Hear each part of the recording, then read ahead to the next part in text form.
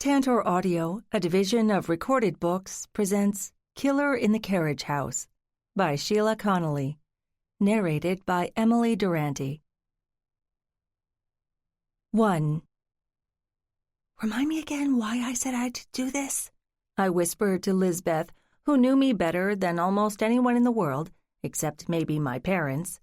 I kept my voice down because we were waiting in the wings of the high school's stage, watching the good citizens of Asheboro, Maryland, come in and find seats, so they could listen to me, telling them how I thought we could transform the sleepy town into a place that tourists and historians would want to visit, and leave some of their cash behind.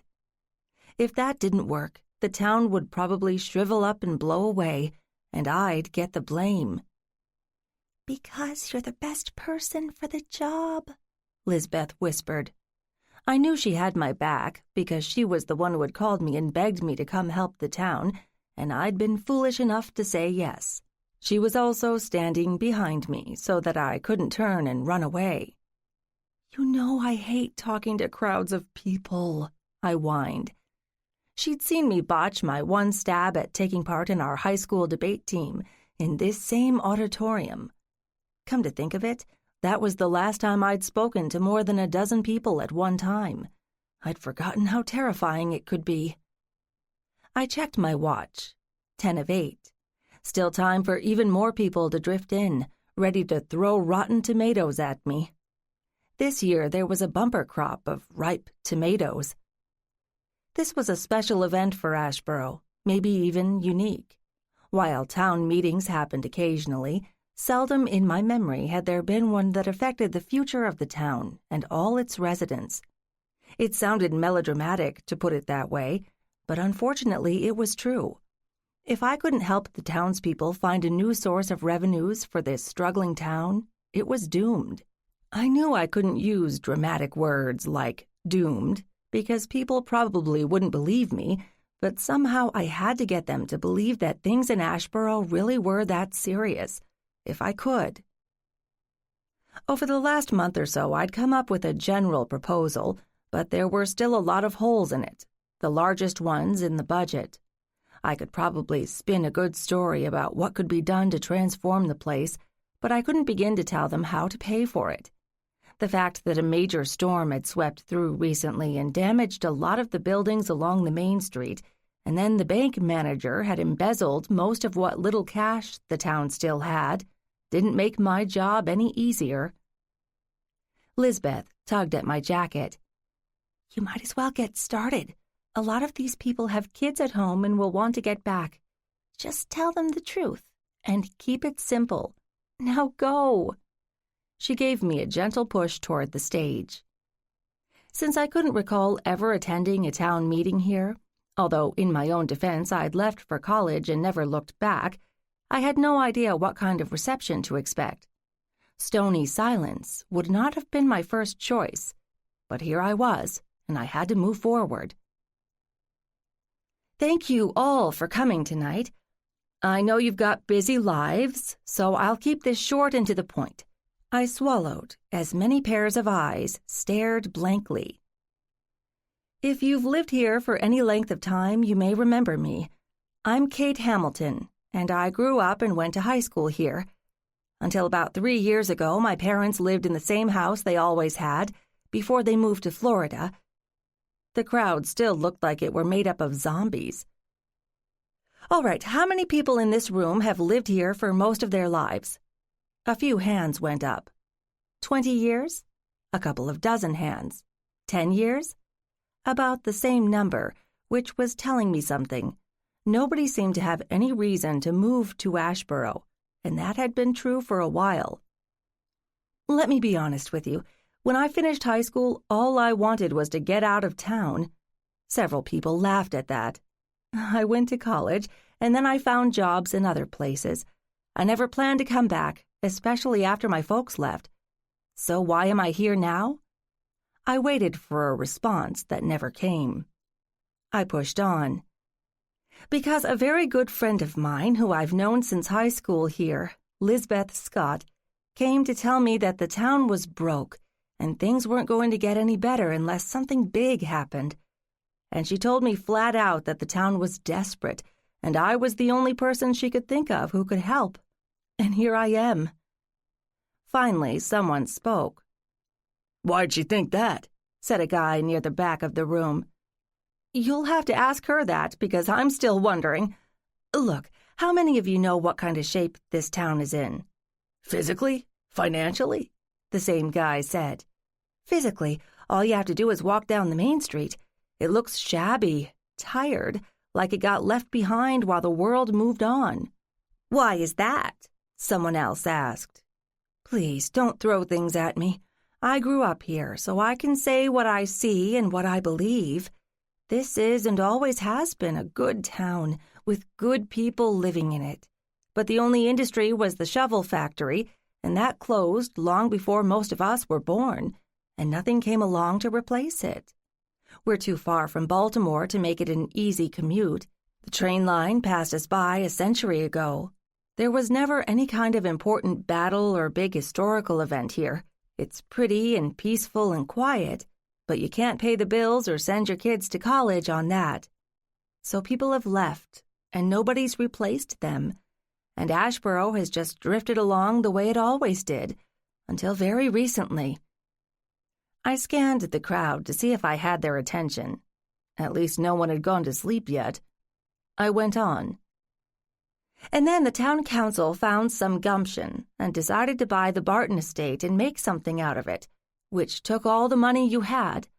I applaud the courage and the hope it took to do that, but it's not enough to have a house, no matter how gorgeous, without any other reason to come to this town. So you people really have only one shot at thinking outside the box and saving the town." "And that's where you came in?" a middle-aged woman closer to the front spoke. "Why are you qualified to do anything about this mess?" I focused on her because it was a valid question. I don't claim to be an expert in city planning or in finance. The biggest project I've ever managed was a Baltimore hotel, and one in Philadelphia before that. But nobody else seems to have stepped up, and all I've agreed to was to try to come up with a plan that might work. And in case you're worried, I'm not getting paid for this. I just don't want to see the town die. And you think you have some ideas to fix this? Maybe, but it's going to take some cooperation from the people in this town, particularly those who have a business in the center of town. And money? Higher taxes? I know there's no money, and how could anybody raise taxes here when salaries and revenues are in the tank? I may be inexperienced, but I'm not naive. Just hear me out. You don't have to vote on it or support it in any other way, at least not yet. If you have any suggestions, I'd love to hear them. But let me say one thing. To make this work, you all have to commit to it and work together. If you can't do that, it's over. I could see that the natives were getting restless. So much for the big build-up. Time to get my big idea out there and let it sink or swim. Settle down, people. I'm just getting to the good stuff. I propose that we turn the central blocks of Asheboro into a Victorian village, as authentic as we can make it. And an extension of that would be the Barton mansion outside of town. In case you don't remember your local history, Henry Barton was the owner of the factory on the edge of town and easily the richest man, and his house, if you haven't seen it, is a magnificent example of high Victorian architecture, and it's in good condition. It wouldn't take much work or money to make it shine. The challenge is to bring the rest of the town up to that standard. "When you say make this place a Victorian village," the speaker made air quotes, "what the heck does that mean? Level it and rebuild the whole thing? With what money?" Have you taken a look at the buildings on Main Street? I challenged him. Since the storm? Well, I have. And what I discovered, and I'll admit it surprised me, is that most of the buildings that date back to 1900 or even before are still there under a century of siding. Believe it or not, the village is still there. Now, many of you who kept your insurance, paid up, will probably get a small settlement for damages from the storm. If you were going to repair your shops, you'd have to peel off the newer stuff anyway, so you can put that money toward repairing what's underneath. Maybe replace some windows with older models and patch up the roof. Then you gut the interior and rebuild it to look the way it would have been in 1900, which would probably be cheaper than going modern with it. What about stuff like lighting and plumbing? As long as what you see looks authentic, what's behind the walls and under the floors can be up to the minute, and probably would have to be to meet local building codes. And why on earth would anybody come to this town to look at all this stuff? Demanded another man. Because up front we decide to make it as authentic as possible, so visitors can believe they really have stepped back in time. It's a small town. It wouldn't take much to fix enough buildings so that all anyone standing in the center of town would see is only what would have been there in 1900. All the modern stuff like gas stations and supermarkets and fast food joints are already outside of that, so normal life could go on. Have any of you been to Sturbridge Village in Massachusetts, or Monticello, or Williamsburg? That's the look I'm aiming for. It would feel real. And this place is close enough to the major battle sites in this state, or even in Pennsylvania, that it wouldn't be much of a detour for people if we promoted it right.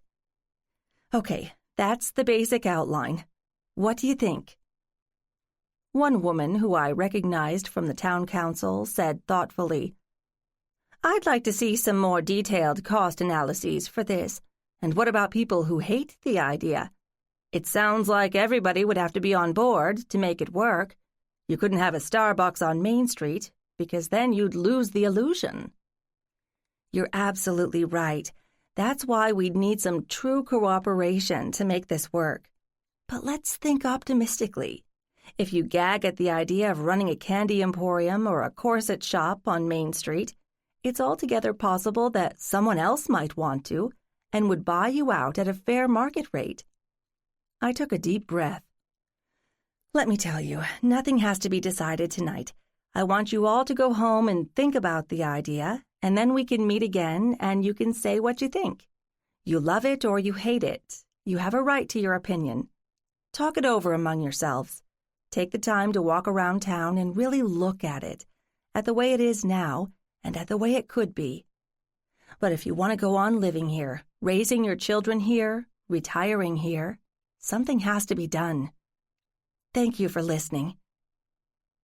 I turned and walked off stage, mainly because I was exhausted and I wasn't prepared to answer any questions because I'd told the crowd pretty much everything there was to this very preliminary plan.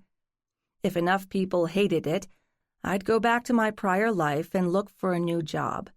But so far, I'd had a lot of fun imagining the possibilities. Lisbeth stopped me with a hug before I could escape. You were terrific. I think they got the general idea without being swamped with details. Are you going to be able to meet with them in smaller groups if they have questions, which I'm sure they will? I hope so, although I haven't made any plans for that. You're still staying at the B&B? For now, at least. Ryan's okay with it, and the dining room would work well enough for small group meetings. You think they'll go for it? Based on the expressions I saw from people in the crowd, I'd say maybe. I think you had them interested by the end there, but not committed. It's a lot to take in all at once, I'll admit, but it's not like we have a deadline. You should set a deadline for a decision, though, Lisbeth said thoughtfully. If you don't, they'll just keep bickering about bits and pieces and never decide anything. How long is long enough? I asked. Are you still thinking about having some kind of opening event by fall? Maybe. I won't know if that's even possible until we take a hard look at what kind of shape the buildings are in. And you do know that we don't have any money, cash or credit, so we'd have to get started on the fundraising side of things ASAP. True. So set a date 2 to 3 weeks out and demand an answer. I know it seems short, but you've got to start somewhere. I could feel my eyelids drooping as my adrenaline crashed. Let's get together in the morning. Maybe things will look different then. My place? I'll give you breakfast and tell the munchkins to keep the noise down to a dull roar." "Great, but not before 8 o'clock. "Deal. I'd better head home myself now. See you in the morning." The crowd had dispersed quickly. I made my way to my car in the parking lot and drove the few blocks to the bed and breakfast that had previously belonged to my former high school nemesis, Cordelia Walker, now deceased and not widely mourned. Her ex-husband, Ryan Hoffman, owned the building now, but was in no hurry to unload it. He was one of the first to hear my vague plans, and he seemed enthusiastic. The fact that he was a corporate attorney was icing on the cake. I parked alongside the building and let myself in, managing to figure out the alarm system without setting it off. I shut off the outside light and turned to find a man standing a few feet away, grinning at me. "Lady, I'd buy anything you're selling," he said. "Josh, if I weren't so tired, you would have terrified me. I didn't see you in the auditorium." "Traffic was jammed up outside of Baltimore, but I wouldn't have missed it. I was in the back." I wasn't sure why Josh was so invested in this off-the-wall idea of mine, or maybe it was me he was interested in. We'd been involved for like 15 minutes, but stranger things had happened. I decided to ask a safe question. "Do you think the good townspeople will go for the idea?" "I'll give it even odds, but you did a good job. We'll just have to wait and see." "We?" "Tomorrow. I'm exhausted. Oh, Lisbeth asked me if I wanted to meet for breakfast at her place. You want to come with? Or would you rather head back to the city?" There, I'd laid it on the table. Did he want to go public with our whatever it was, at least to my best friend? "Actually, I'd like to see what kind of feedback she's heard after round 1. I can go back to Baltimore after breakfast."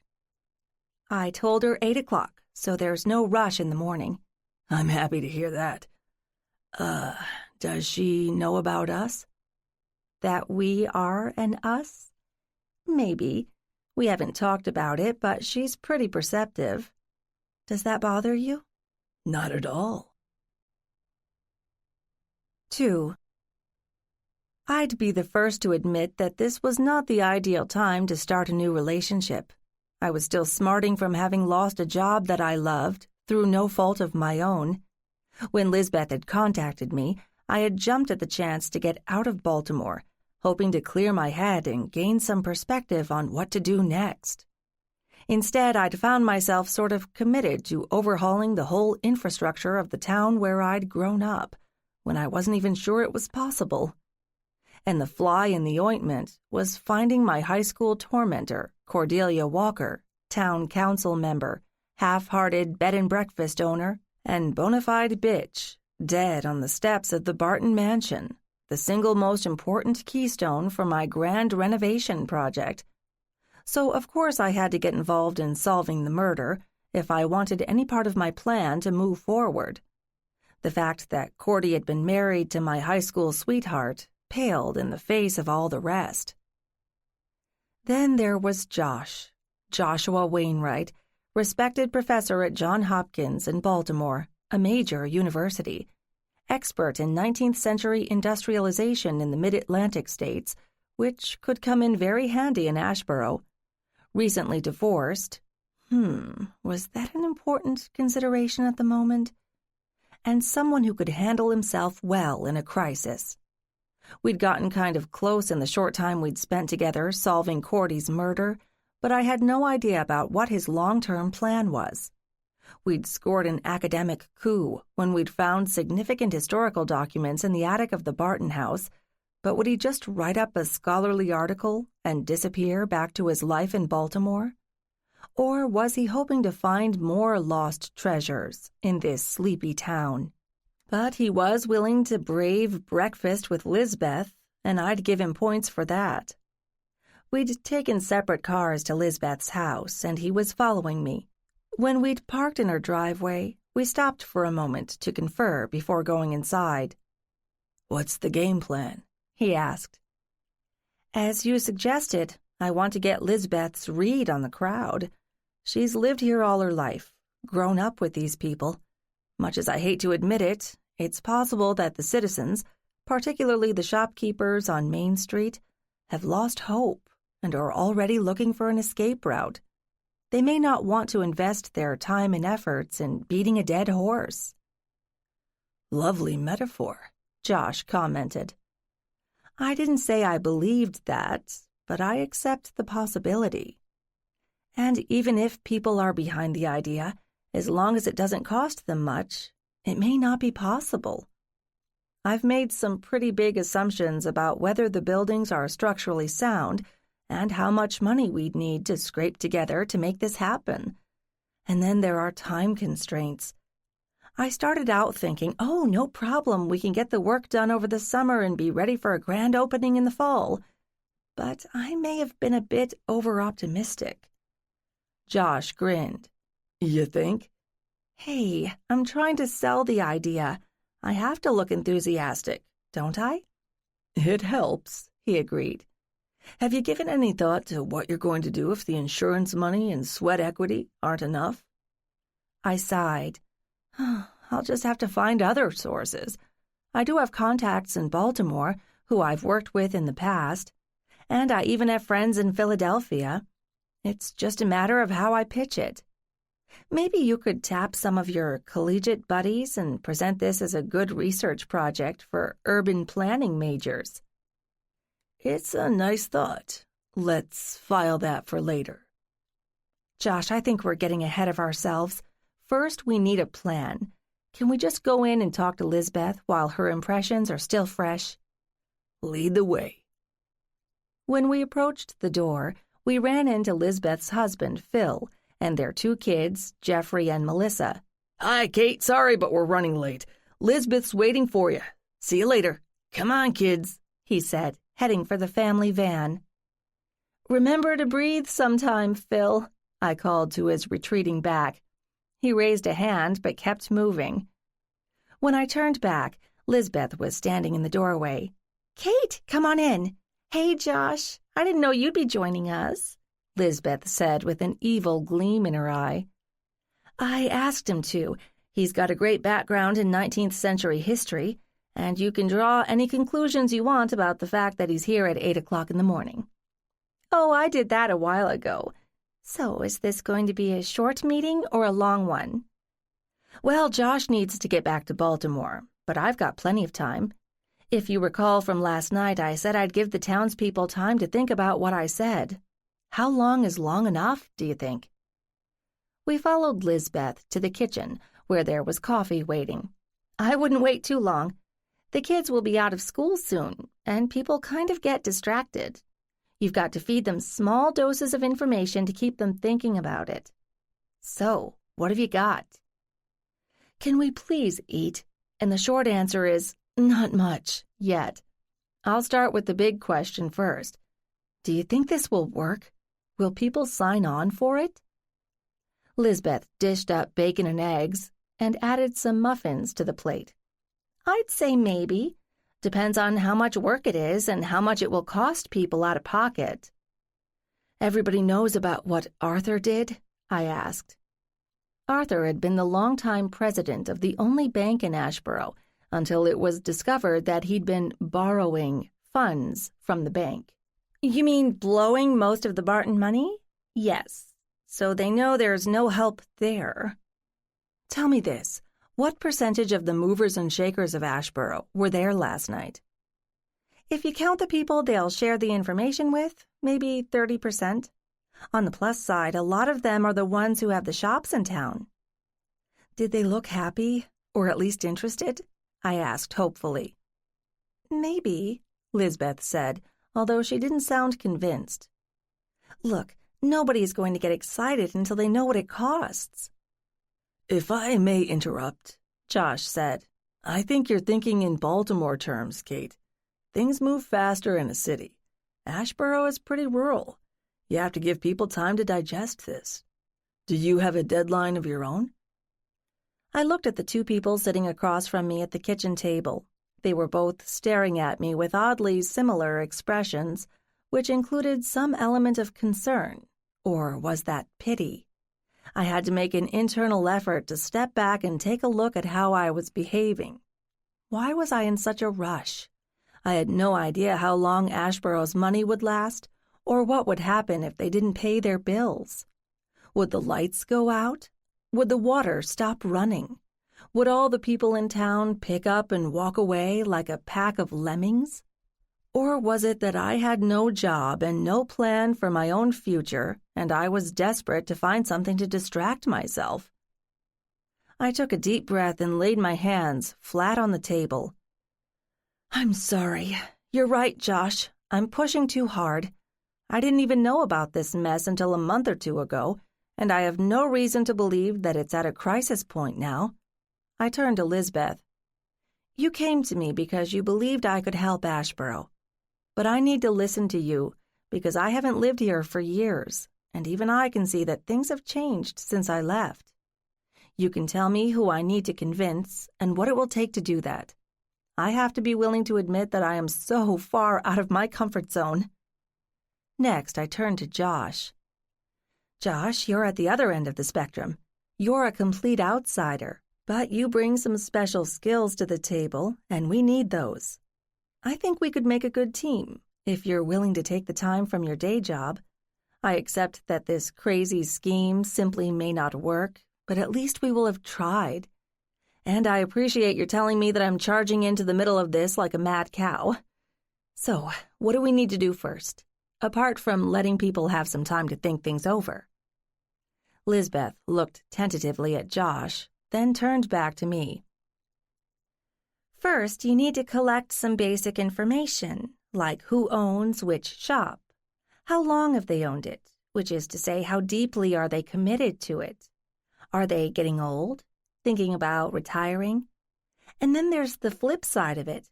What shops do you want to see, assuming you have 4 Main Street blocks to work with? What about the side streets? And if you have certain kinds of shops, what supplies are they going to need? And should they be close by, or can they be outside of town? Like, for instance, a stable that rents out carriages, or a driver and carriage together. Think early taxis. That means you have the carriages themselves, and they'll need maintenance. And you'd need horses, which need to be fed and kept clean, and their poop has to be cleared out. Tackle. And feed. How much, and what kind of storage would that take? Near or far? And that's just the one business. Sure, not every shop is going to take that kind of outfitting, but I'm guessing a good number will. I grinned at her. Lisbeth, you've been thinking about this, haven't you? Well, yes, she admitted. It helps me go to sleep at night.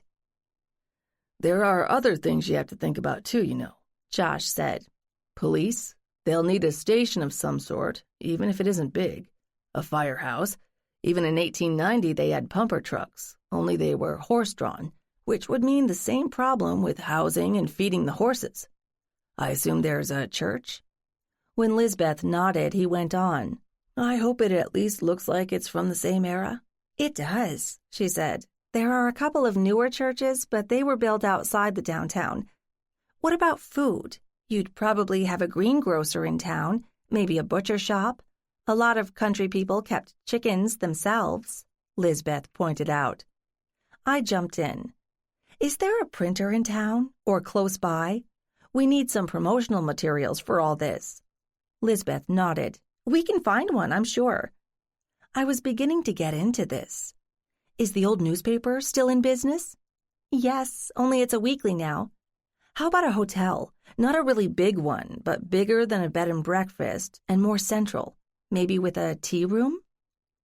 Lisbeth looked briefly perplexed, and then her expression brightened. The Emporium! You remember that, don't you, Kate? Or maybe you never paid much attention to it. It started out as a small hotel, but people kind of stopped coming, so it was converted to what I guess you'd call an early shopping center. They took out a lot of the internal partitions, shored it up, and installed a bunch of small stores. We'd have to check with an engineer, but I bet it could be unconverted or whatever you want to call it. How many rooms? I demanded. Hey, it was before my time, but I'd guess 15, maybe. It was enough for the people passing through, And it did have a tea room on the ground floor, although the kitchen's long gone. I was getting itchy again, now that the ideas were blossoming. You have a fair-sized whiteboard or corkboard somewhere here? Sure, the kids use them a lot. Why? I need to see this laid out so I can visualize it, I said impatiently. Josh interrupted. You're getting ahead of yourself, Kate. There are some basic questions you need to address. Say you do get this up and running within a year. How many people do you hope to attract? Will you have enough housing for them? Or do you send them to the chain motel on the outskirts? Would that spoil the illusion? And so far, there's only one place to eat in town, in your grand scheme. Again, how many people will you be able to feed? And where will visitors park? Way to pop my balloon, Josh. You raise some valid points, Josh, but there are some things I do have experience with. One of them is advertising to a target audience. We would have to ensure that everything is first-rate, not just thrown together, and then we pitch it at committed historians, historical societies, Civil War reenactors, and other people like that. A true Victorian experience, but not cheesy. And we price it appropriately. That's how you manage that kind of situation. Point taken, Josh said. So now what?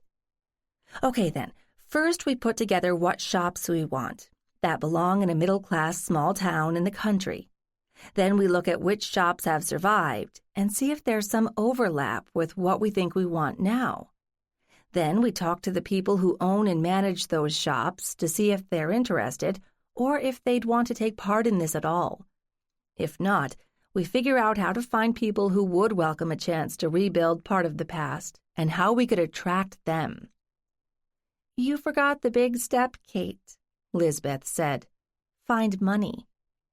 No, I just think these things need to be done first. If nobody wants renewed old stores, it's moot. But you're right, we need to find the money to pay for it. I don't think local contributions will be enough. Josh, I'm sure you know some people in the historic community in Baltimore. Maybe they won't want to give, but they may sit on boards or belong to organizations that have funds. And I've got a friend in Philadelphia who's spent half her adult life in fundraising. She's already seen this town and gotten my thumbnail sketch, and I think she'd like to help. So there you go, Lisbeth said, smiling. You've just planned the whole thing. Piece of cake. I certainly hoped so. 3. Sounds great, Josh said, but you've ignored the elephant in the room. I looked blankly at him, and then I realized what he meant. The factory. Exactly. You know, I'm so used to seeing it there, I don't even think about it. It's like part of the landscape. What are you thinking? Does it stay or go? Josh asked. I glanced at Lisbeth. What kind of condition is it in? Lisbeth shrugged. As far as I know, it's not as bad as it might be, even though it's stood empty all these years. Still, it would probably take even more work and money than all the Main Street shops together to fix it up. What would you want to do with it? I was torn. It was a big, hulking building, yet it solidly anchored one end of the town. It was built as a factory, and it looked it, multi-story, lots of brick, with small, high windows and not much charm. All the exterior decoration in the world wouldn't make it beautiful. But I seem to recall Josh mentioning once that it had a significant connection to the history of Asheboro, and we should certainly investigate that before we decided anything. And taking it down and carting away all the rubble would make the downtown a dusty mess for some significant amount of time. I don't suppose we could attract a new manufacturing tenant? I suggested. Probably it would be hell to bring it up to code for manufacturing anything, Josh said. Art gallery? Performance center? Some combination of the two? Or maybe a conference venue? I tossed out. None of those felt right to me. You'd have to take a look at the inside to see what the spaces are like. And there would be a parking problem if you're thinking of crowds, Josh pointed out. Anybody know any museum collectors who are looking for display space? I asked hopefully, to be met with silence. Or serious collectors of Civil War memorabilia? There should be plenty around. Maybe we could make it a cannon museum. Cannons? Seriously, Kate? Why don't we shelve that particular building for now? Lisbeth said. If you don't get the other, easier parts filled in, you won't have to worry about it. True, I admitted. Yeah, Josh muttered. Any plans for a new librarian, Lisbeth? It hasn't been all that long, Josh, Lisbeth protested. And everyone was so used to seeing Audrey behind the desk there that they can't imagine anyone else. Plus, the town council has been so discombobulated that they haven't had time to think about it. I know it's not urgent, Josh said, but I was wondering how much town history and genealogy is squirreled away at the library. That's something else that could be worked into the former factory, made more accessible. Maybe we were grasping at straws. You know, there's no such thing as the universal factory. I don't have to tell you that, do I, Josh? The late 19th century was a time when things were really busting out all over. What we need is a hook here, something with some history relevant to the town, not just something we picked out on Wikipedia or threw together because it was easy. I hate to admit it, but I don't know enough about the history of the town to come up with any good ideas. You told me a while back that it was originally a shovel factory, right? I did, and it was, Josh replied. Can you see making a showplace for shovels? I mean, I know they're kind of essential, but are they sexy? I can't say that's a word I ever associated with shovels, Josh admitted, smiling. But you're still getting ahead of yourself. Start making lists. That's what I do when I'm stuck. And start talking to people in town here. No pressure, just chatting. See if anybody remembers their fathers or even their mothers working at the factory back when it was still open. He glanced at his watch. I'd really better hit the road now. Let me know when you come up with the next step, or you want something in the way of research from me. Walk me out, Kate? We both stood up. Sure. Lisbeth, I'll be back in a few. Lisbeth smiled. Take all the time you want. When we reached Josh's car, I asked, What's in this for you, Josh? You just like hanging out with me, or is there something more? Spending time with you isn't enough. But you're right. What we have here is a town preserved in amber, where nothing has really changed in more than a century. You want to peel the plastic skin off it and reveal what's still underneath. That's a real find for a historian like me, and I want to do my own archaeology here before other people get wind of it. As for us, well, there are a lot of doors to choose from, and we've got time to explore them. Pretty words, pal. But I've got plenty of things to work out for myself, so I guess that works for me too. Drive safe, will you? Of course. I turned away as he pulled out of Lisbeth's driveway, and I rejoined her in the kitchen. More coffee? She asked. Sure, there's nowhere I have to be, and my head is spinning. You have any observations? Lisbeth refilled my coffee mug. I like Josh. Let's not go there right now, okay? I want to wrap my head around this project. You do realize that it may never get off the ground? Well, yes, but at least you can do your homework and talk to people before you give up. Who said I was giving up? I protested. It's just that I have a lot to learn about Asheboro as it is now. I'm in an odd position. I remember what it was like when I was growing up, but obviously I see it differently now. How would you describe the overall mood of the town? Lisbeth thought for a moment. Apathetic, maybe depressed. The whole decline was kind of slow, even subtle, but there are no new jobs coming, so no new people, no new investors. People who live here like the place and their neighbors, but they've still got to pay the bills, and those keep growing. Are you sorry I dragged you into this? No, it's an interesting challenge, and it came at the right time, when I needed something to distract me. I cocked my head and studied her. "Can I ask you something?" "Sure," she said cautiously. "Do you want to be part of this project? I mean officially, not just behind the scenes." "You mean like a job?" "Sort of. Obviously there's no real position, and certainly no money at the moment, but I'm asking for a commitment of a certain amount of your time to get this off the ground." "Kate, I've got kids, and school's out very soon. Where am I supposed to find this time?" "Do they go to day camp? Would their grandparents step up for a week or two and look after them?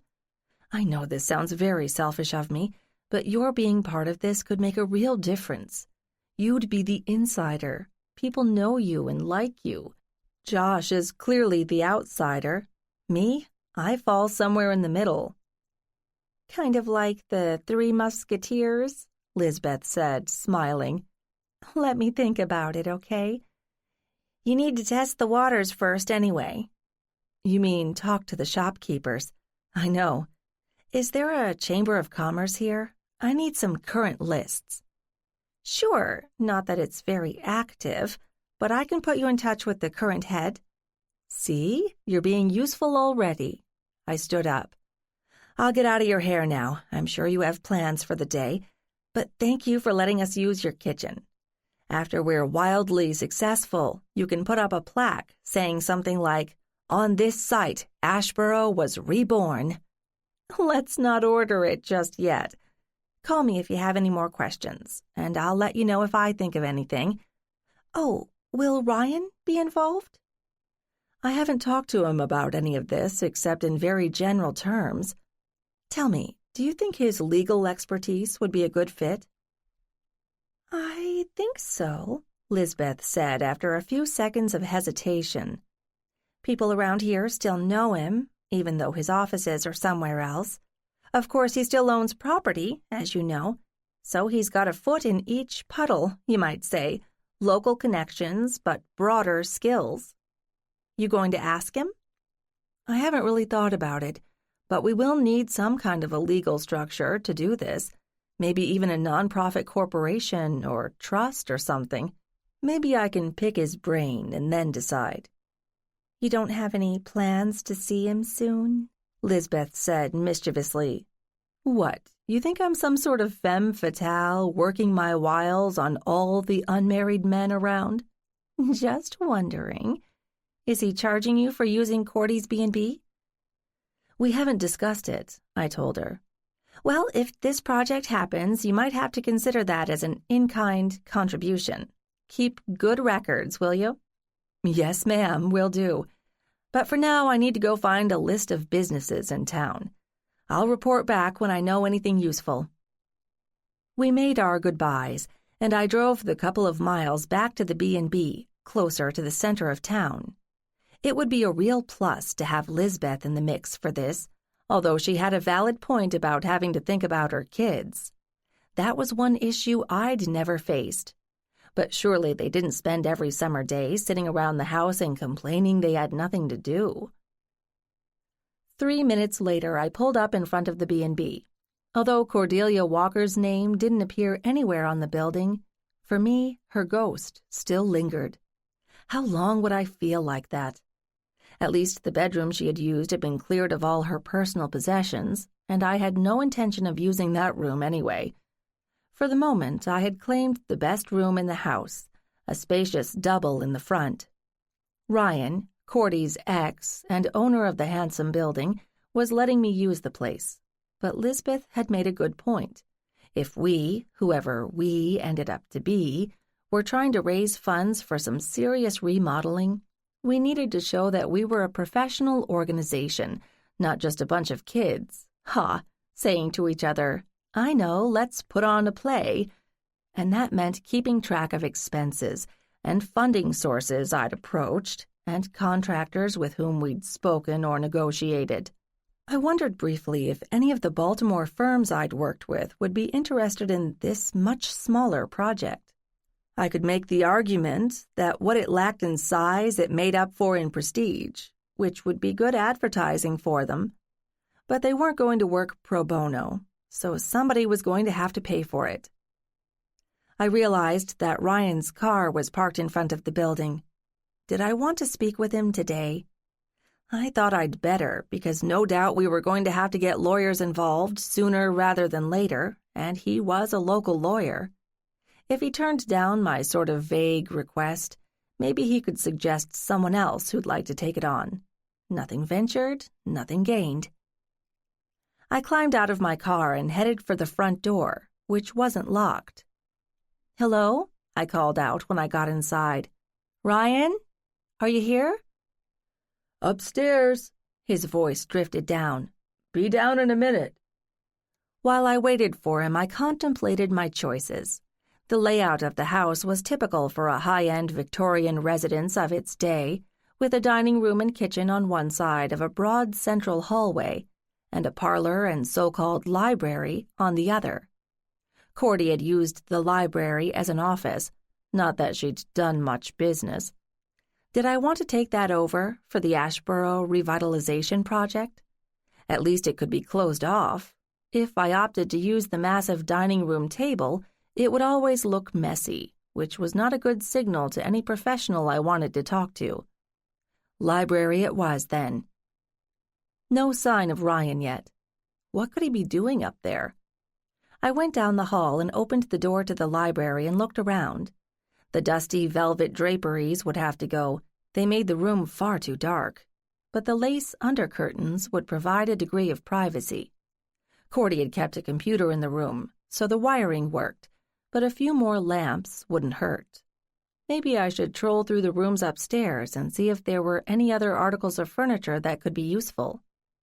But I didn't expect to find a filing cabinet, which would look very out of place in the room anyway. I could hear Ryan clomping down the uncarpeted stairs. "Kate?" he called out. "In the library," I called back. He appeared seconds later. "Aren't you supposed to be at work?" "This is work," he replied. "I own this place, and I have to decide what to do with it now."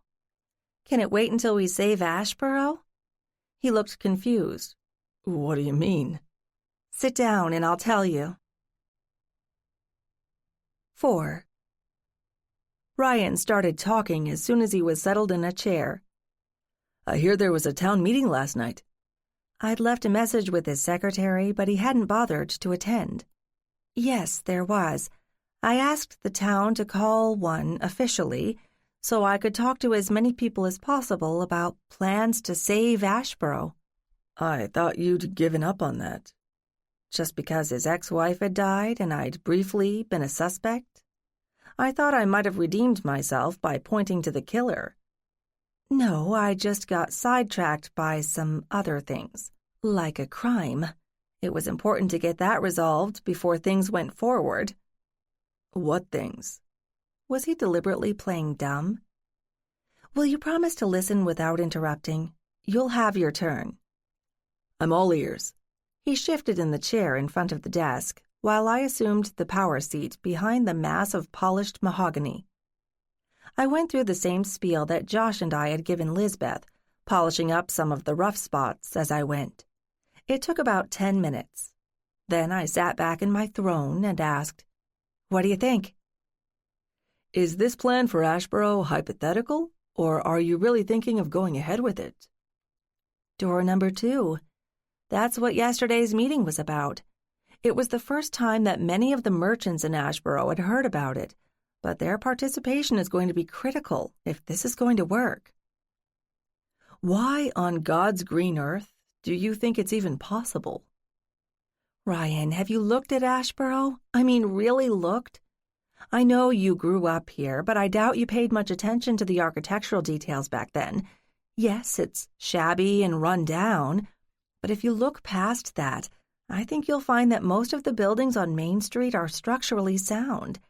It would take some investment to fix them up, but not a huge amount of money. "What about the factory building?" Funny that he'd zeroed in on that first. We haven't come up with any firm ideas for that, but I believe we have to win over the Main Street merchants before we can tackle that. "And the Barton mansion?" That's part of the bigger picture. You know that's in pretty good shape, both inside and out. It's not exactly in walking distance, but we can figure out transport easily enough. I hoped.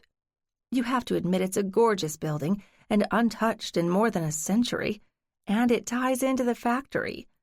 I'm not looking for a Disney-type theme park.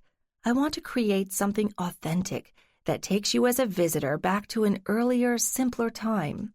Any real work would be to preserve or recreate the details, like what's on the shelves in the pharmacy, rather than starting from the ground up.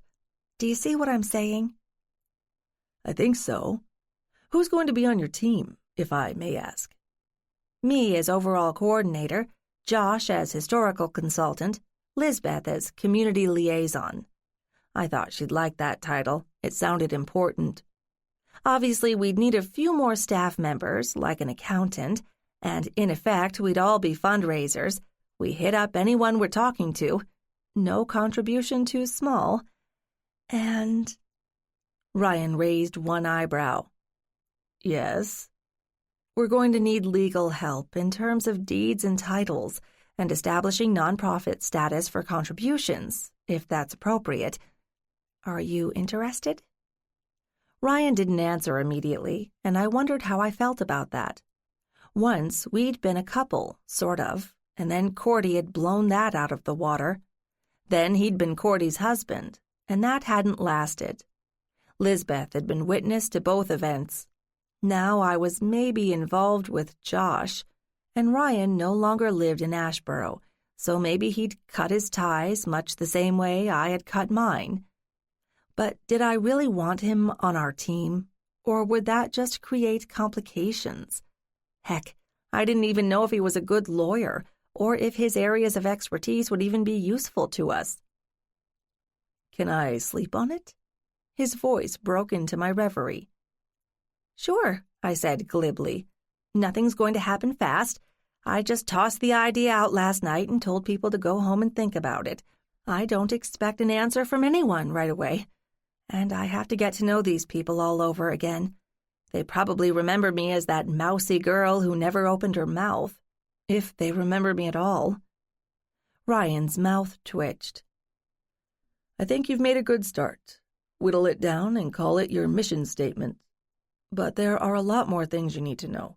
I would suggest looking at the documentation for the bigger efforts, like Old Sturbridge Village or Williamsburg. Williamsburg had Rockefeller money behind it, didn't it? I demanded. And it's a lot bigger than what we envision. Plus, it's a different era now. People's expectations have changed. And Sturbridge Village is on a larger scale, too, and it's more early 19th century. We're aiming for the birth of the industrial age, the moment before things took off. Ryan didn't respond to that point. Sure, Williamsburg is bigger, but the principles hold. And if I recall correctly, they have a main street with shops. Maybe you should take a field trip. Ryan, why do you know so much about places like those? Don't you remember? Our school took a field trip to Williamsburg. And Mount Vernon, I believe. I liked what I saw. Oh, I hadn't pegged Ryan as a history buff. And pay attention to the information on the foundation. The language may not fit what you want, but it's a good model. Of course, maybe you don't want to go in that direction, but if you do, you'll need long-term plans, incorporation, a board. I was getting depressed. On some level, I knew about most of this, in theory, but the sheer mechanics of making it happen were boggling. I realized that I was far more excited about the physical renovations than about the legal structure, even though it was necessary. Ryan, are you trying to tell me that I can't pull all this together? No, not at all, he replied quickly. I respect your abilities and your drive. I'm just warning you that it isn't simple, and it's going to require the participation of quite a few people. Duly noted. I sighed. Then let's go straight to the bottom line. In your estimation, is this project feasible if we can raise the money? And will it accomplish what we want? Which is to provide ongoing financial support for the town? Make it an attractive place for people and other small businesses? Maybe. I won't say no, but it's not a sure thing. Ryan, if you don't want to be part of this, I understand. I'd appreciate it if you could point me toward a person or law firm that could help if it comes to that, but you're under no obligation here. Hey, I didn't say no. All I want is to be sure you've done your homework and know what's involved before I commit to anything. Like I said, I admire the way you're approaching this, but you have to understand it's going to mean hard work, and you've still got to win over the merchants. Got it. And thanks for being honest with me. I stood up. Right now, I've got to dig into that homework you keep mentioning. Let me know if you have any other insights, now that you know what's going on. Ryan had stood as well. And that sounds like a brush-off. Keep in touch, Kate. I'll do that. Lock the door behind you, will you? I watched as he left, wondering how things actually stood between us now. We'd already established that there were no lingering sparks all these years later. There was no reason why he should feel any loyalty to Asheboro or to me. If he decided to help us, he would be paid, and he would be recognized for his efforts on behalf of the town. And that was that. I was hungry, despite my larger-than-usual breakfast, and I knew there was little in the way of food in the fridge. Clearly, I hadn't planned for an extended stay, but at the very least I should pick up enough to feed myself for the next few days. But first I needed to collect some reading materials. A phone book. Did anybody still distribute those? Maybe a list of businesses from the local Chamber of Commerce, and some sort of listing of small-town shops circa 1900. A quick online scan convinced me that the Williamsburg shops were far too early for my needs. Sturbridge was more promising, with shops selling pottery and tinware, wooden toys and games, and fabrics. The Chamber of Commerce listing wasn't terribly helpful. Among the listings there were churches, some still in place, I assumed, a pump service and an electrical service, neither of which would have been relevant in 1900, a janitorial service, ditto, and a pet service. The bank and the library I already knew about. The large supermarket lay outside the bounds of my plan, as did the town's only gas station. A dearth of choices. Maybe Josh knew someone who knew what I needed to look for. Or I could just stroll along Main Street looking for the faded ghosts of old signs on the walls. Or maybe common sense would prevail. I'd already made my mental list. Grocer, butcher, feed store, hardware and tools, hotel and tea room. I might as well start talking to people. Maybe they'd have a wish list for small stores. But not today. I'd already accomplished a lot, and now I wanted to treat myself to a visit to the Barton mansion.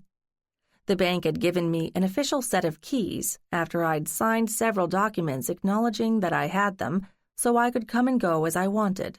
And right now, I needed a dose of inspiration.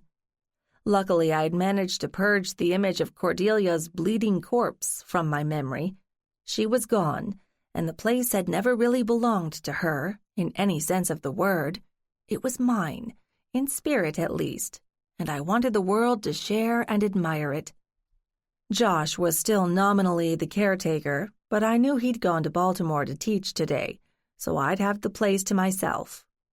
What's more, I'd wheedled the bank to disperse enough funds to update the alarm system, so there shouldn't be any vandalism or surreptitious snooping going on these days. There was nothing of particular financial value in the house, merely the house itself, its spaces, its architectural details, its luscious wallpaper, and so on. There might be some additional interesting documents still lurking in the attic. We'd struck gold when correspondence between Nurse Clara Barton and her distant relative Henry Barton was found in the attic. But it would take an expert to identify those of any value to anyone other than a historian. Besides, there was little to be done about them, since there was no current librarian to accept and store such a trove. I wondered if someone would step up and volunteer to help. I could think of one person in Philadelphia who would know who to ask for that kind of help, and I made a mental note to call her in the morning. I locked up the B&B carefully and drove toward the mansion. Every plant along the way was in full leaf and or flower at the moment, and the landscape looked lush. I had to stop to unlock the front gate and temporarily disable the alarm, and after driving through I made sure to shut the gate behind me and turn the alarm back on. Then I drove slowly down the winding driveway. I loved the way the very large house was concealed from prying eyes until the last hill, which, when I reached the crest, revealed the house nestled in a shallow valley. The only owner, Henry Barton, had been dead for over a century, but his vision for his home had survived. I truly hoped I could find a new purpose worthy of it. I pulled up in front of the entrance and got out of the car. Its ticking as it cooled was the only sound, apart from birds and the gentle swoosh of the wind. I couldn't bring myself to sit on the front stoop, because that was where I'd found Cordy. But the view was equally lovely from the back, so I wandered slowly around the house, trying not to look for evidence of decay. The place had been built to last and had been lovingly maintained, thanks to Henry's foresight. He and his wife had had no children to leave it to, so he had lavished all his accumulated wealth on the house and property, and in his will he had left funds to ensure their survival, at least until a new owner came along. I had to wonder how he had accumulated so much money from making and selling shovels. Josh had once explained to me the outline of the growth of that business, but somehow it didn't seem adequate to yield enough to support such architectural splendor. Was I missing something? Was Henry a large-scale bootlegger or smuggler? The location seemed unlikely for that, and there was no hint of any kind of illegal activity among the sparse published accounts of the man's life. He hadn't come from a wealthy family, nor had his wife. So far, the trunks and crates in the attic hadn't yielded any clues about his personal life, but there were many still waiting to be explored. There were enough people in town who remembered the factory when it was operating, or their parents would have, and they would probably have mentioned something if there had been something fishy going on there. Old stories tended to linger in small towns. I settled down comfortably on the lush grass and admired the view some more. I would likely have fallen asleep, except I heard the sound of a car approaching the house. I assumed it would be Josh, and I was too comfortable to move. As I had guessed, a couple of minutes later, he came around the side of the house and dropped down next to me on the lawn. "You're back early," I commented. "It was only a 90-minute class. I gave the students short research assignments to get them thinking." "You look relaxed," he said. "I made some progress this morning, so I decided to indulge myself with a visit to this place." "Anything useful?" "Mostly things I need to follow up on. I talked to Ryan for a bit, and he gave me some tips about nonprofit corporations and foundations, but he did not commit to helping us, yet." "Did he tell you that you were crazy?" "Not in so many words, but he's not convinced." "Did you have a chance to eat?" "Not since Lisbeth's breakfast.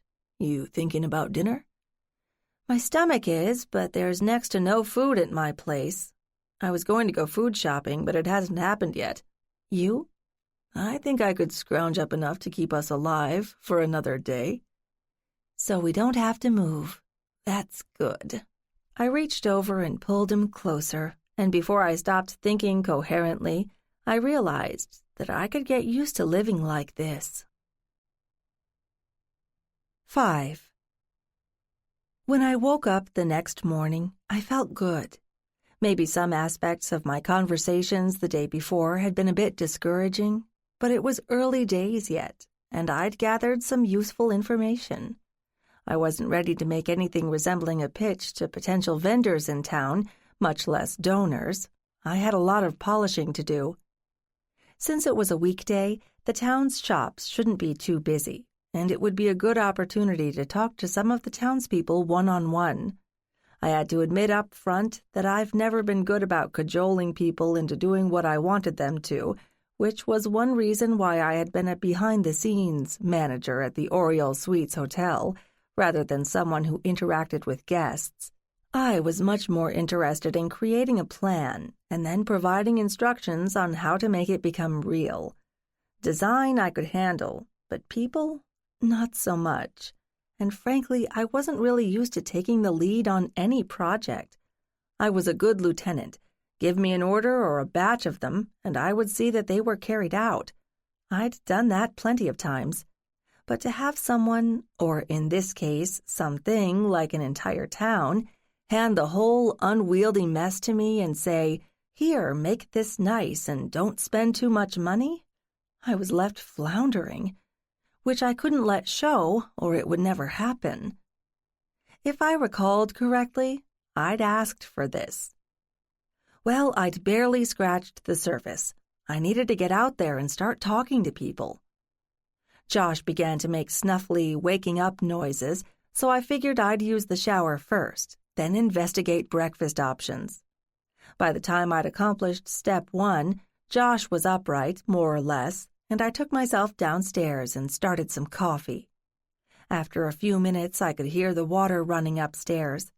5 minutes later, he ambled into the kitchen. "I think I forgot to mention that I'm expecting someone this morning," he said as he poured a cup of coffee. "I might have been a bit distracted last night."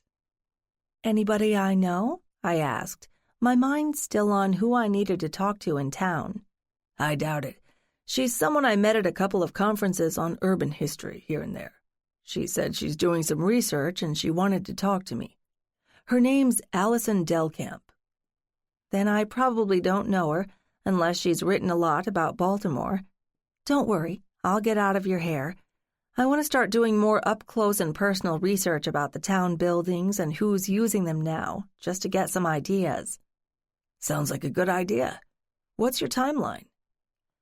"Unfortunately unrealistic," I said ruefully.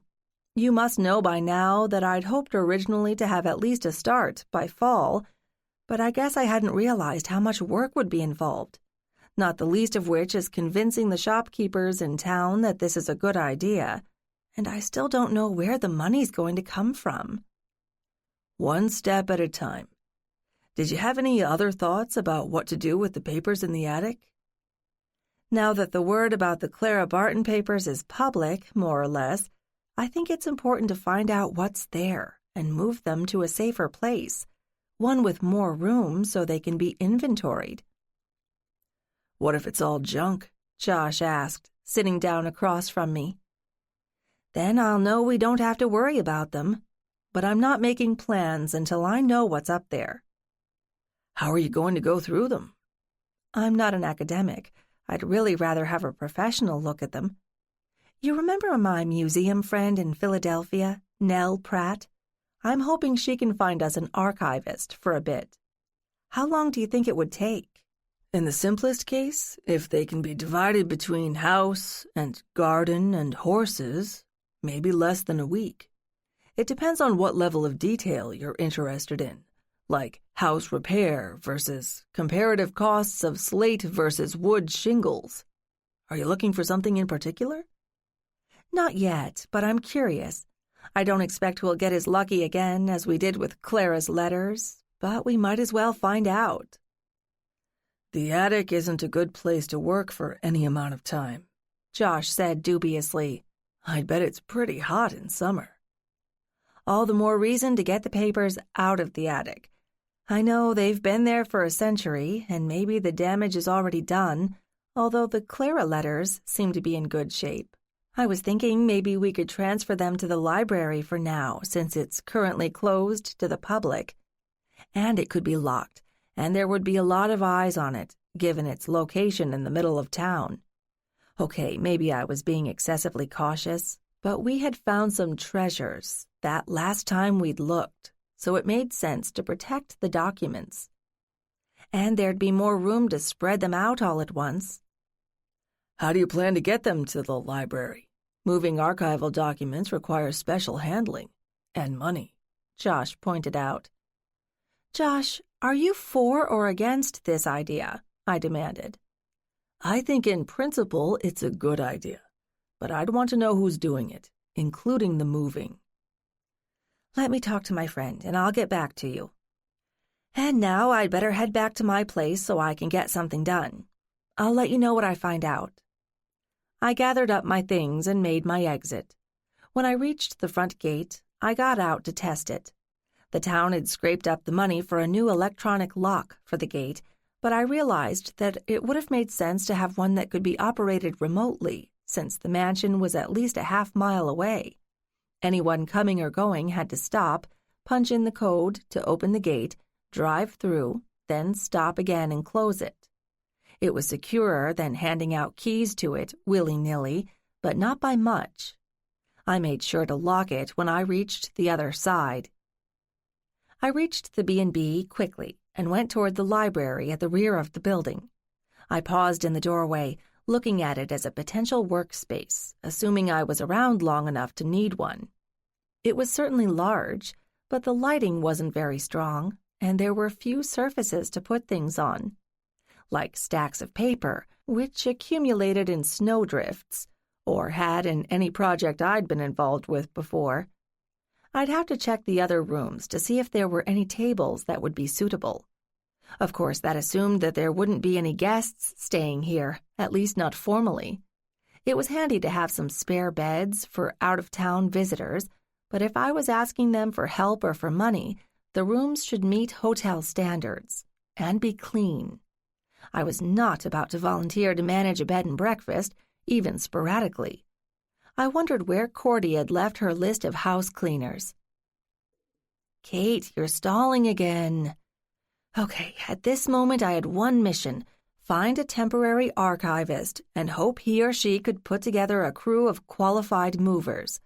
The first person that came to mind was Carol Peterson, a graduate student at Penn who my Philadelphia friend Nell Pratt had put me together with. Nell was the president of the prestigious Society for the Preservation of Pennsylvania Antiquities, so her recommendation carried some substantial weight in the historical community. I didn't really need to talk with her, although I always enjoyed that, but I wanted to see if what I was considering was something that Carol could or should handle, or if I should ask for another recommendation. I hit speed dial on my phone with Nell's direct number, and she answered quickly. Kate, how are you? Or rather, where are you? In Asheboro? Exactly. Monday night, I told anyone in town who would listen what I hoped to do with their town. Now I'm avoiding talking to the shopkeepers here so I don't have to hear them tell me I'm crazy, so I called you. I'm flattered, I think. Is there something you want from me or just a sympathetic ear? Both, I guess. Last time I saw you, we talked about going through the rest of the Barton papers, so at least we have an inventory of them. Since then, the town librarian has been fired. I didn't see any need to go into the details, so I thought maybe we could put the documents in the town library, at least temporarily. What I need now is an archivist with some basic qualifications for a short-term job. You'd probably have a better handle on how long this would take than I would. What do you think? I can ask Carol Peterson if she could spare the time, since she knows the situation. If not, there are a couple of other people I could talk to. Of course, you want this done yesterday. Not only that, but I can't pay her, although I can give her a place to stay and feed her. You do fundraising, right? This project isn't going anywhere unless I can show potential donors a hook, something that will get their attention. We got lucky with Clara's letters, but I'd like to think there could be some other interesting bits and pieces in the collection. Or maybe just the collection as a whole, as a glimpse into an earlier way of life. Does that make sense? As much as anything these days. Am I right in guessing that you have no money for the project? Yep, the bank president cleaned out the Barton account, so we're starting from scratch. Ouch, Nell said. One more, slightly more serious question. Do you believe there's anything of value up there? I know finding Clara's letters was a gift from heaven, but how often does that happen? I know. It seems unlikely, and I'm not counting on finding gold twice, but I'd feel better if Henry Barton's papers were safe. It's not urgent, so no rush, but if Carol or someone else is available, I'd really appreciate it. That's what I do. Network a lot. When do I get invited out there again?" "You know you're welcome any time, Nell. And if you have any brilliant ideas about what a small rural town in western Maryland looked like in 1900, I'd love to hear them. With pictures, preferably." "How about a fire engine?" "A what?" "Of course, a fire station. Where would I get an engine? Horse-drawn?" "I might know someone," Nell said with a hint of mischief in her voice. "I knew you were the right person to talk to. Thank you." We hung up quickly after that. I felt about 78% better than I had when I'd picked up the phone to call Nell. A fire engine. People would love that, if it was an original. Of course, if we were to actually use it, we'd need more horses. Well, duh, we'd need a stable full of horses so we could transport people out to the mansion, and a fair-sized carriage house would take up another piece of Main Street, all for the good. I love it when a plan comes together. 6. After grabbing a quick lunch from what scraps I could find in the refrigerator, Kate, go to the market, I gathered up my courage and set off for the heart of town. On foot, so I could study the details. I took along a pad and pencils and pens and my camera, and even a measuring tape. At the rate I was going to have to get a notebook to keep all the facts straight, and a better camera so I could record things, before and after. The B&B was well located, a short block from the first storefronts in town, close enough to walk, but not so close that it would be noisy or attract too many vehicles.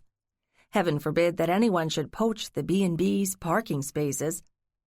I paused on the fringe of town to study the layout. The basic form, no doubt, went back to the founding of the country. One main road, church, town hall, library. Houses had gradually appeared on either side of the road. As more people migrated to the area, more houses were required.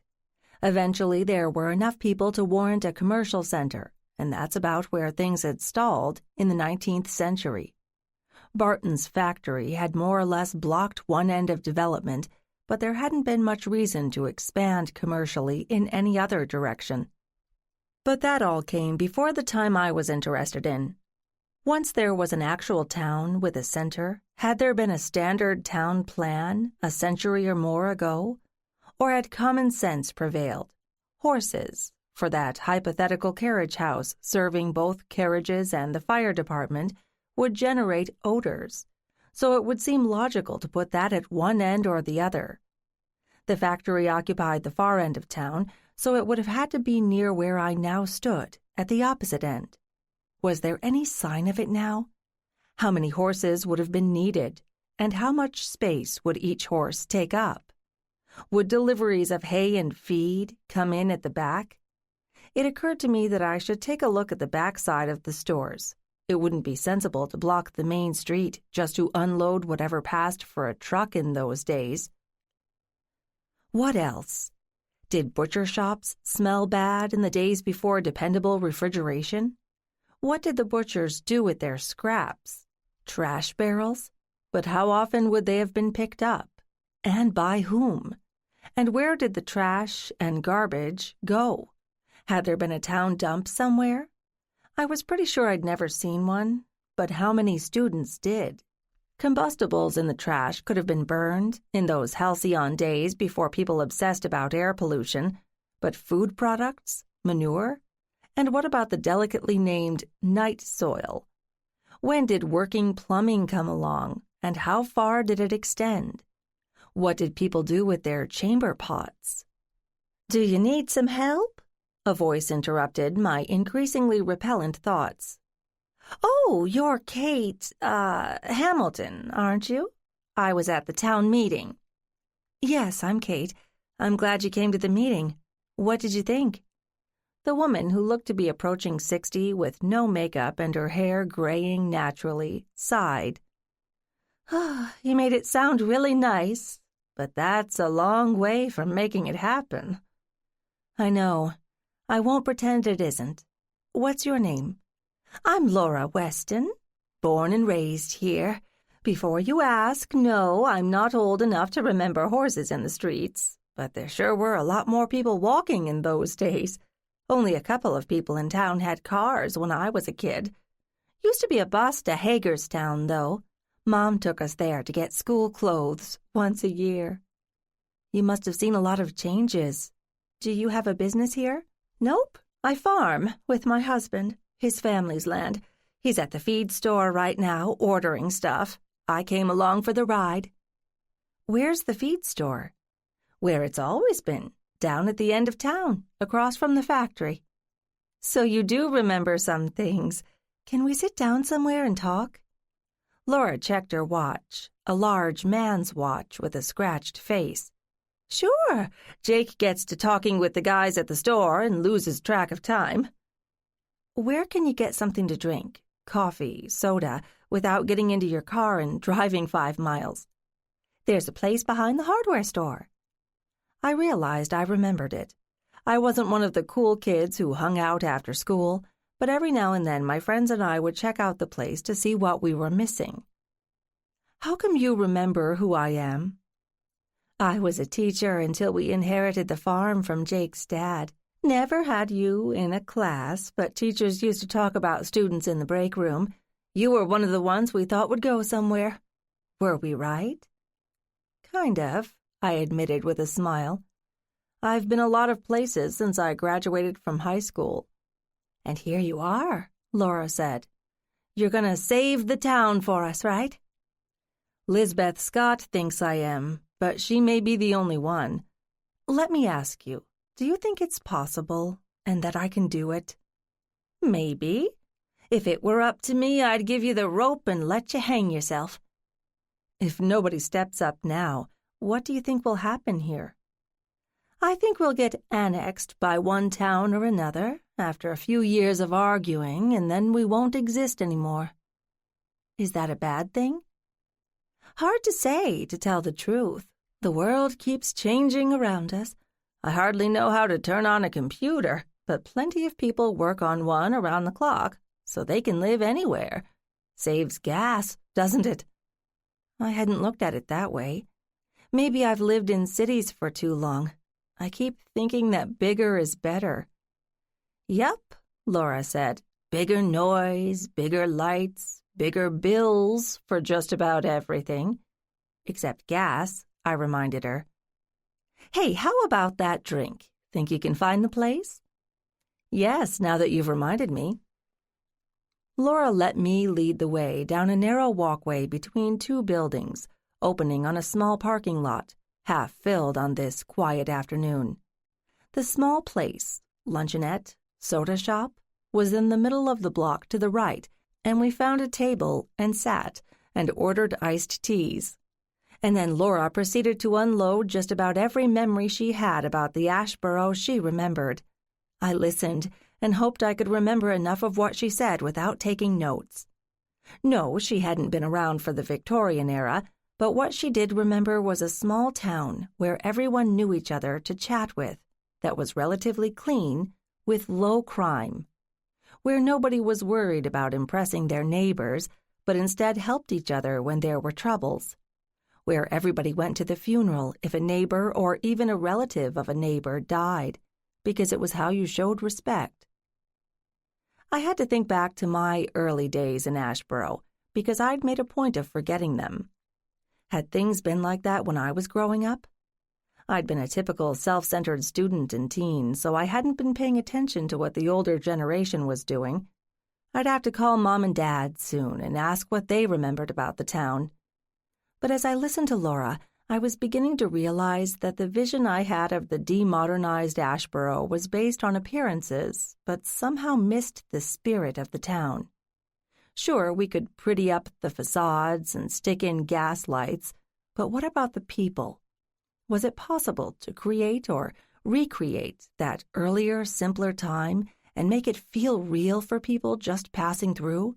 How? And what would the citizens of Main Street think about that? Were they going to have to smile and make nice to strangers who showed up for an afternoon and oohed and awed over the cute, quaint reproductions? And buy some of each to take home to their friends and relatives back home wherever that was. And the merchants would pocket their percentage and pay the rent and live to sell another day. Was that enough? Eventually, Laura drained her glass and said, "Jake'll be wondering if I've run off with the mailman, so I'd better go find him. It's been a treat to talk with you, Kate. You made me remember things I hadn't thought about in years." "You've given me a lot to think about, Laura. Like that I should overhaul my sketchy plan, even if I didn't know how. I appreciate your sharing with me." "Have I changed your mind?" Laura asked, her eyes serious. "Yes and no. You made me see that making the place look clean and pretty is the easy part, but making it feel real to visitors is going to be harder. Don't worry, you'll figure it out. You're one of the smart kids, remember?" She stood up. "I'm going to guess we'll be talking again. Hey, while you're around, you ought to talk to Ted. He's the owner here. He's been running this place since it opened." "I'll do that. Thanks, Laura." Out on the street, I tried to decide my next step. I'd set some things in motion by asking Nell to find someone to clear out the Barton attic, but I couldn't assume I'd find treasure up there. Probably there would be a whole lot of old invoices, and maybe some discarded china wrapped in old newspapers. I was planning to go back and collect my car so I could go food shopping when my phone rang, and it turned out to be Carol. "Hey, Carol. You talked with Nell already?" "I did, and I'd love to help out. Philadelphia can get pretty hot in summer, and besides, I need to shift gears, try something different. You want to inventory the rest of the stuff in the mansion attic, right?" "Yes, and move the documents to the library where they'll be safer. It's closed to the public at the moment, so there's plenty of room to spread things out. No, we don't have to do the moving, but you get the idea." "Sure, good idea. I can be there tomorrow, and we can make a preliminary assessment of what's what and how much space you'd need at the library. After that, I'll have a better idea about how long it will take to make a first pass at the records. Then we can decide if there's anything worth exploring further." "Sounds good to me. You're welcome to stay at the B&B with me." "Beats commuting. How about I aim to meet you there about 10? You know where to find the place?"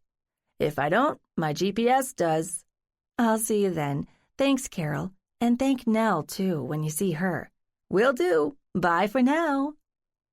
I did an imaginary fist pump. One thing accomplished. Of course, there was still a long list. I still needed to get food, especially if I was expecting company, but since now I knew when Carol was arriving, I thought I should check out the library and find out what state Audrey had left it in, which meant I needed a key, which meant I should talk to Mayor Skip and see if he could lend me one. I walked over to the town hall, hoping to catch him in his office at mid-afternoon on a weekday, and it turned out he was there. I nodded to his assistant as I walked in, and she waved me through to Skip's smaller room. He bounced to his feet and offered his hand. "Hey, Kate, good to see you again. I hope you don't have anything dire to tell me, like there's a fault line under the town and we're all about to fall in." I laughed. "No, Skip, nothing like that." "So, what can I do for you on this fine day?" "I wanted to ask you about using the library to sort through the rest of the documents from the Barton house attic. I've got a friend coming from Philadelphia who knows something about library cataloging, and she's happy to help out. And, of course, Josh Wainwright can help. Actually, though, I don't know how much there is in the way of documents belonging to Henry. Could be a dozen linear feet, or could be a whole lot more. But we won't know until we dig into them." Skip waved his hand. "No problem. I'm guessing you need the keys so you can come and go?"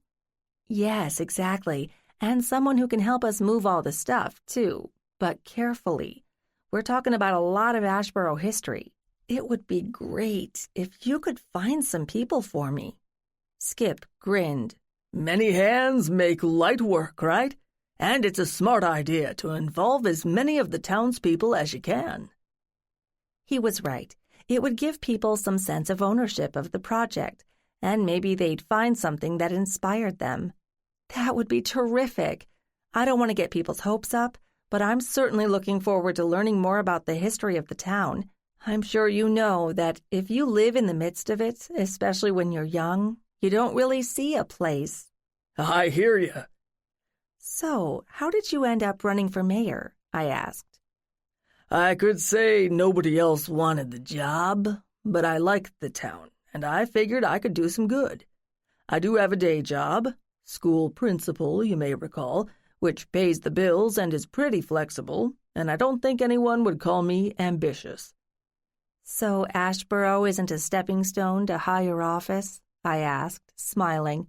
Not hardly, he said, returning my smile.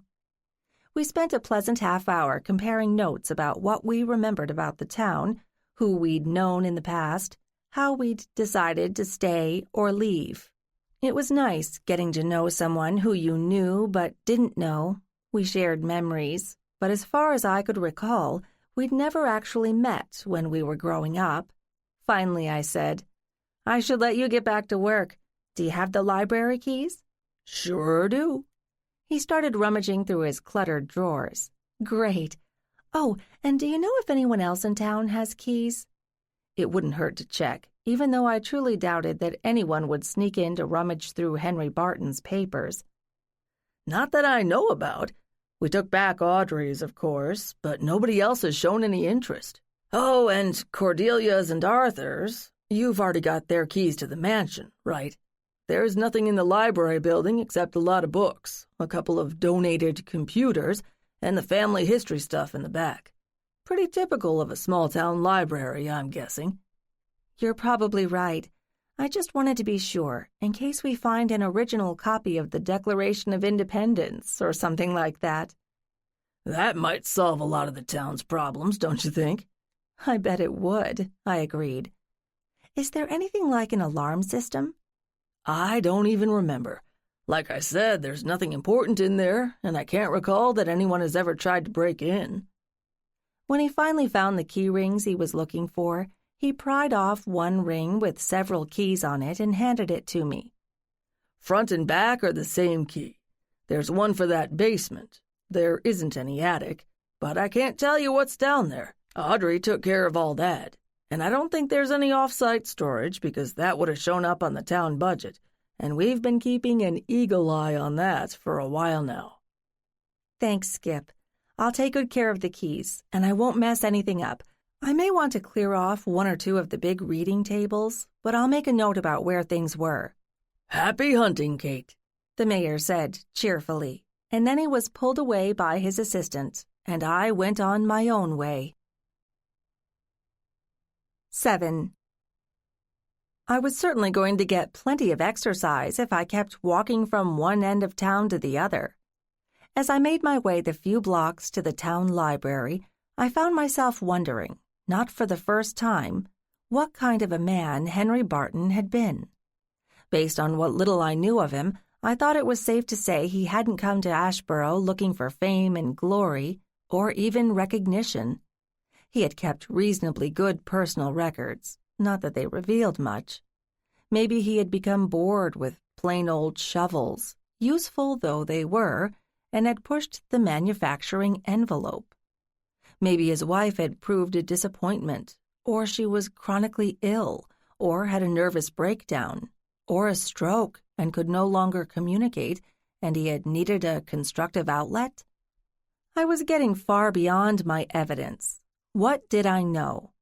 Henry fought in the Civil War, came to Asheboro and bought a modest farmhouse, married a woman about whom I knew next to nothing, remodeled the house extensively, for himself or for his wife, never had children, built and then expanded the shovel factory and diversified its products, saw his wife die, and died himself around 1910. And there was the sum and total of the facts I knew about Henry's life, apart from his fleeting connection to Clara Barton. It seemed that the town hadn't paid him any attention. Had it been his choice to hide in his private valley? Had his name been plastered all over the factory building in its heyday, or had it said only shovels? I was getting impatient to see what was in the papers he'd saved, because things didn't quite add up. At the library, I let myself in, locked the door behind me, and fumbled for the light switch. I was relieved when the lights came on. At least the town hadn't cut the power. I stood for a moment with my back against the door. The last time I'd been in the building, librarian Audrey had poured her heart out to me, and now she was in prison, awaiting trial. But that was then and this was now, and I was on a mission. I looked critically at the available tables and the surrounding space. After Audrey's abrupt departure, nothing had been changed, but Audrey had been scrupulously tidy, so it wouldn't take much to clear working space. I couldn't begin to guess how much space the papers would occupy, laid out here, but there was no reason why we had to spread everything out all at once. And once again I was getting ahead of myself. I should probably wait until Carol had done a preliminary sweep of the materials in the attic and decided what was the most critical to review. After all, she was the library professional, and I was just a nosy bystander. I had no idea how Josh felt about original documents, although my impression was that anyone with scholarly pretensions valued getting back to the original source because so often details were later inserted or deleted or simply manufactured after the fact. I wondered how long this first pass would take. If we found nothing worth pursuing further, so be it. It wouldn't really affect the town project. After all, the town had existed before Henry had settled here and had survived a century after his death, so any personal details he might have left behind seemed unlikely to be critical to the story of the town. I jumped when I heard an unexpected rapping at the door.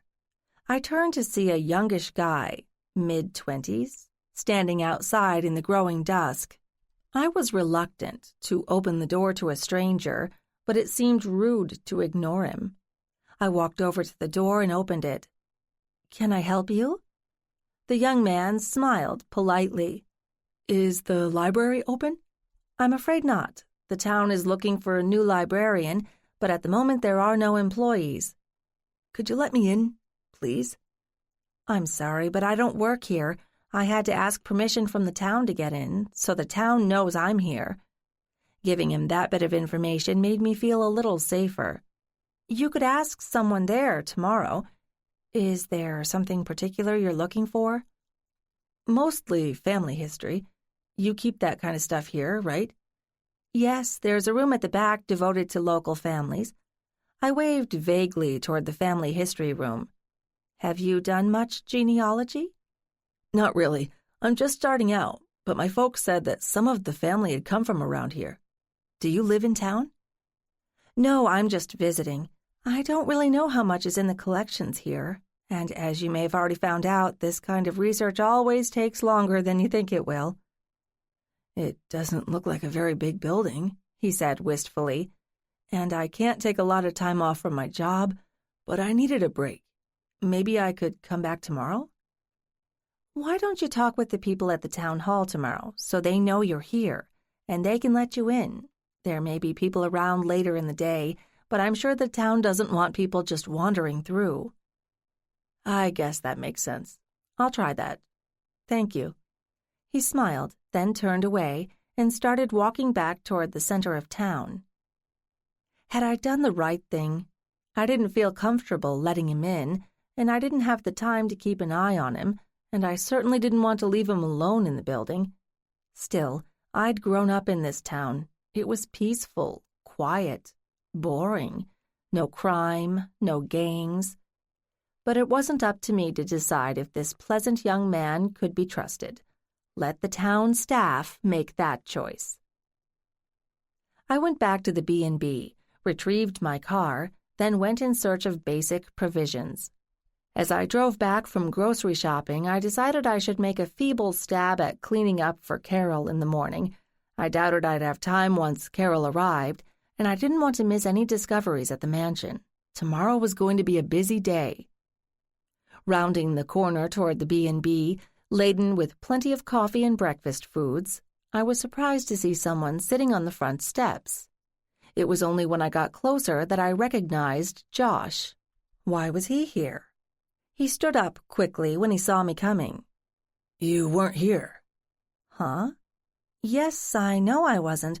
I went over to the library to see if I needed to move things around so we could work, and then I went grocery shopping. Why are you here? I thought you were expecting a visitor. Allison arrived and we talked for a while. She's got some interesting ideas, and she decided she wanted to pick my brain some more, so she's going to stick around. I said I'd ask you if she could stay here, but she said she didn't want to be a bother and would stay at the hotel. From the way she was dressed, I don't think she was the type to enjoy a quaint and cozy B&B. I'm not exactly offended, you know. This isn't my place, and I'm not going to worry about it. So why are you here? To see you? Oh, that's nice of you. And you can help me make up a bed for Carol, if I can find clean sheets. I promised Carol that she could stay here, too. Carol? He asked. Yes, I told you. I called my Philadelphia friend Nell, and she called Carol, who's already seen some of the Barton papers, who jumped at the chance to sift through a hitherto unknown collection of correspondence. So she'll be here in the morning. And I got the keys to the library from Mayor Skip, so we'll have a larger and better-lit place to work. You really have been busy.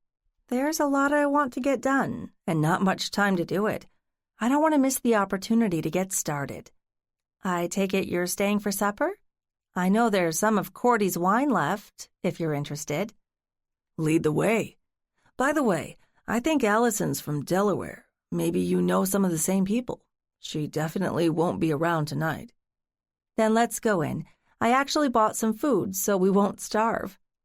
I unlocked the door, disarmed the alarm, and led Josh toward the kitchen. I decided to open the wine before I tried to patch together something resembling dinner. I think the library will work fine for what Carol needs to do. Audrey left it in good shape, thank goodness. I handed Josh a glass of red wine whose name I had only read about. But one odd thing, some youngish guy came by and wanted to come in to do some genealogy research. For some reason, he thought the library would be open. I guess he must be from somewhere else, someplace with large libraries that keep long hours. I told him to check with the town hall and see if they'd let him use it. I know genealogists, even amateurs, can get kind of manic about finding what they're looking for. As are researchers. Say what you will about online databases, but there are still caches of original documents that may never reach the internet. Is that why you came here? I asked. No, not really. I can go back to Baltimore if I need more material, but this short-term caretaker thing sounded like the perfect job, because nobody ever bothers me. I got a lot of work done, at least until things started happening. Things like murder. Did you tell anyone at your college department about what you were doing? It wasn't because some colleague was looking to steal whatever you were working on. I wasn't sure if I was joking. Josh smiled. Industrial history isn't exactly exciting, you know, and I've already got tenure. So no, my life was kind of messed up, and I wanted some peace and quiet, time to think. Although I will say that finding Clara Barton's correspondence was exciting, and it's not even my area of expertise. Heck, even I was excited, and I'd barely heard of the woman. But finding things like personal letters makes the people in the time when they lived seem much more real.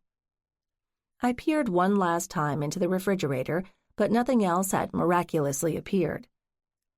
I vote for bacon and eggs and toast, because all I bought was breakfast stuff, unless you want to go out and eat somewhere. Bacon and eggs sounds fine, as long as there's more of that wine. After we'd finished our sketchy supper, I asked Josh, "Do we have a strategy for tomorrow? Carol's going to meet me here, and I assume I'll be taking her out to the mansion and turning her loose in the attic. Are you getting together with Allison?" "Maybe. If need be, we can work in the carriage house and leave the mansion in the attic to you and Carol." "I think that will work. Mayor Skip said he could find us some people to move the Barton files, but I assume Carol will need some time to sort through the stuff in the attic before we start moving things. I think we need to see what Carol finds and how she wants to deal with the papers. It's hard to guess what might be there. Maybe Henry simply saved everything that passed through his hands. Maybe it includes all his love letters from Mary, or letters from his brothers after the war. What would you really like to find? Josh asked, draining his wine glass. Where his money came from, I said promptly. This might be more your turf, but I've been wondering about it. Even if he started with a lowly shovel factory after the Civil War, there still would have been setup costs, materials to buy, and so on. Maybe he was a brilliant businessman, saw the future coming, and made the most of his opportunities. But if the mansion is any indication, he made a lot of money very quickly. Josh smiled. I agree. It all seems to revolve around the money, one way or another. But let's wait and see what Carol comes up with. Let's not get ahead of ourselves. He stood up. I should get going. You don't have to leave, you know, I said carefully. Good, because I don't want to. But I promise I'll be out of your hair before your friend arrives. Sounds like a plan. 8. When I woke up the next morning, Josh was gone. As I lay in bed trying to sort out what to do next, I realized it was a good thing I wasn't working at an hourly rate, or actually working for anyone at all, or accountable to anyone except myself. I wondered how I would explain to the town that the first thing I was doing to rescue Asheboro was wading through an attic full of dusty old letters and files. I could point to what we'd already found, the Clara Barton correspondence, but that wasn't going to bring the town any money, because I wanted to use those as a collection to showcase one aspect of the Civil War or the postbellum period. Actually, I had no idea what the letters were worth financially, but I was pretty sure it wouldn't be enough to bail out the downtown district. Nor could I imagine any other letters or documents that would bring in substantial sums. Maybe if Abraham Lincoln had spent his weekends at the Barton mansion and wrote polite thank you notes each time, duly signed, there might be a profit, but I wasn't going to count my chickens. So what was I hoping for? Or was I just stalling for time, hoping I'd be slammed with a brainstorm? It seemed to me the best I could hope for was that a collection of prestigious letters might attract a different group of visitors, and that couldn't hurt. I hauled myself out of bed, showered, and wandered down the stairs in search of breakfast. Since I had no newspaper, I entertained myself with thinking of alternative funding sources. Maybe I should talk to someone at Old Sturbridge Village or This Old House. Had the latter ever refurbished an entire town? They might be interested. Or I could contact vendors of period materials, like wooden moldings or brass doorknobs. Or I could go hunting for a single very rich benefactor and figure out what in Asheboro could I put his or her name on to commemorate a generous monetary gift. My reverie, which was growing increasingly absurd, was interrupted by a knocking at the door, and I checked the peephole, which I assumed Cordy had added to the Victorian door, before opening the door to Carol. "I know I'm early," she apologized breathlessly, "but there wasn't a whole lot of traffic going this direction. It's good to see you again, Kate, and I'm looking forward to digging into the documents." She grabbed me in a quick hug. She must really be excited by this project. "Come on in, Carol," I said when she let go. "You want some coffee?" "Of course, and you can fill me in on the plan, whatever it is." "Let's just say it's a work in progress," I told her as we walked to the kitchen. I started more coffee and gave her a quick summary of the B&B. She was particularly intrigued by the hidden compartments where Cordy had stashed her wine, although I told her that there were no documents lurking in them, only expensive wine. Cordelia was not exactly an intellectual, and you can see where her priorities lay, I explained with just a hint of malice. Once we were settled with coffee and muffins, Carol asked, "So, what is it you want me to do?"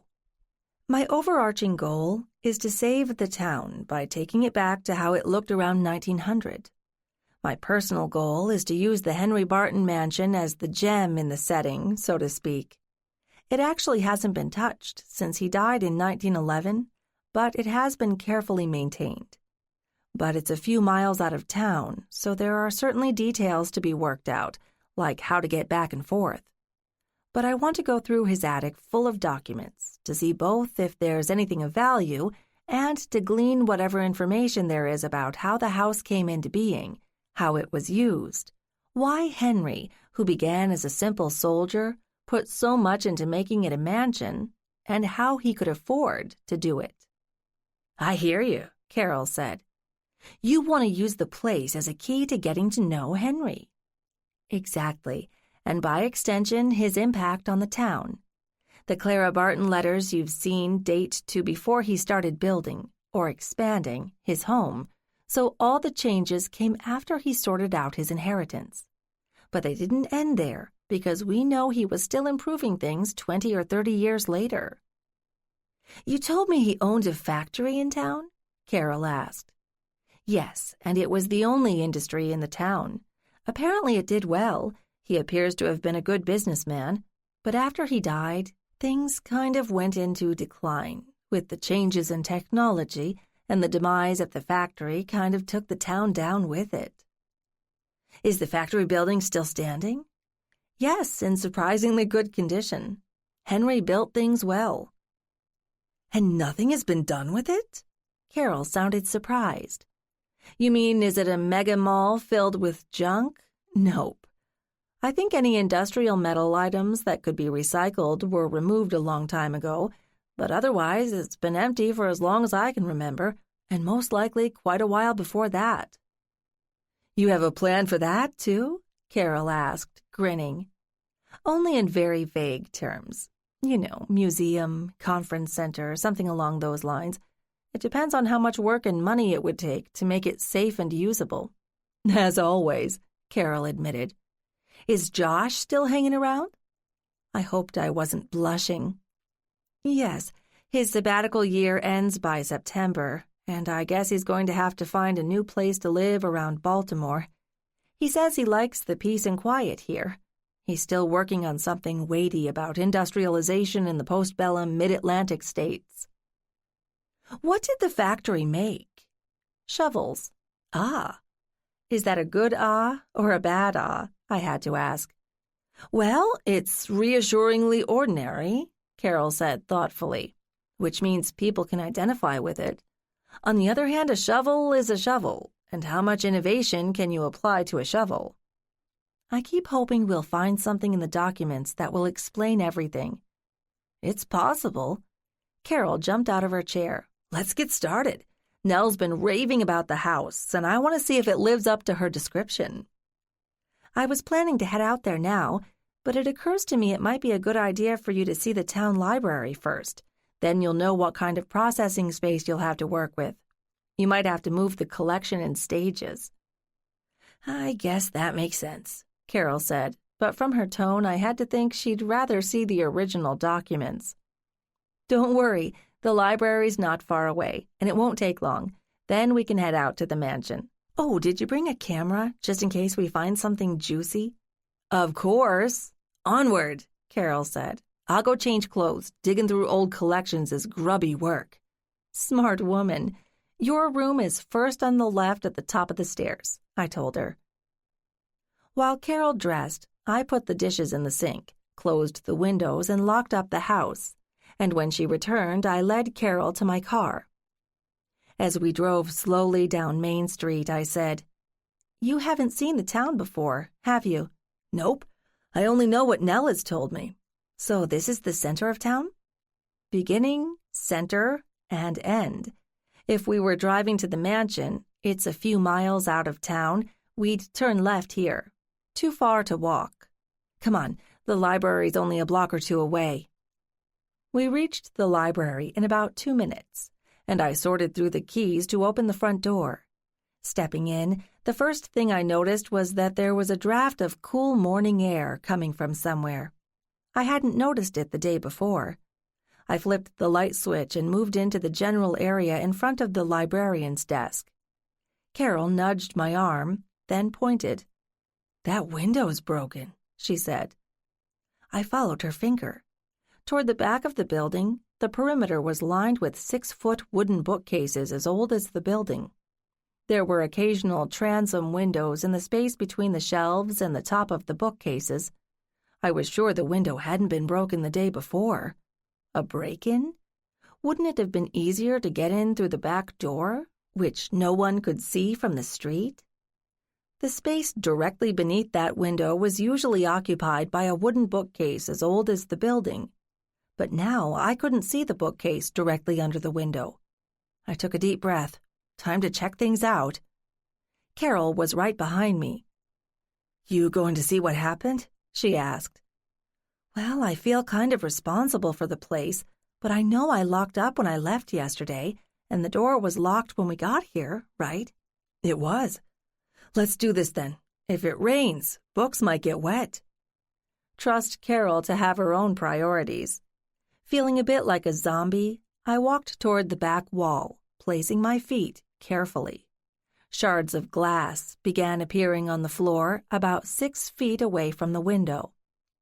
I reached the bookcase that had blocked my view and stepped around it, and saw a body lying on the floor. 9. Carol bumped into me from behind since I'd frozen where I was standing. When she peered around me, she said, "Wow, that's a body, under a bookcase." "Yes, it is. Are you going to throw up or anything?" "No, I've been on some archaeological digs with plenty of bodies, although they're usually older than this one. I can handle it. Anyone you know?" "I can't swear to it, but I think he was here yesterday asking if he could come in and do some genealogy research. I told him to talk to the people at the town hall." "You think he's dead?" "There's an awful lot of blood on the floor, but I guess we should check." The body, hadn't moved since we'd found it. I got as close as I dared, reached out a hand, and realized I didn't know what I was supposed to be looking for. Where the heck was the relevant artery? I settled for laying my hand on the back of his neck, which was all that I could reach, what with the splintered bookcase and the scattered books. His neck was lukewarm, despite the summer heat. He wasn't breathing. He was dead. I stood up carefully and backed away until I encountered a chair and dropped into it. Carol followed suit in an adjoining chair. "This isn't your first body, is it?" she said gently. "No. The first one was someone I'd known in high school, who I found on the steps on the mansion. Did I tell you about that? That was a lot more personal, though she hadn't been anything like a friend to me. This guy? I don't know him. I saw him exactly once, yesterday, if he even is the same guy. I told him what there was here and suggested he should go to the town hall this morning and ask for permission. I don't know if they've figured out a policy for what to do until they find a new librarian, if they're even looking for one. It's not exactly the most popular place in town. Then I watched him leave." We sat in silence for a long minute. Then Carol said, "What happens now? You call the local police?" "The local police are not prepared to handle homicides, if that's what this is. But usually they should be called first, and then they call the state police, who are about an hour away. The state guys are pretty competent, based on what I saw when I found Cordelia dead. I think I know a detective there well enough to call him directly. He may have considered me a suspect last time around for about 5 minutes, but that didn't stick. I don't think he can pin this one on me." "Then go ahead and call," Carol said firmly. "You want to go out to the mansion on your own and get started?" I asked tentatively. "No, we found him together, so I'm a witness or something, and I think a death is more important than a bunch of old documents. They've been sitting in the attic for over 100 years. A couple of more days won't hurt." She paused before asking, "Do you have an alibi for last night? Or since you last saw, him?" She nodded toward the body. "Actually, I do. After I watched this guy walk away, I went home and found Josh waiting on the steps. We had dinner. He left early this morning, so Detective Reynolds can't point toward me." "Josh, huh? Anyway, do you have any idea why this person on the floor would have wanted to break into the town library? He was looking for something, and I don't think it was his grandmother's marriage record. I stood up and walked away, then pulled out my cell phone. I knew I had left Detective Reynolds' number in its memory. I worried for a brief moment that he would refuse to take my call or pass me on to someone junior to him. But once the receptionist heard my name, she put me through immediately. Kate Hamilton, you're still in Asheboro? He asked. You haven't found another body, have you? For a few moments, I couldn't figure out a good way to answer that. Finally, I said, Actually, I have, in the town library. I'm on my way. I'll be there in half an hour, he said, and hung up. I meandered back to where Carol was sitting. I was surprised to see her staring at the wall over the body. You talked to your police pal? She asked. Yes, he's on his way. You want to sit somewhere else, like outside? No, actually, I've been thinking about the crime scene here, she said. Crime scene? Tell me you watch all the procedural shows on television. As often as I can. Now I can put what I've learned to good use. Great, I said, trying not to sound snide. What can you tell me about the crime scene? First, it seems kind of staged, don't you think? It's supposed to look like he broke the window and climbed in, and after he had wormed his way inside, he somehow pulled the bookcase over on top of him, and it killed him, ergo accidental death. And you have doubts? Yes, I do. For one, the way the glass is scattered looks kind of artificial. It's awfully tidy and evenly spread. 2, his head looks kind of lopsided, and it seems to have bled a lot. I'll concede that may be the cause of death, but I cannot reconstruct any way the bookcase could have fallen over on top of him and hit his head in that particular spot, which leads me to think that someone hit him with something, laid him out on the floor, and tipped the bookcase over on him. Do you see any problems with that? I considered. Well, we don't know who he is, or was. We still aren't sure what he was doing here in Asheboro or the library. We have no idea why he would have thought breaking in, most likely in the middle of the night, was a good idea. And since we don't know who he is, we have no idea who might have wanted to kill him, or for what reason, or why they went to such lengths to make it look like an accident, or what it has to do with Asheboro. So I guess I'll reserve judgment until I get some more information, which I hope the state police can provide. Fair enough, Carol said agreeably. We sat mostly in silence until a state police vehicle pulled up in front of the library. I went to the front door to open it. When the car doors opened, I said, "Detective Reynolds, I'd say it was nice to see you again, but I'd rather the circumstances were different." "Kate, the feeling is mutual," he replied. "Have you called the local police?" When I shook my head, he added, "Let me talk to them, and then I can get your story." We waited until he'd alerted the local police to his presence, and then he went to look at the body. The officer who had accompanied Detective Reynolds pulled out a camera and took lots of pictures of the body, its position, its location within the building, the fallen bookcase, and apparently anything else he could think of. When he was done, he nodded to the detective, who pulled on a pair of latex gloves and carefully turned the victim's head so we could see his face. I'd been right. It was my mystery man from the night before. Detective Reynolds looked up at me. "You know this guy?" I swallowed hard. Yes and no. I don't know him personally or by name, but last night I was here to see how much room there was to transfer the Barton collection of documents over here to work on them, and he came to the door. He asked if he could come in.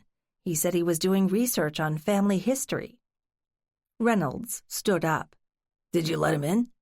"No, I just pointed to where the genealogy section is so he could get a sense of how much material there might be, but then I told him that if he really wanted to use the library's collections, he should go plead his case to the town hall.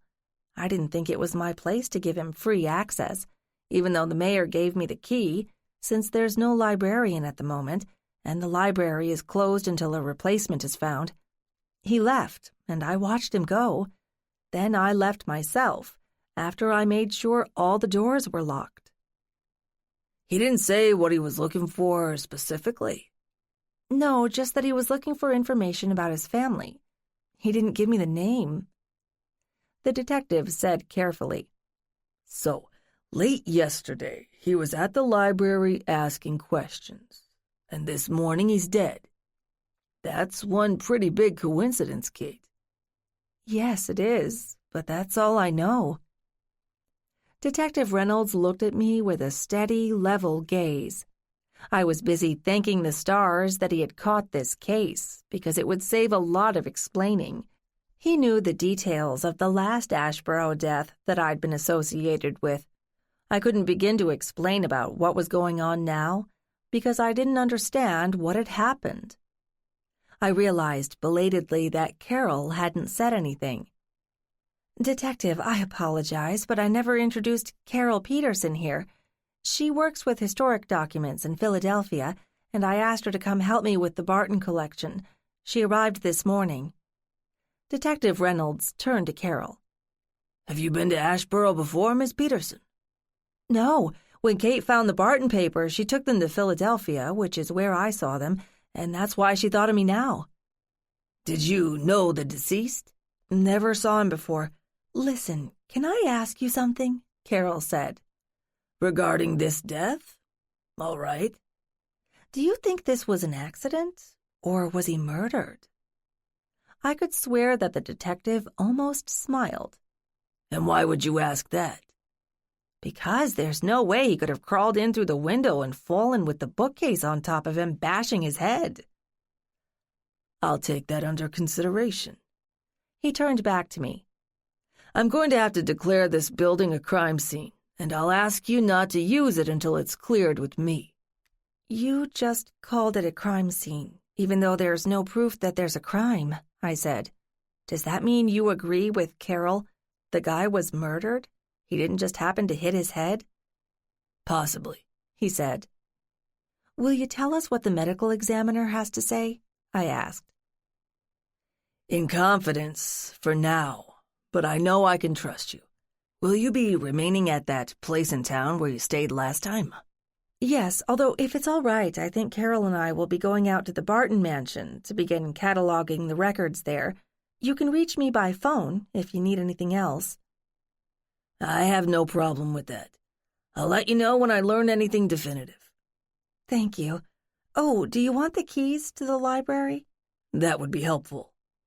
I retrieved the key ring from my bag and handed it over. "I'd like the keys back when you're finished. We may still want to use this space." If I could erase the mental image of a bloody corpse. Carol didn't seem to be having that problem. "Understood. We'll talk later." I could feel him watching us as Carol and I left by the front door. 10.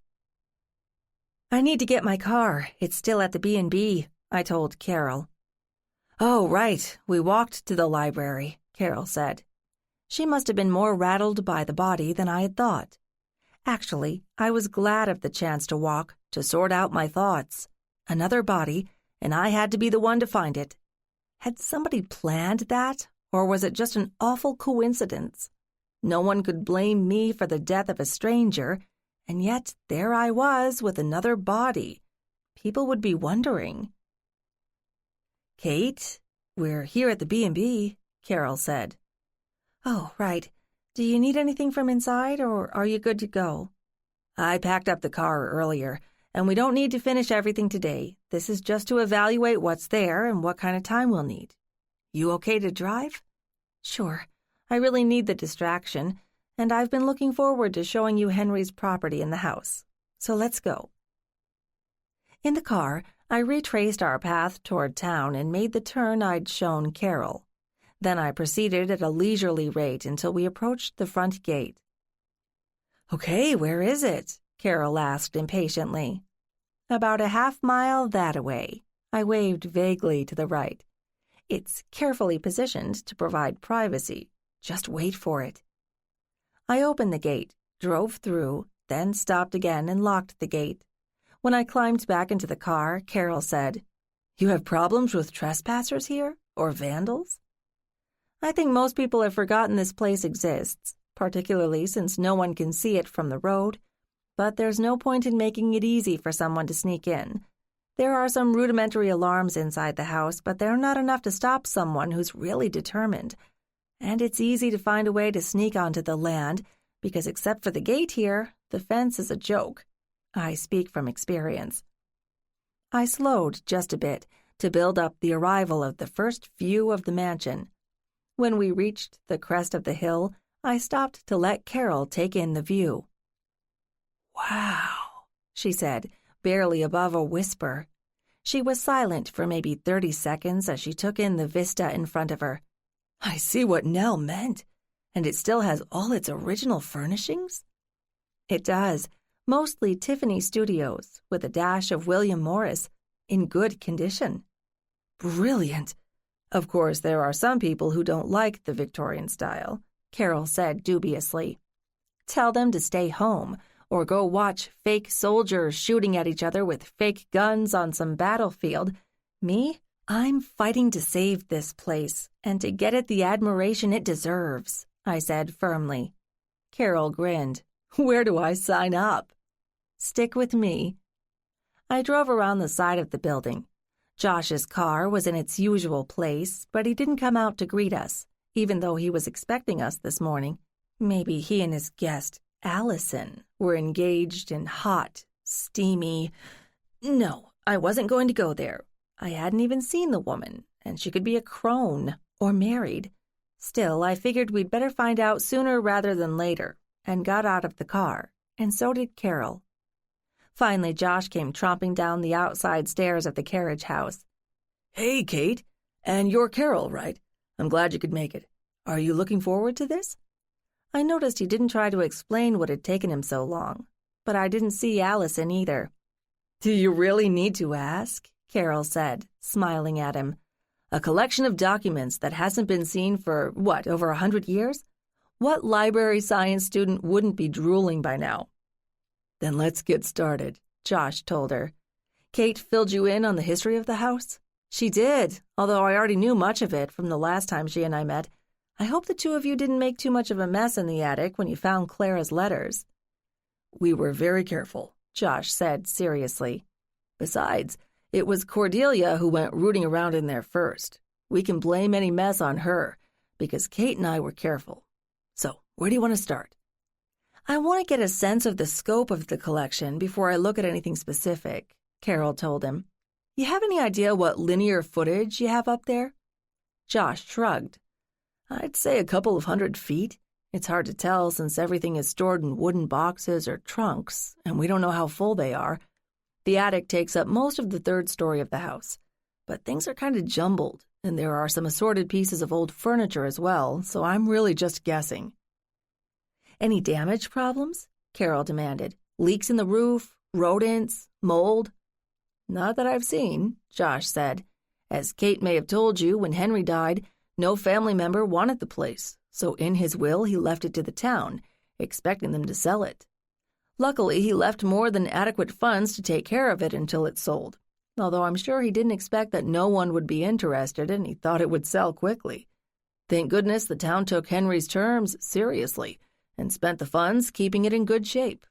There was plenty of money left, until the local bank president appropriated most of it for his own ends." Carol grinned. "And here Kate said life was dull in these parts. A murder, embezzlement, and now another murder?" "What?" Josh said. "I'll explain once we get Carol started in the attic," I told him. "She already knows.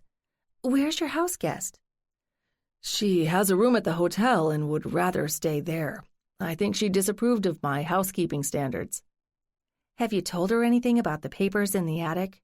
"Of course not. We don't even know what's in them, and I doubt they fall in her area of interest." "Why do you want to know?" Josh protested. I sighed. "I'll have to explain." "Will you two stop bickering so we can get started?" Carol interrupted. "Or maybe you can stay down here and Kate can explain, while I make the first pass in the attic." Josh looked confused but didn't protest. "I'll take you up," he told her.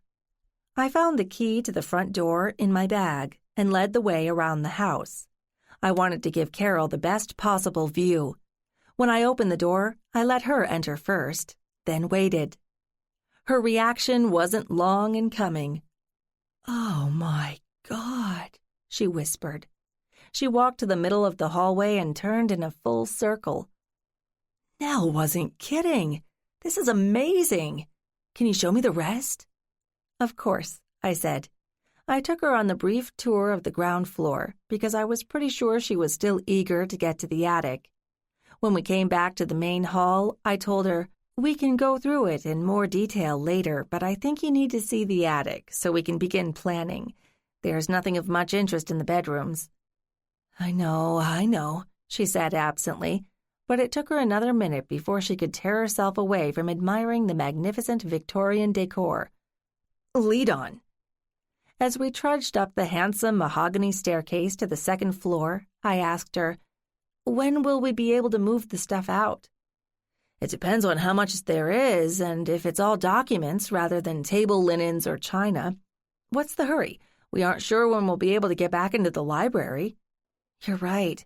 And that reminds me, I'd better tell the mayor or his assistant that we aren't sure when we're going to need some willing people to help us carry stuff, and maybe a van.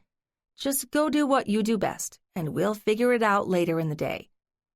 "Great," Carol said. "Now, point me to the attic." For all of her eagerness to get started, it was hard to get Carol to move quickly. We wandered down the main hall toward the attic entrance, with Carol oohing and eyeing every few feet at some elaborate architectural detail. "Are the books in the library downstairs part of the collection?" she asked. "We really don't know, but you can take a look at them. But right now we're here for the attic." "I guess," she sighed. "Lead on." "This way," Josh said, and led the way along the second-floor hallway. When he reached the door that led to the attic, he pulled out his own ring of keys from the pocket of his jeans and opened the door, then held it for Carol to enter. I followed the two of them. The door to the attic was located at the midpoint of the hallway, so at the top of the attic stairs you could turn either left or right. I knew that Clara's letters had been located halfway down the space on the left, toward the front of the house, and that was about all I'd had the chance to explore. I had no idea if there was any order to all the stuff up there, and I didn't know if Josh had done more poking around since then, but this didn't seem to be the right time to ask. When Carol reached the top of the stairs, she stopped and said, "That's far enough." "Huh?" Josh said, clearly confused. "I don't need you two bumbling around up here. Let me get a sense of what's what and get an idea of what needs to be done, and then we can confer."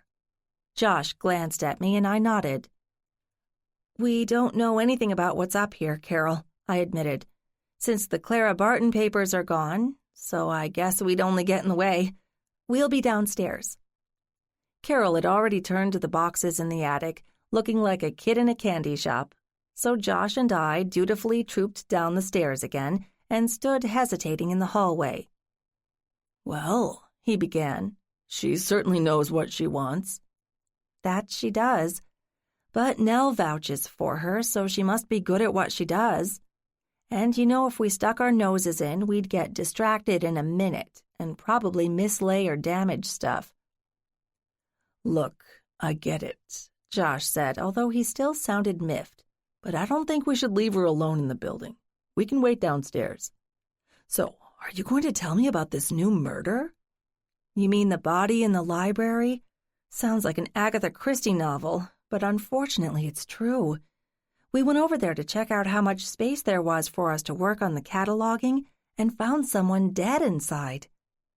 "Good God," Josh said. "Are you all right?" "I don't really know yet. Carol was with me. We made sure he was dead, and I called Detective Reynolds. He was still there when we left to come out here." "Anybody you know?" "Not exactly. It was the young guy I told you about last night, the one who wanted to work on his family history." "And now he's dead?" Josh asked, sounding incredulous. "He is most definitely dead. It appears that he broke in through one of those high windows on the side of the building and somehow got bashed by a rather large old bookcase. Appears? I chose my words carefully. Carol and I believe that it was made to look like he came in that way, and Detective Reynolds more or less agreed that the death wasn't natural. He called the library a crime scene and shooed Carol and me out. That is deeply troubling. I'm sorry you had to see it. So am I. I kind of shook myself. Detective Reynolds said he'd call when he had any more information about the person. Which means he doesn't suspect you. Why would he? Just because I found Cordelia dead? Something I had nothing to do with? Why would he assume I was involved in killing this stranger? I didn't mean to imply. I'm sorry. You've just hit a patch of bad luck, and it's not your fault. What can I do? I wish I knew. But Josh, thanks for caring. Anytime, Kate. So, what now? I guess we're waiting for Carol to finish her first pass, and waiting for Detective Reynolds to tell us what he's found out, like a name for the victim. Are you going to get together with Allison? We left it open, but I don't want to get in your way, and I don't have anything to contribute to the investigation, beyond saying I haven't seen any uninvited strangers here, nor have I noticed any break-ins or missing items, although I am your alibi for last night, if Reynolds wants it. We'll see. 11. Josh left the room to call Allison, wherever she was, and came back to tell me that they'd arranged to meet at the Carriage house, and then they were going to lunch at the hotel. That left me on my own, at loose ends. Carol was still in the attic, but without a car of her own since I'd brought her to the estate. But then she'd told me to stay out of her way while she went through the documents for the first time, so I had no idea how long she might be, and if the detective didn't release the crime scene, there was no need to hurry. I'd have loved to explore the mansion some more, but like Carol, I wanted to approach it systematically. Of course, when it came to actually refurbishing it, I'd hire a high-end design firm, but I wanted to get a personal sense of what needed to be done if I was going to work with them. I already knew that my primary goal was to change as little as possible, and if something was too far deteriorated to preserve, I'd argue to replace it with an exact replica. I could envision a lot of head-to-head battles with whatever firm I ended up with, but I was prepared to stand my ground, assuming, of course, I could find the money to pay for it all, if the project even happened. All these bodies were kind of messing things up. I'd borrowed a lined pad from Josh and settled myself at the dining room table to make some notes about what needed doing in the mansion. But my mind kept wandering back to the young man's body. He'd been alive yesterday, and today he was dead. Why? Asheboro is a small town, and few strangers end up in it without a reason. Okay, the kid had given a reason, genealogy. While I'd never felt the need to explore my own family tree, I recognized that it was a popular hobby, and despite the huge strides in online databases, there were plenty of original sources hidden away in dusty file boxes or filing cabinets in small local historical societies and libraries. I was willing to concede that finding obscure records like that could have been the guy's only goal. I felt badly about turning him away, but too many odd things were happening in town to trust a stranger, much less let him roam freely in the library. He'd left, and I had no idea where he'd been staying, nor had I asked him how to reach him if I found a way to let him into the library. I'd leave that to the state police to check. He was not my problem, or so I had thought. But that was before I'd found his body. Of course, he could have slept in a motel a town or two over, or maybe in his car, if he had one. Again, the detective could follow up on that. As far as I knew, so far the poor young man didn't have a name. He hadn't bothered to introduce himself. I had no idea where he'd come from. That just seemed wrong to me. If you are confronted with a body, it's an intimate thing, and you'd like to know the who and the why. At least I trusted Detective Reynolds to find out. I wasn't getting a lot done, and I hoped that Carol had made some progress. I'd given her 2 or 3 hours of uninterrupted time to grub around in the attic. Maybe it was time to see if she'd come up with anything. I trekked up the staircase and knocked at the attic door before calling out, "Carol, you still up there?" I heard a distant, "Yes," so I added, "I'm coming up. Come ahead."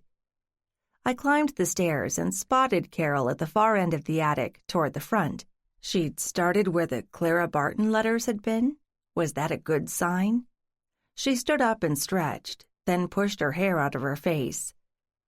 "I've finished about 1/4 so far, although from the few labels I've seen, a lot of the remaining boxes may contain household goods rather than papers." "Are you recording them? Because they might be useful somewhere else." "Of course.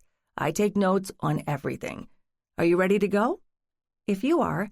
Josh has gone off to brainstorm with Allison, but we can give him a summary later if he wants one." "Any word from the state police?" "Not yet, but the detective said he'd call when he knew anything, and he's pretty reliable. I hate to say it, but I got bored downstairs.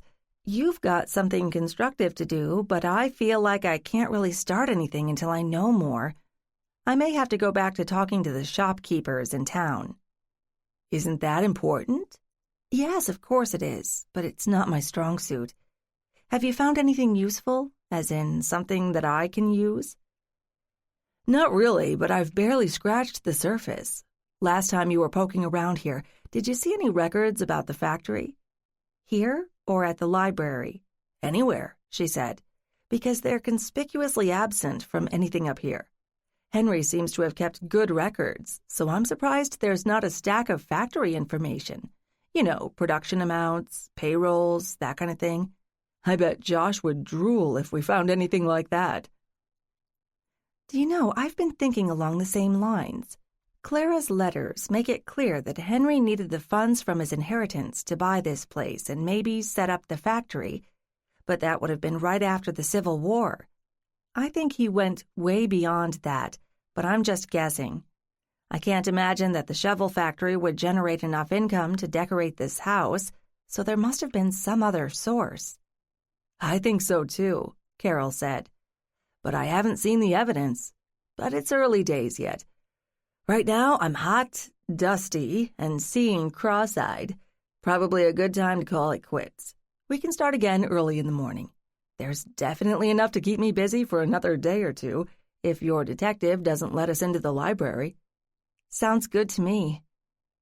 As I led the way back down the stairs, then turned off the light and locked the door once Carol was clear, I realized I'd kind of been hoping that Carol would find something important right away.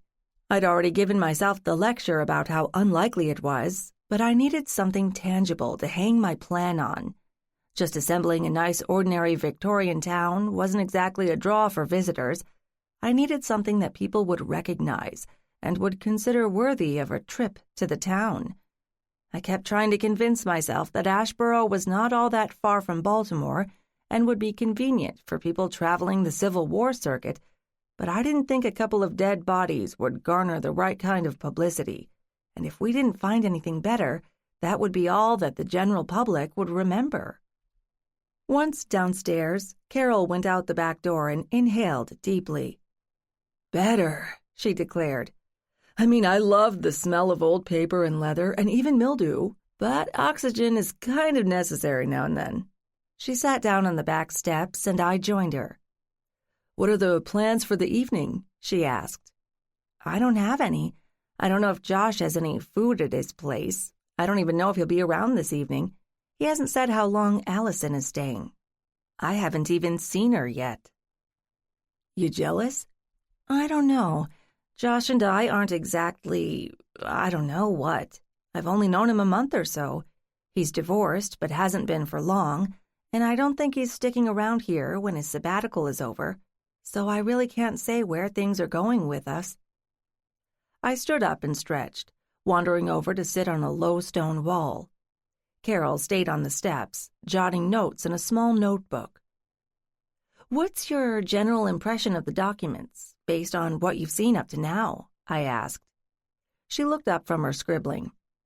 "That Henry, or whoever was working for him, was methodical and thorough, at least with the stuff I've looked at so far.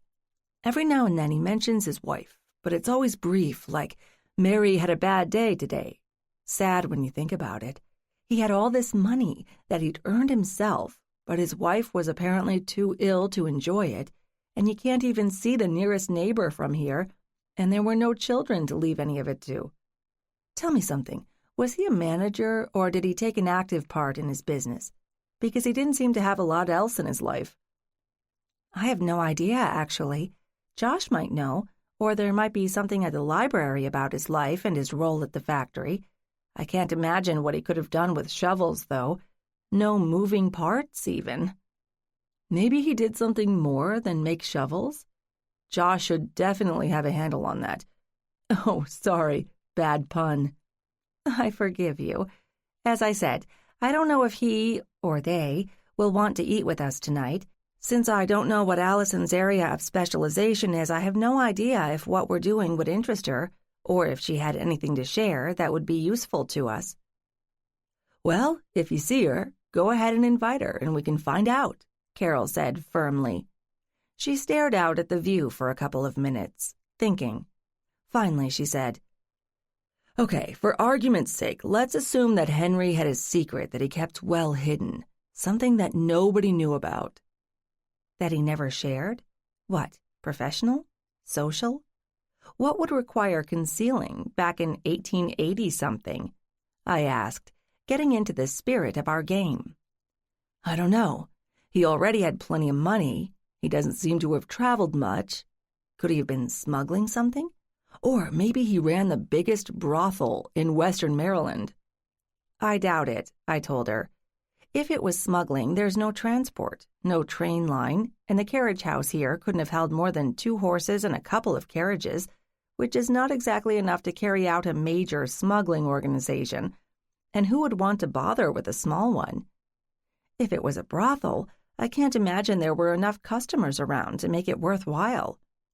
Leaving aside what Mary would have thought of it, unless she was demented and wouldn't notice. Maybe he was a mad scientist with a state-of-the-art lab in the basement and was working on some wonderful new discovery, but either it didn't work out or the death of his wife drove him into such a depression that he lost interest and abandoned it. We're nuts, you know, Carol said, smiling. We're sitting here making up fantastical stories about a man we know very little about, and we have absolutely no evidence of anything. Have you been in the basement? Only briefly. It was dark, and I couldn't see much of anything. I only wanted to be sure it wasn't damp or infested with giant spiders. Was it? Not that I could see. Maybe we should check it out. Hey, you're supposed to be cataloging, I reminded her. Yes, but I've had enough for one day. I can only take so many hours of inhaling dust. And the basement would be better? We can find out. So let's do it. Then there will be 2 of us to fight the spiders. 12. I was rummaging through my keys, looking for one that would open the basement door, when my cell phone rang. Detective Reynolds. I held up one finger to Carol, then answered the call. Detective, do you have good news for me? News, yes. Good. Well, just tell me, please, have you identified the victim? The young man was Zachary Mitchell from New Jersey, according to his driver's license. He was 25. He had a student ID showing that he was a graduate student at Johns Hopkins, although we haven't discovered what department. That's where Josh is employed, correct? Yes. He's not here at the moment, but he should be back later, and you can ask whether he knew this Zachary person. I'll be doing that. In any case, we're still looking for Mr. Mitchell's car, if he came in one, and trying to identify where he might have been staying. If he hadn't just arrived, that is. It would have been an easy trip from Baltimore for him, and maybe he wasn't planning to stay over. Do you know yet how he died? I asked, not sure whether I'd get an answer. This is off the record for now. The preliminary examination suggests that you were right. The blow to the back of the head was the cause of the death, and there was no way the bookcase could have inflicted that. Somebody staged the scene. I assume your people are doing all the obvious things, like looking for fingerprints on the glass and bookcase. Of course. Let me ask you this. Was anything disturbed inside the library or missing? Are you asking if he, or his killer, actually did get in and used the time to hunt for whatever it is they're hunting for? Yes. To repeat myself, was there any evidence that someone had made it into the building before or after killing Mr. Mitchell? I wasn't looking for anything, but I'd say no. No one has been inside since Audrey left, and she kept things neat.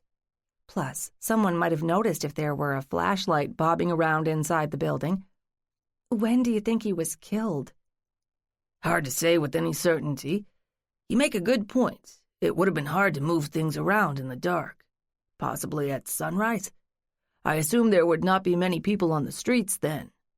Probably not, but I should point out that there were adjustable blinds inside the library to protect the books from being damaged by sunlight. While a moving flashlight might still have been visible, pre-dawn seems more likely, and the body was still slightly warm when Carol and I arrived. Had anyone else in town seen him or talked to him? We haven't had the opportunity to ask the local people yet. We'll be doing that later today or tomorrow. I was sure the detective was a busy man. Are you officially calling this a murder? I'm afraid so. Don't spread that around, though. Say for public consumption that he was killed by a fallen bookcase, and ask if anyone knows why he might have been in the library. Fine. Oh, and can we use the library? Have you cleared it? Give us the rest of the day, and you may use it tomorrow. I felt a surge of relief. Thank you. You'll let me know if you learn anything else? If and when I can. And tell Mr. Wainwright that I'd like to talk with him. I'll do that. Thanks again. Carol had been silently watching our exchanges. So we're good to go? Looks like it. The poor guy turns out to be Zachary Mitchell, graduate student at Johns Hopkins. And you were right, his death was not accidental. And that's all he told me. You ready to tackle the basement now? Lead on. I found the right key to the cellar door on the second try, and it swung open, releasing a wave of damp air. Do you have a flashlight? Carol asked. No, only the one on my cell phone. But we're not excavating King Tut's tomb. We're just checking out what's down there and whether it's worth exploring. If we think we found something important, we can come back later, when we're better prepared. And remind me to find some more flashlights and leave them in the car. Let's go then, Carol said with enthusiasm. Carol was proving to be a great sidekick, except when she told me to leave her alone to work. I could live with that. Standing in the doorway, I remembered a lonely single electric light bulb from my last and only visit to the cellar, and I'll admit I held my breath when I flipped the switch at the top of the stairs. The bulb lit up, not that the room was much brighter than it had been. "What are we looking for?" Carol whispered. "Why are you whispering?" I asked in a normal voice. "We're the only people in the house, I hope." "So you go first."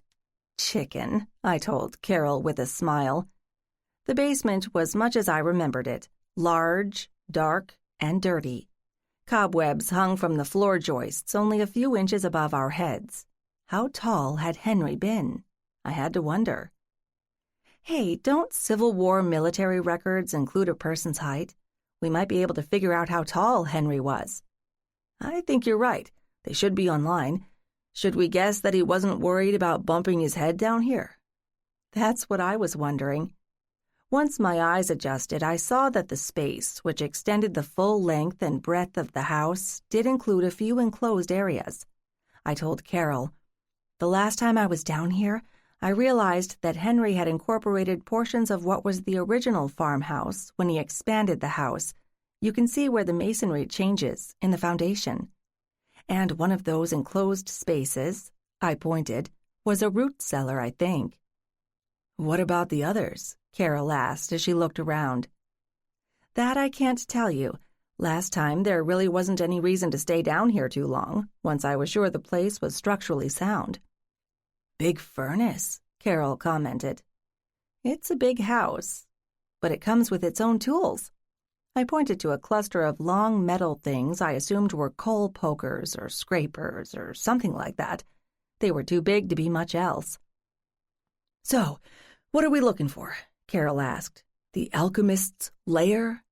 Got me. I don't spend a lot of time in Victorian basements, so I don't know what typical is. Clearly, it's not a laundry room. But let's think logically. How much space would Henry have wanted for his activities down here? Kate, that is a ridiculous question, Carol declared. Maybe we need to look at it from the opposite direction. What could Henry do down here based on its size and utilities? We need to narrow the field. Do you see him as a furniture maker or a jeweler? Not really. I think he was more practical and more intelligent than those hobbies would call for, although maybe he liked to work with his hands. But in general, from what you've seen of his papers, would you agree? Yes, I think so, although it's an incomplete sample. Photographer? Photo developing was still pretty new in those days, and it would have been challenging to him. But I haven't found any photographs in the attic, except a few studio portraits, although he could have kept his own work in the library or some other room in the house. I'd love to see a picture of Henry and his wife, I said wistfully. Maybe the library has some. Carol went on. Besides, it's too dusty in the basement, particularly with a coal furnace. All the photos would be covered with imperfections, and if the interior upstairs is any guide, Henry was meticulous. He wouldn't want dust specks all over his pictures. Carol, I'm running out of ideas, I told her. The timing is wrong for a model train set. The ceiling is too low for him to set up an exercise area, or a boxing ring because he'd need someone else to spar with. Maybe you're not thinking big enough. What do you mean? I asked. What if the whole space was a laboratory, apart from the furnace and the coal for it, of course? The whole basement? What would he have been doing with that much space? Making something big. That would be measured in feet, not inches. Maybe he was building a boat. And don't say shovels, because that would require melting metal, and this basement is not that big, or well vented. This is kind of fun, even if we don't come up with any answers, I told Carol. Are there scientific tests to determine what residues were left behind? You know, like wood scraps, metal shavings, glass shards, and so on? Or weird chemicals? Maybe. Carol glanced quickly at her watch. I don't think we're going to find the answer tonight, but at least we have something to think about. How about we pick this up again in the morning, after we've had time to think about it? Fine, but what about the cataloging? I protested. I'll work on that tomorrow, and you can poke around down here, and I'll join you when I burn out in the attic. Give me another day or two, and we should be ready to transfer it all to the library, now that your detective has given the go-ahead. Works for me. When we went back up the stairs, Josh was banging around in the kitchen. Carol and I headed in that direction. He looked surprised to see us. I thought you'd be somewhere else. Nope. Carol had enough of the attic. It's hot and dusty up there, so we went down to the basement to look around. Find anything interesting? A lot of space. Now we're wondering what Henry might have been doing with it, if anything. Is Allison coming back for dinner? No, she said she had plans, but we're supposed to meet again in the morning. Have you heard from Reynolds? Yes. He has a name for the dead man.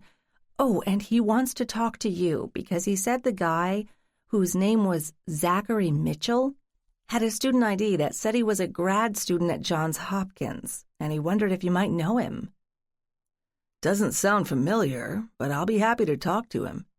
Good. And he said we could go ahead and transfer our files to the library in town starting tomorrow. The police are done with it. Did he find any evidence that anything was taken or disturbed? Josh asked. No, so we still don't know why this Zachary was here and why he's dead. May I remind you that we aren't detectives, Josh said with a hint of sarcasm. There's a perfectly fine detective, And who knows how many people working for the state police looking into this. Can we just get back to what we're supposed to be doing? Carol, have you found anything in the attic files worth reporting? Mostly the absence of anything particularly noteworthy, she replied. No more finds like the Clara Barton letters, at least so far. But I thought the total lack of any information or files on Henry's factory and its operations rather interesting. Henry was an almost compulsive record keeper, so why no factory records? Did someone remove them? Josh asked, looking interested in spite of himself. It doesn't look like anything is missing from the attic. No gaps, no sign of anything being dragged out. If the records were there and were removed, it was a long time ago. Assuming that Henry himself didn't destroy them all before he died. But I don't know why he'd do that. Huh, Josh said intelligently. What about in the factory itself? Ah, yes, that was the question. That's what Carol and I wondered, I said. I can get the keys to that building if I don't already have them. Thanks to the bank and the town hall, I seem to have a lot of keys. I think it's worth investigating. My gut says there have to be records somewhere, Carol said firmly. I nodded. I agree, so that's 2 votes. I wouldn't miss it, Josh said quickly. I turned to Carol. How much longer do you think it will take you to finish the preliminary assessment of what's in the attic? Now that I've seen them all, I'd guess another day, maybe, although it won't be very detailed. But it's just the first pass. I can go into more details once we've moved them. I thought for a moment. I don't know if the mayor can pull together a moving crew by Sunday, although I can ask. If he can't, we can go look at the factory then. If he can, we'll put the factory off until Monday, or maybe there'll be time to do them both on one day. I'm glad you'll be coming with us, Josh, because whatever equipment is left in the building, I doubt I'd recognize whatever it was. So, Josh, what are you doing about dinner? Me? Well, if you insist, there's always spaghetti and maybe some wine. Sounds good to me. 13. It didn't take long to finish the spaghetti, and there was no dessert. Josh had found a bottle of wine in the fridge, and we finished that among us. I was glad I'd stopped after the second glass of wine, because I wasn't making sense even to myself. I could tell Carol was fading too, and had worked in the stuffy attic for most of the day. Carol, you ready to go back to town? She pulled her eyes open with some effort. Definitely. Then back to the mansion in the morning? Yes. Josh, are you meeting Allison again? Oh, and I should ask, would she be likely to know anything that might help me with the town project? I'd like to meet her. We can work here at the Carriage house, and then maybe you two can get together. That would be great. Once Carol figures out how much stuff we'll have to move into town, I can talk to Mayor Skip about lining up people to help. And you're going to let Detective Reynolds and his merry band solve the murder without your help? I've got plenty to keep me busy, but I reserve the right to poke my nose into it if it turns out that Zachary Mitchell was hunting for something that relates to Henry Barton. I know more about Henry and his history than the police department does. I'll concede that, Josh said. You know, it's possible the Clara Barton find did attract some attention, and this Mitchell guy thought he was on the trail of something. You're digging into stuff that hasn't been touched in over a century. The public, or at least academics and people who actually read these days, know we found the Barton letters, and they might wonder whatever else you'll find. Maybe they're looking for something specific that they have reason to believe is there, but they didn't think of it before all this publicity started. You never thought about it? I demanded, incredulously. I mean, you specialize in 19th century history, right? Shouldn't you have heard of Henry Barton through your own research? You've been living on his property. Maybe, but this town is not exactly mainstream. And to be honest, when this caretaker post popped up, it seemed like a gift from heaven. A quiet spot with few distractions, smack in the middle of a geographic area that I was already researching, with few demands. I never looked at it as research material. I wondered briefly how difficult his divorce had been, so much so that he'd run across the state to get away from the memories. So you don't have a clue about what the heck Henry Barton was into? Successful industrialist at a time when the country was booming after the Civil War, and he wasn't the only success story. Was he just lucky, or is there something we haven't seen yet? I think the second is more likely. And all this trouble started when the news of the Clara letters went public, and the world realized we were looking at the old records nobody had known existed. Now you're saying that there's nothing startling in the attic of the mansion except for the omission of anything to do with how Henry made his money. And if you ask me, the answer has to be the factory. You and Carol are going to sort out all his papers from the attic over the next few days, and I'll do some digging into what was going on in this particular part of the state, and then we'll take on the factory. There must be a record somewhere. Josh, do you think the dead man was looking for something specific in the library? Or someone else was? Someone who was willing to kill for whatever it might be? I know it sounds far-fetched, but one person is already dead. Josh smiled ruefully. Seems ridiculous, doesn't it? But as you point out, it seems possible. Can you defend yourself? What, like with a weapon? Or karate? Of course not, and I've never needed to, even in Philadelphia and Baltimore. How about you? Is there a gun in your apartment? Or in the mansion, for that matter? Not that I know of, and I wouldn't know what to do with one anyway. So the short answer is yes, we may be vulnerable. Although I think Reynolds is smart enough to realize that a second murder associated with the mansion looks pretty suspicious. I can't imagine that Cordy's death is related to Zachary's, but there's still something suspicious about it, and the common link seems to be Henry Barton. My brain was getting fuzzy, and I tried to pull myself together. I'm sorry. It's been a long day, and I'm tired, and I'm sure Carol is, too. I may be seeing killers behind every tree, but I do think we should all be careful. Carol and I will go straight to the mansion in the morning and see if we can get through the rest of the documents, so I can set up getting them moved to the library, and then we'll take on the factory. Who knows what lurks in that old building? I may get a publication out of it. I stood up and nudged Carol, whose eyelids were drooping. Just take care, will you? I leaned in for a quick goodnight kiss, but Josh stretched it out, and damn, it felt good. I finally managed to pull away. Good night. I headed for the door, followed by Carol. Outside, she raised one eyebrow at me. I answered her unspoken question. Ask me in 3 months if this insane project gets off the ground. Let's go. The drive back to town was uneventful. As we left the Barton property, I made sure to lock the gate behind us. Maybe that was naive of me. These days, any teenage kid with a smartphone and enough time unobserved could probably override the code and sneak in without anybody noticing, and without leaving a trail, and there was nothing I could do about it, short of blowing the budget on surveillance cameras or attack dogs. When Carol and I got back to the B&B, everything appeared calm. I'd made sure all the timers on the lights were working, so the building looked welcoming and safe. I unlocked the door and let Carol in, then locked the door behind us. You want a late snack? We never did get dessert. Don't bother. I'm ready to fall over, and we should get an early start in the morning if we want to finish with the attic.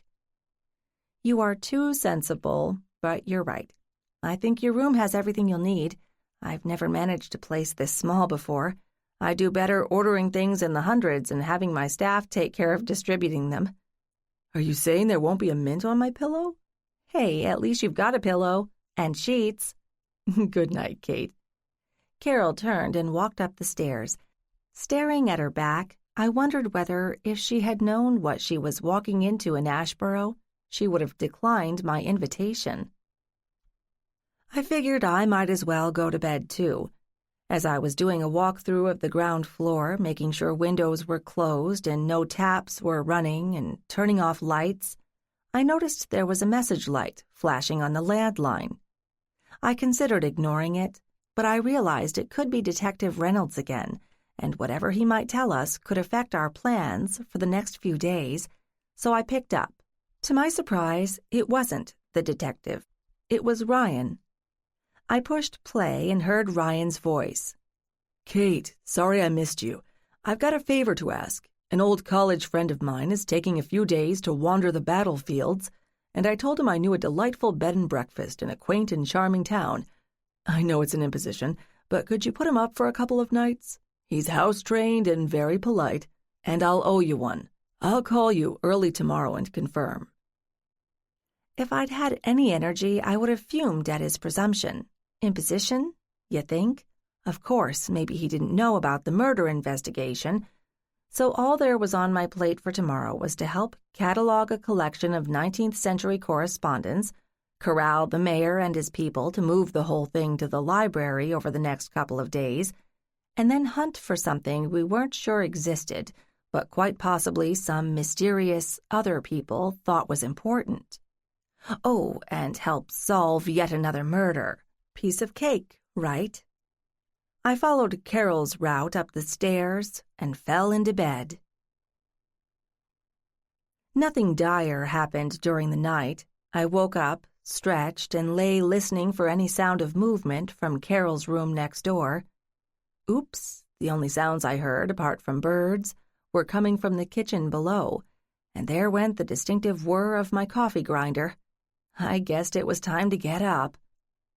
I grabbed a quick shower, threw on something that could withstand shoving stuff around the attic, and wandered downstairs.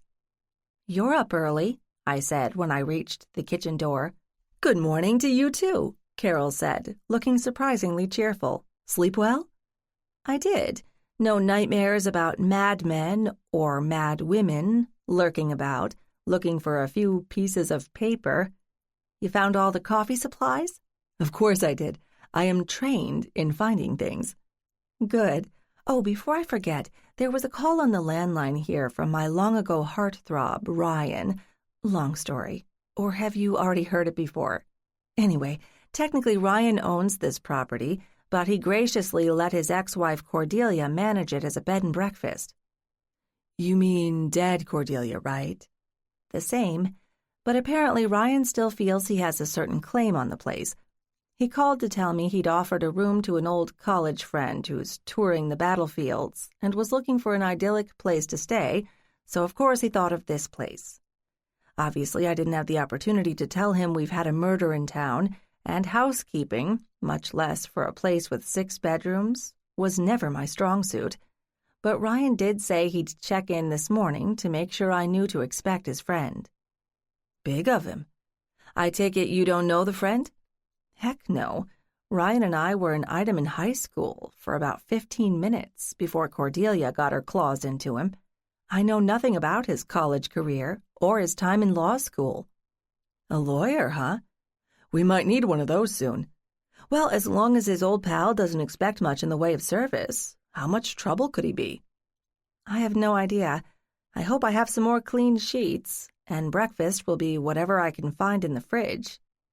Beggars can't be choosers, Carol said. So in addition to the coffee, I did find some English muffins and butter, so I guess the two of us are set. Carol brought out all the goodies she'd found and laid them on the table, along with the coffee pot, and sat. Of course, that was when the phone rang, and of course it was Ryan. "Hey, Ryan," I said when I picked up. "Good morning, Kate. Did you get my message last night?" "Yes, lucky for you. We didn't get in until after 10. So you want to park your friend here?" "Do you mind?" "As long as he acknowledges that I haven't cleaned the house since I got here, and there's not much food in the place. Oh, and my friend Carol from Philadelphia is staying here for a few days, and we won't be around much. Then sure, he's more than welcome. When can he be here? Because we have to be somewhere else shortly. Oh, and does he know about you and me back in high school?" "Kate, I'm a gentleman, so no.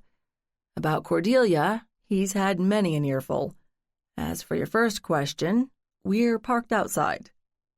I looked around at the messy kitchen, not Carol's fault but mine, and my shabby clothes without a hint of chic, and said, "What the heck? Come on in.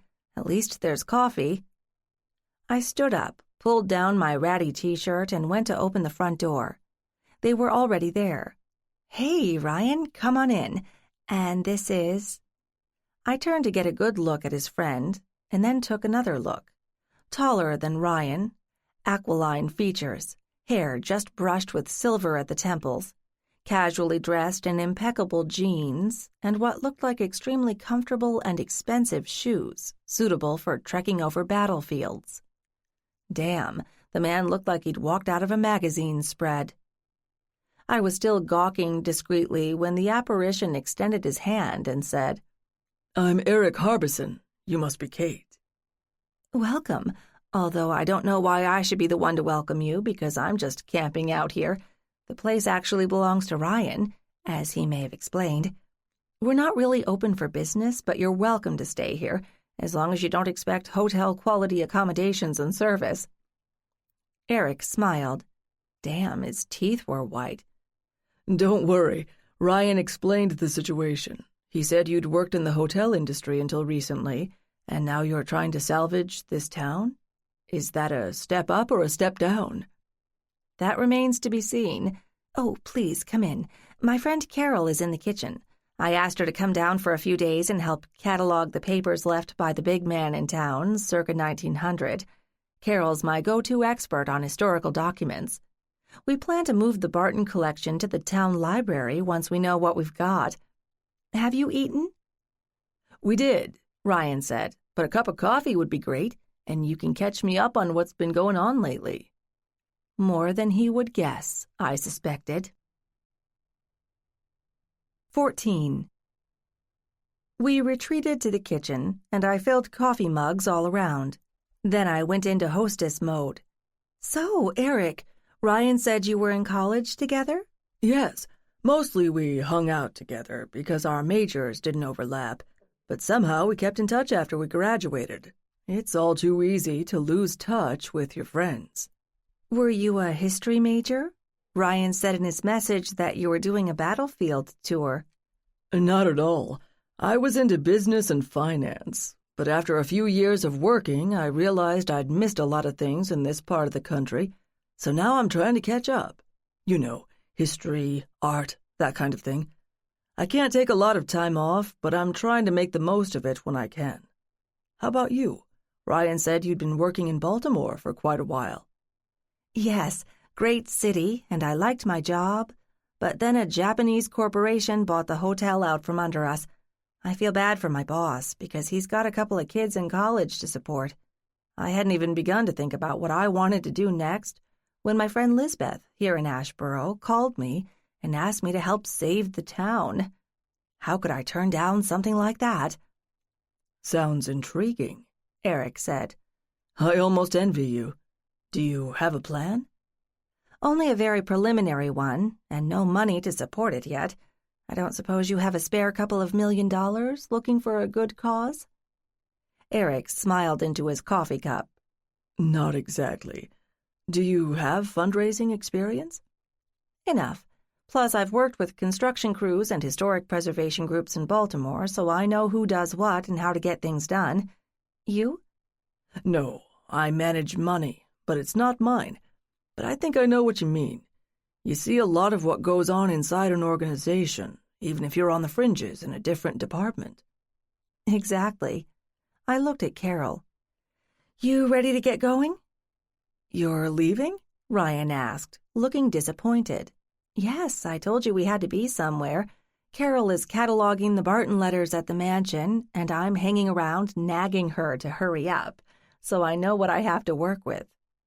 I debated about telling him and his friend more about the project, but I was beginning to get nervous about saying too much about what we were doing to people I didn't know. I wasn't sure where Ryan fit in that spectrum, and Eric was a wild card, so I wasn't ready to trust him. And with that murder, I needed to be cautious. As if reading my mind, Eric said, "I thought I overheard someone mention that someone was killed in Asheboro?" "Careful, Kate." "Yes, on the fringes of town, actually. Nobody is sure why he was here in Asheboro, but he was definitely Dead. The state police are investigating. Not local police? Eric raised one eyebrow. Has Ryan driven you through town? The local police force consists of about 10 people, including office staff. They pretty much confine themselves to traffic control and chasing down lost dogs, from what I've seen. There are no homicide investigators, so for anything more serious, they call in the state police. I'm not criticizing them, but there's not enough serious crime here to justify spending money on a bigger department. Or at least there wasn't until I'd arrived. Do they know who the victim is? Eric asked. It was a logical question, but one I didn't want to answer. I don't know. They haven't shared that information with me, and I'm not sure why they would. I happened to find the body, but I didn't know him. I hoped my lies were convincing. So he's not local? Eric pressed. I haven't lived in this town for a long time, so I don't know who's local and who isn't. That, at least, was more or less true. What a shame. And I'm sorry it had to happen to you. Well, to get back to your project, I guess I haven't spent much time in small towns lately, Eric said. But what you say sounds interesting and may make economic sense. But don't let me keep you. Ryan and I may hang out for a while, but he tells me he's got to get to work too. So I'll take off and make the rounds looking at war memorials. I'm just happy he and I could get together. I can't say I've done that tour yet, I told him, except for a field trip to Gettysburg when I was in school here. I hope you enjoy it. Do you know how long you'll be staying? I'm playing it by ear. It's kind of a treat, not having to stick to someone else's schedule. But don't worry about me. As long as I have a bed and coffee in the morning, I can look after myself. I'm glad to hear that, I told him. I don't know when Carol and I will be back. Ryan, you'll close up? Sure. I've still got my keys. Is there a bed made up? I doubt it. I wasn't expecting company beyond Carol, but I'm sure you can figure things out. Goodbye, Eric. Nice meeting you, and I assume I'll see you later. Oh, Ryan, be sure to give Eric a key and the code, too. We all stood up, and Carol said, I'll get my laptop and my notes and my camera. Meet you at the car? Fine. While Carol was upstairs, I made a quick pass through the ground floor, mainly because I didn't trust Ryan to know enough to turn off a toaster. I smiled at the thought of him rummaging around all the closets in the house trying to find a set of sheets. I called out, Bye, guys, as I went out the front door. Carol joined me a couple of minutes later. Once we were seated in the car, I said, You were awfully quiet in there. Well, I did feel like a fifth wheel since I know a bit about your history with Ryan, but I was trying to remember why Eric seemed familiar. Why would he? I did notice that he didn't mention where he lived or worked. I've got a lot of Philadelphia history stored in my head. He's a Harbison. You worked in the city for a while. Does that ring any bells? No, but I wasn't there all that long, and I wasn't into its history. What's important about his name? Years ago, before your time, Harbison used to be a big name in dairy products in the greater Philadelphia area.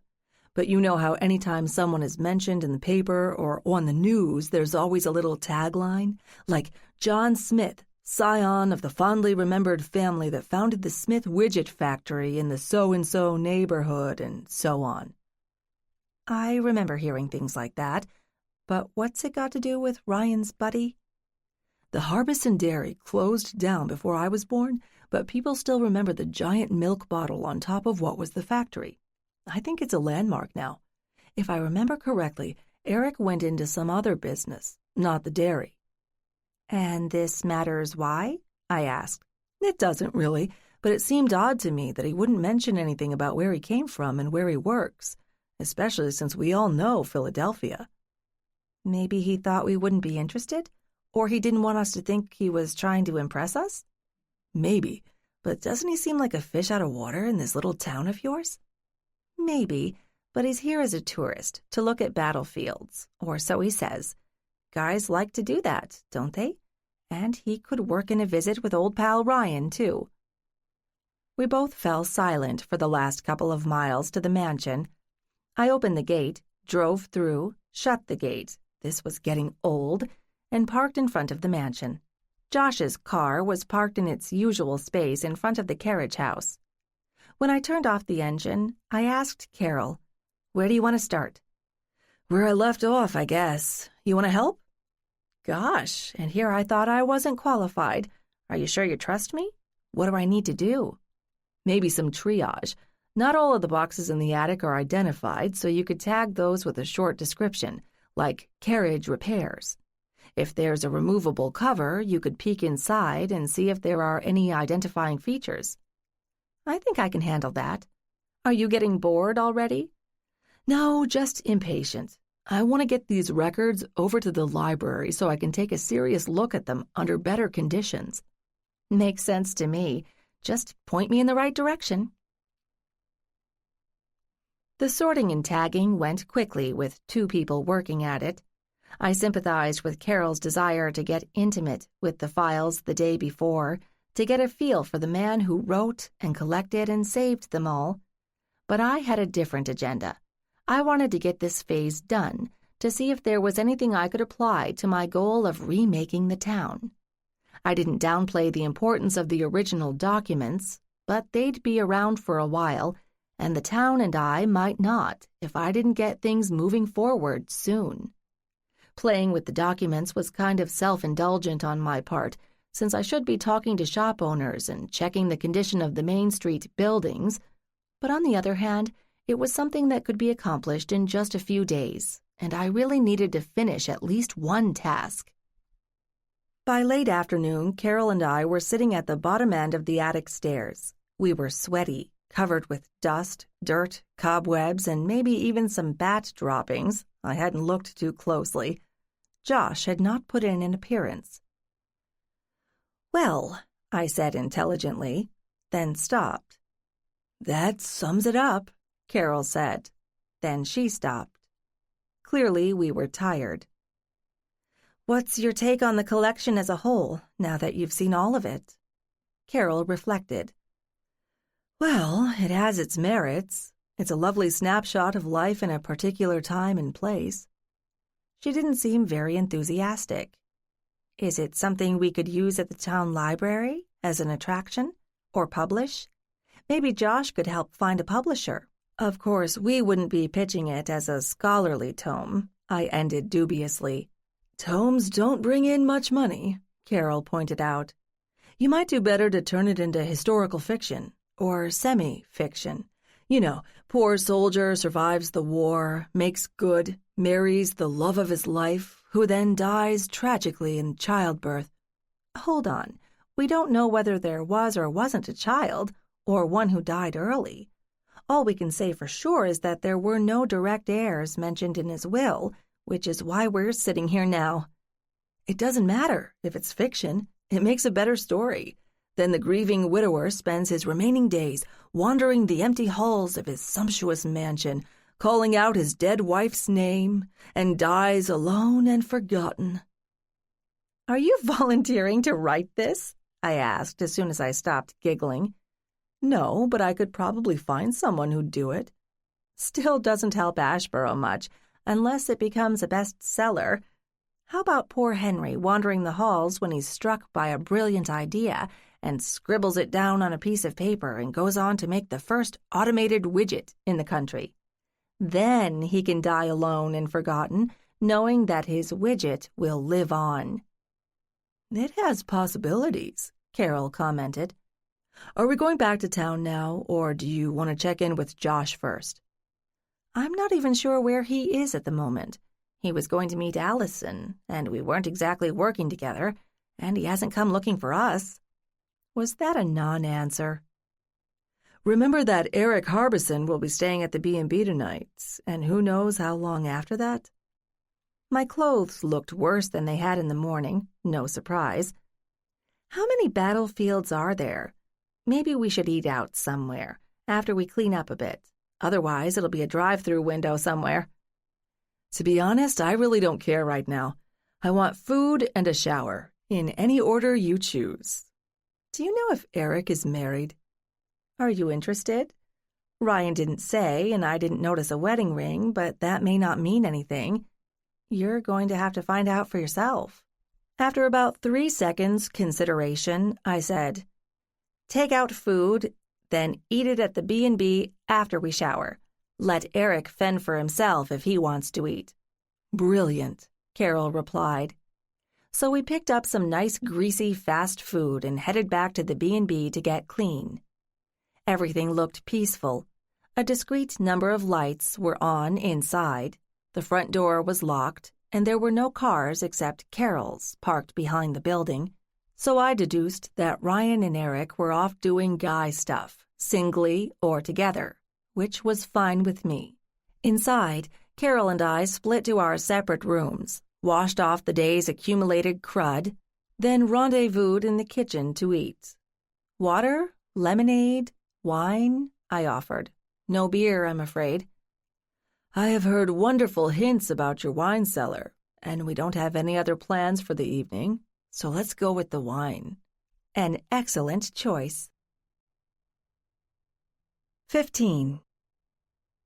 I managed to make it down the stairs before Carol the next morning, and I started the coffee. After a few minutes, I realized I hadn't heard any noise coming from Eric's room. But then we'd left in such a hurry the day before that I wasn't even sure which room he'd chosen.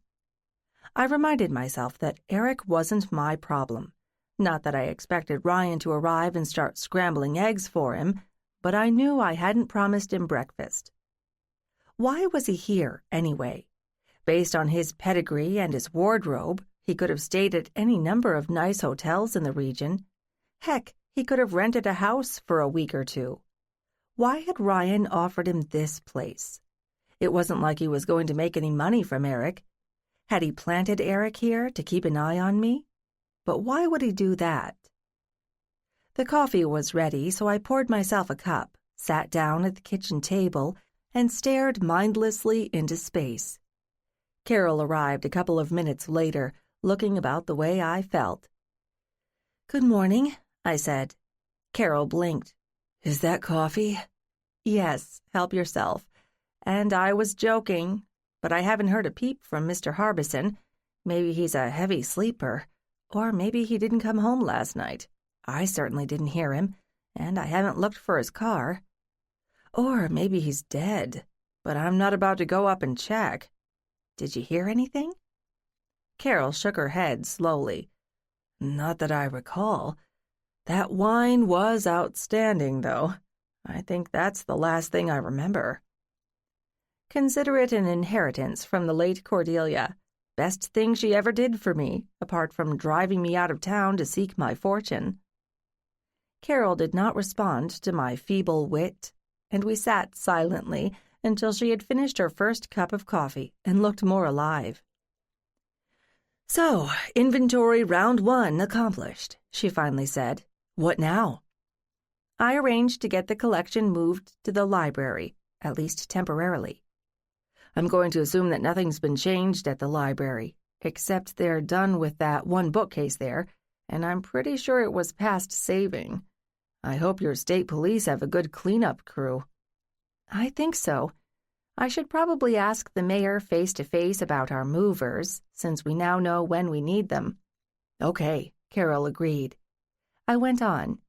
"And I should talk to some more of the townsfolk about my proposed town remodel. I've barely scratched the surface there. I think the pitch at the town meeting went over well, but people are going to want details, not just grand ideas." "Do you have any? And why do you think you can make the town look like it did more than a century ago?"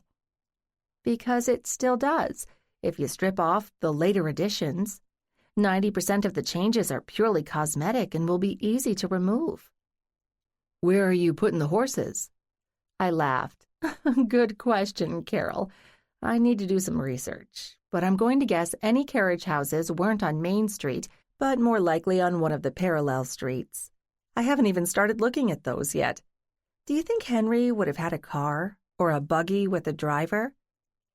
"I take it you haven't looked closely at the Barton carriage house? There could be some evidence, like oil stains on the floor, or maybe a lot of wrenches and automotive tools. And And that apartment above that Josh is using would have worked for a chauffeur. But what I know about cars in that era would fill, well, not much of anything. As for whether Henry would have a car, as a prosperous factory owner, maybe you should ask Josh. That's closer to his area of expertise than to mine. I'll add that to my list of things to do, but I'd love to talk about any documentation you might know of regarding community development. Like, were there zoning changes in the beginning, or did people just build what they wanted? How did they allocate the costs for utilities?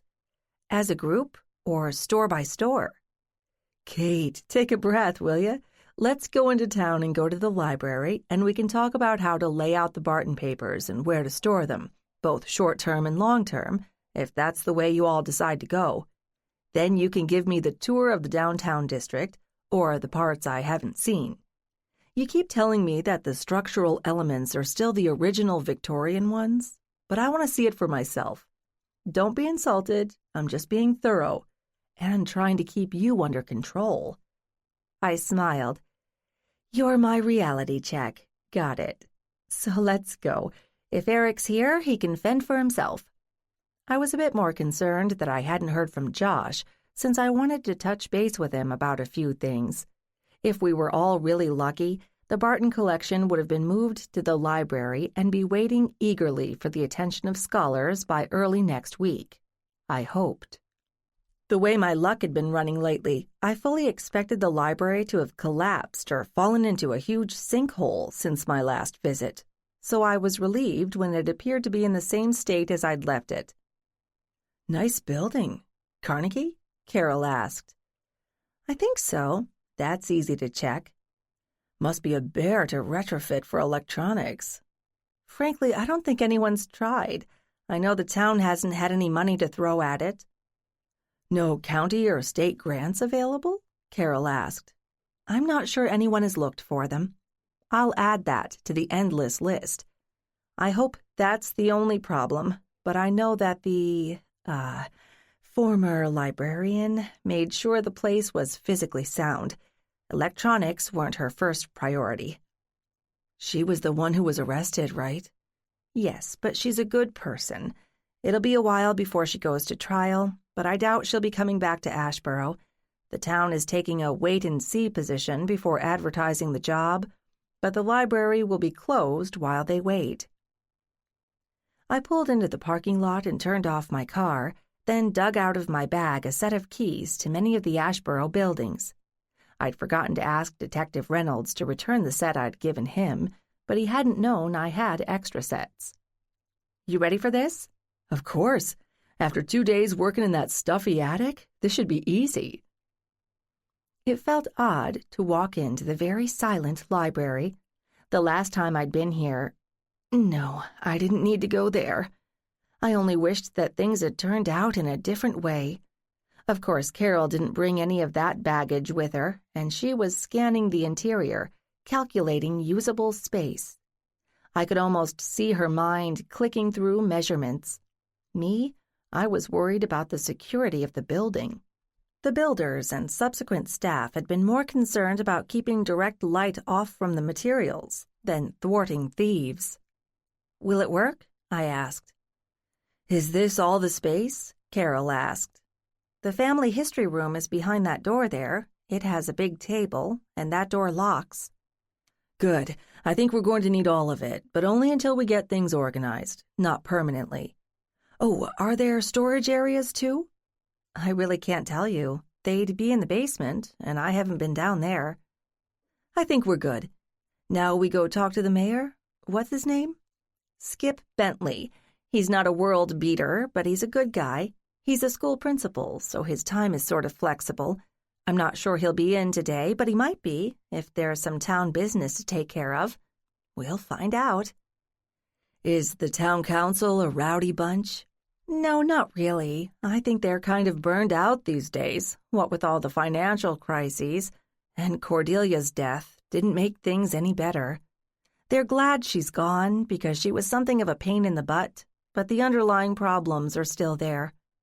Let's walk over to the town hall, and I can introduce you to whatever staff is around. If Skip's not in, I can leave him a note or a message and tell him what we need, but he should be expecting it. Anyway, you can get a sense of the town along the way." "Lead on." Carol seemed to be getting into the spirit of my vision, which was a plus. I definitely needed cheerleaders, both for my own state of mind and to help me convince the rest of the town that I was not crazy. Skip was not in his office, no surprise, but I chatted with his assistant, Beverly, for a while. "I was so sorry to hear about what happened at the library, Kate. Do the police know anything more?" Beverly asked. "Not that they've told me." When I explained what my errand was, she snorted. "Hey, he's already handed that little task over to me anyway. How many people do you think you need?" I turned to Carol. "You'd know better than I would. I'd guess we want to get it done fairly quickly because people have a lot of other things they'd like to do with their free time." Carol said quickly, "The ideal crew would be 4 strong men in their 20s. Can you recruit a team like that, Beverly?" "Since it's not sports season, no problem. You want them today?" "Tomorrow would probably be better," I told Beverly.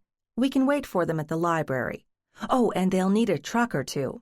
"Of course," Beverly said. "I've got your cell number. I'll give you a call when the guys are ready to roll." "Beverly, you are a miracle worker. While I have your attention, do you have any ideas about what you'd like to see in the new old town?" "Sure do. A ladies' hat shop. I'm always sorry that women stopped wearing the fancy ones, but I guess those society ladies had to spend more time fussing with them than getting anything else done. Maybe that was the point."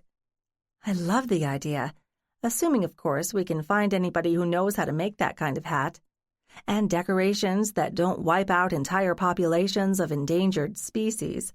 I seem to recall that hat makers used to put dead birds on some of them." "Can't imagine wearing a dead bird on my head," Beverly said. "You know about the straw factory?" I shook my head. "Never heard of it. What did they do?" "Wove straw into the stuff that the hats were made of. Went out of business in the 1890s when hat styles changed." "How on earth do you know this?" "My great-grandmother worked there before she got married. Bet I've got some pictures of her at home." "I love it. Please share," I said, delighted. How many other people in town had family stories to tell? "Got another idea while you're asking. How about you run a contest or something in the paper, asking for other ideas? You could give away some sort of prize, maybe, but I bet it would make the people who read the paper feel a little more connected to the town and the project." "That's brilliant. What's the paper like these days?" "It's weekly and strictly local, but that's what you need, and they've got a lot of old files." "Tell me who I should talk to, and I'll get in touch with him." "Her." When I looked confused, she said, "Editor's a woman, Frances Carter. She's been running it forever." "That's great." Although if I was going to think about recreating the paper from back then, I had doubts about how many small-town women editors there might have been before 1900. "Look, we'll grab a bite to eat and then hang around the library waiting for a bit. Please let me know if your crew will be coming tomorrow. Thanks so much for your help." "Happy to be useful. Just don't let the mayor grab all the credit for it." "Got it, but I am happy to share the spotlight if it helps." Back on the street, I turned to Carol. "Hungry yet? Not that there are many choices within walking distance. That'll have to change, whether or not it's historically accurate." "I was thinking of a tea room," I said a bit defensively. I figured most of the men were working, but women might have wanted to have a cup of tea after their arduous afternoon of picking out new hats. The farmers probably didn't come into town at all, male or female, unless it was for something practical like cattle feed. Patrons of food establishments would have to have some disposable income for their tea and scones, or whatever they ate, which dovetails with the surge of industrial activity in the area. "By George, I think you've got the hang of this," Carol said, grinning. "But you've still got a lot of work to do. Like, how do you assign space, both in size and location? I would guess that a grocer would need a larger shop than a shoemaker. And what would you do about someone who is diversified and has to make as much use of his space as possible, even if what he's selling is nothing more than a hodgepodge of stuff that caught his eye? I saw a citation somewhere about a stationer in Lynn who opened a small art gallery at the back of the store, which I think did well. Harder to promote, I'd guess, but interesting, as long as the owner doesn't try to go in too many directions. But I can see a link from writing paper to art supplies to artists. Exactly. Look, we should eat, so we're ready when and if your friend Beverly calls. Forget history. Let's just find edible food. We found a place halfway down the block. I didn't remember it from my earlier days, or if I did, it was something like a phone store or a repair shop. Little had been done to improve the interior, unless the dust of ages past was considered a contemporary fashion statement. Back outside after our meal, we stood on the sidewalk, uncertain. I checked my phone to see if it was on and charged. Yes to both, but no calls or messages. "What now?" Carol asked. "I don't know. I don't want to start talking to someone in town here and then be called away. I doubt our big move will happen today, but if it does, I should stay here at the library to direct whoever does the heavy lifting. You can go out to the mansion and supervise the removal? That way we can be sure that people are careful at both ends." "Makes sense, unless it gets to be too late in the day. The light in the attic is lousy." "Good point. We'll just have to wait and see for a while." "What else have you got in mind for the town?" Carol asked. "I'd love to find an old map or even a town directory for Asheboro. Maybe you could help with that?" "Sure, no problem. What about the factory? When are we going to see that?" "Down at the far end of town. As for when, let's see how the rest of the cataloging goes." Carol said, almost to herself. "You said there was no train line here, so whatever came in or went out would have had to be delivered by carriage, which means there would be some size and weight limitations." "Do you know I never thought about that? I guess shovels could be divided into manageable parcels. Do you know what would be needed to make the metal parts, or would they have been made somewhere else and delivered here to be assembled?" "I'd go with the first idea, but you should ask Josh. He's the expert on manufacturing in that period." I had the impression that he was more interested in the sociological and social aspects than the details of how things got done. "If you ask me, for a historian, that's cheating. You need to know the nuts and bolts of a process before you can examine how it fit within a community or a region. You know, all those messy details about shipping and forging and storing and stuff." "And that's exactly why I called for help. You and Josh need to sit down and talk about it, and then tell me what I need to know. I don't want to look like an idiot because I forgot to consider where supplies would come from and where they would be stored." "How much longer will Josh be around?" "Till the end of summer, I think."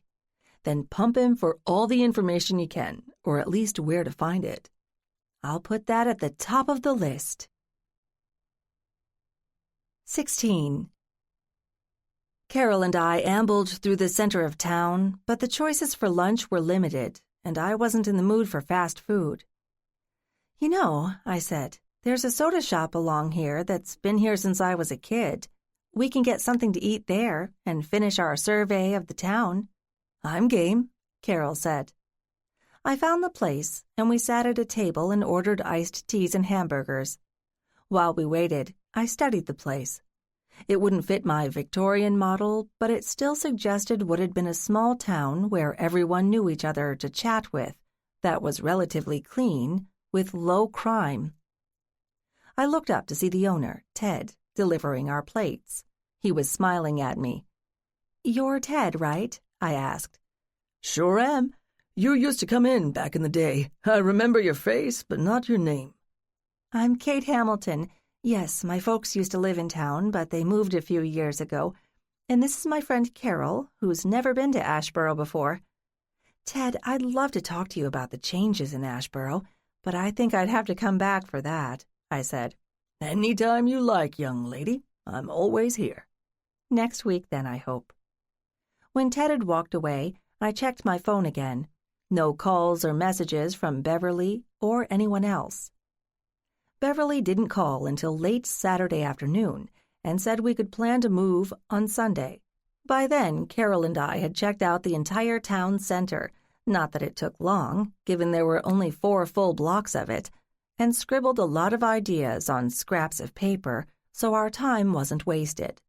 No way could we use all of the ideas, but at least we had choices, and I really appreciated having a second set of eyes, thanks to Carol.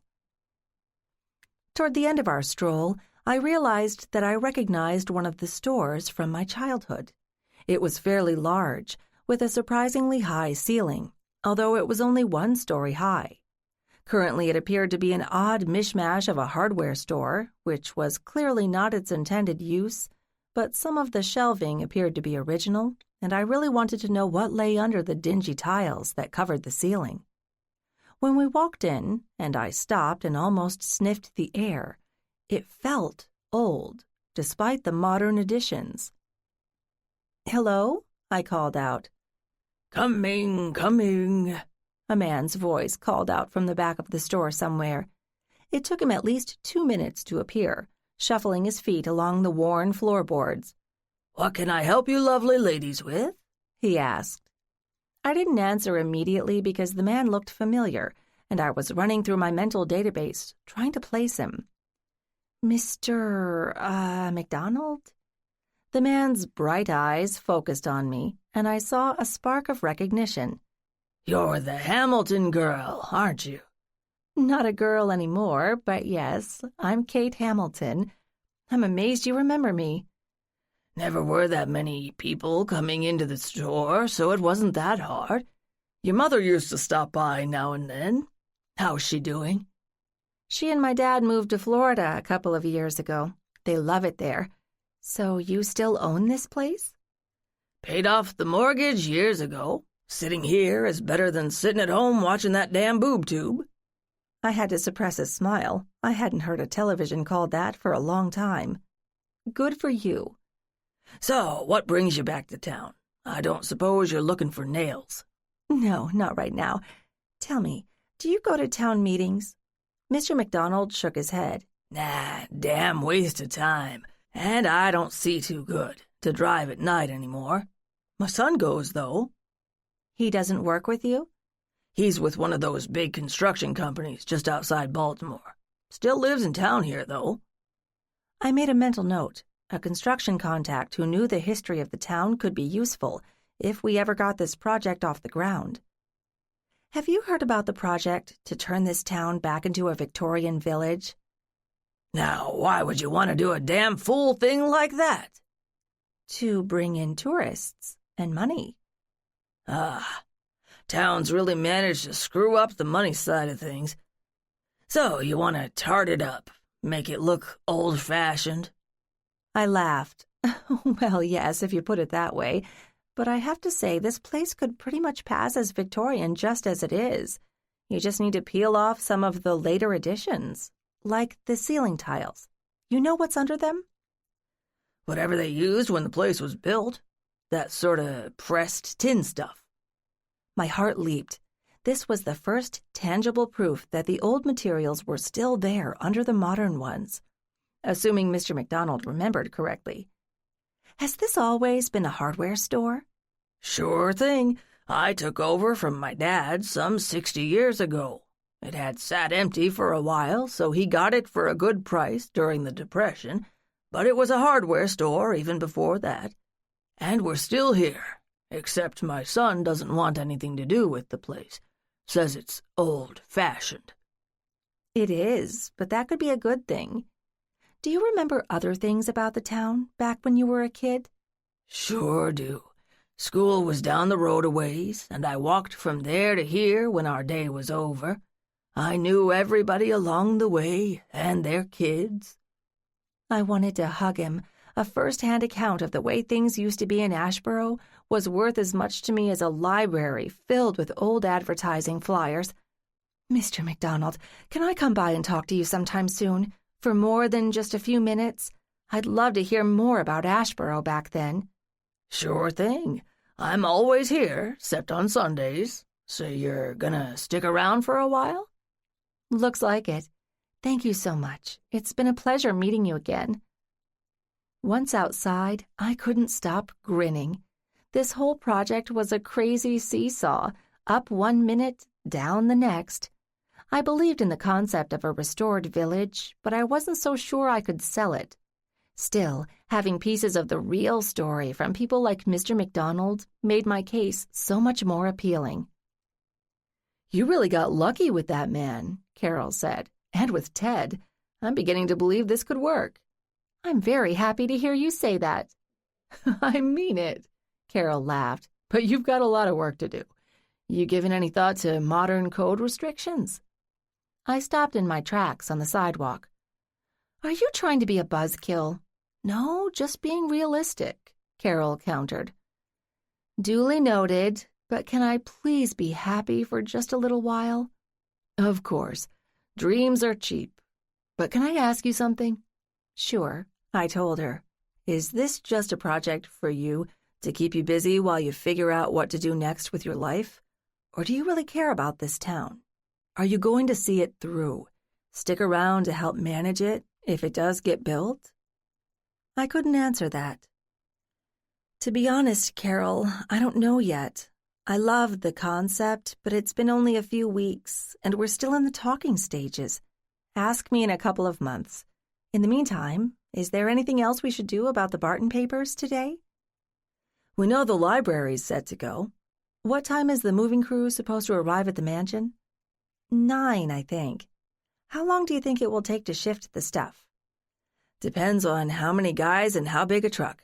We should be done by noon, I hope. Then what? I disappear into the library after they unload and figure out what we've got. And don't ask me how long that will take, because I don't have a clue. You want Josh to help? Up to him. I don't know how this small-town stuff will play into what he's working on, but surely he's gotten a boost for finding the Clara letters. I shrugged. Maybe. I'm not plugged into the academic community, but I think he may be more interested than he was at the start.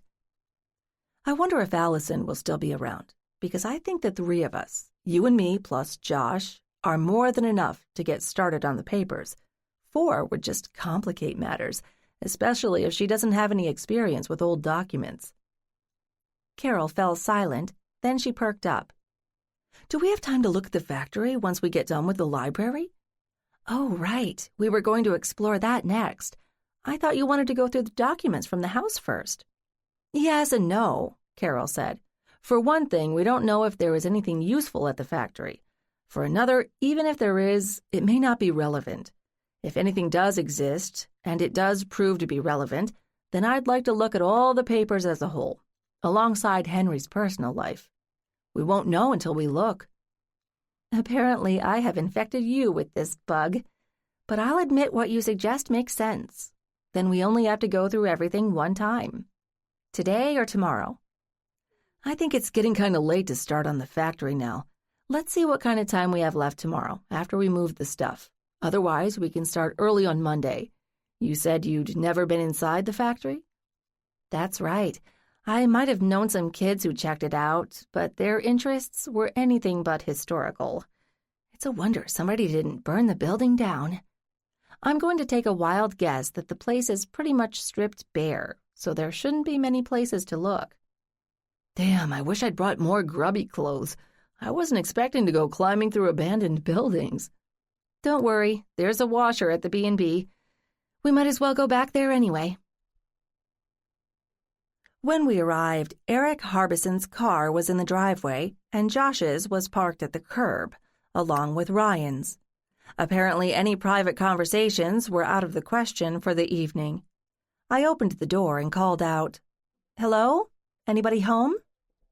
"In the front parlor," Josh called out. I led Carol to the room to find the 3 men, Josh, Eric, and Ryan, looking very relaxed as they reclined in substantial plush-upholstered mahogany chairs. The half-empty glasses of wine in their hands might have played a role in that. "Welcome, ladies. Can we offer you something to drink?" Ryan asked. I glanced at Carol, and she shrugged. Apparently she had made the same deduction as I had. we'd have to talk later. Why not? That is, if you've left anything for us. There is an ample supply, I assure you, Josh said. At least I thought that was what he had said. He seemed to have mislaid a number of consonants, but he appeared to be enjoying himself. He managed to fill a glass for Carol and me without spilling, at least. I'm glad to hear that. So, what have you all been up to this afternoon? I asked as I settled in another of the chairs. Eric spoke first. Ryan was kind enough to show me the lay of the land around here. Beautiful country. So sad that it was sullied by the horrors of battle. He, too, sounded a bit over the top. I've been filling them in on the sad life of Henry Barton, Josh said. Including the Barton letters? Carol asked. Of course. It's a charming story. I've lined up some people to help us transfer the papers from the mansion's attic to the library tomorrow, I told them. It should take most of the day, and before you volunteer, I think that's enough people. I shot a warning glance at Carol. I wasn't sure what interest either Ryan or Eric Harbison might have in stacks of old documents, but I thought I'd play it safe and keep my cards close to my vest. Let them think we'd be tied up all day, and the letters wouldn't be left unguarded. Why did that word come to mind? Didn't I trust these people? In a word, no. Zach Mitchell was dead, and there was still no explanation for his death. Did you have plans for dinner? I hoped no one thought I was volunteering to cook. To my relief, Ryan spoke up quickly. I wanted to show Eric this great restaurant in Bethesda. Hope you don't mind. Of course not, I told him. Carol and I have had a long day, and tomorrow will be even longer, I'll bet. You boys go ahead and have fun. Eric, you have your key, right? I do. I'll let myself in when I get back, and I'll try not to make too much noise. He stood up. Ready, Ryan? As I'll ever be, Ryan said, wobbling a bit. Ladies, nice to see you again. I made goodbye noises and watched as they made their unsteady way out the front door. I hoped they were safe to drive. Josh hadn't gone with them, so I asked, what was that all about? 2 old buddies having a chat, plus me. Along with a bottle or two of good wine. Well, technically it was Ryan's wine, so he had every right to enjoy it. And when did you come in? I was looking for you. I thought you might be finished by now. Did Allison leave? I think so. We shared what information we had, and if I come up with any other ideas, I can email her. How'd your day go? I topped off my wine glass. Carol had created order out of chaos in the attic. Then we prepped the library to receive all the stuff. Then we stopped by the town hall and arranged for people to move it all tomorrow. Then we had lunch at Ted's Cafe. He's been here forever, followed by a nice chat with a guy in town who I remember from my early days here. He has a wonderful old hardware store in town that was his father's before it was his. And that about sums up our day. How about you? Josh sighed. I wish I had accomplished half of what you two did. Well, tomorrow is another day. 17. Since we had no guests at the B&B, and Carol and I were exhausted, we decided to send Josh to hunt for pizza, which gave Carol and me a short while to confer about our plans. So, we're good to go? I asked. I hope so, Carol said dubiously. I always worry when people who aren't trained in handling fragile old documents toss them around, but I'll try to keep an eye on them. Same at your end. Don't let them sling bundles of stuff around. I'd better sketch out what I think should go where in the library, but the labeling on the boxes isn't always clear. It's going to be a complicated day. I believe it. We'll just have to do the best we can. Hey, I forgot to tell you. I found some documents about the renovations to the mansion. Wouldn't you just love to see an invoice from the Tiffany Studios? Although I'd guess the deeds and such would be held at the bank or a law firm, and wills, but I assume that various attorneys have combed through those in the past, so I wouldn't expect any surprises there. I wonder if you might find invoices for materials and supplies that Henry ordered for the property. But I didn't happen to see anything referring to the factory. Which does not mean there aren't any documents for that, only that I didn't find them. You can do some further sorting once the stuff gets to the library. Maybe put all the family records and correspondence in the family history room and segregate the house-related items on one table in the main room. Use your judgment. It's not an overwhelming amount of material. Are we supposed to be paying the moving crew? Actually, I don't know. I need to talk to Ryan again about setting up a nonprofit organization for this whole thing, if he thinks that's appropriate. If he can't do it, maybe he can recommend someone who can. And I'll keep track of expenses. I guess I should make up a handout. People should know that they can claim any out-of-pocket costs as tax-deductible, but I should probably keep my eye on those in case anybody tries to stiff us. I figured I probably had enough in savings to cover the early stages, thanks to my severance package, but not for long. Have you decided what you want to do with the Barton papers after they're cataloged? Carol asked.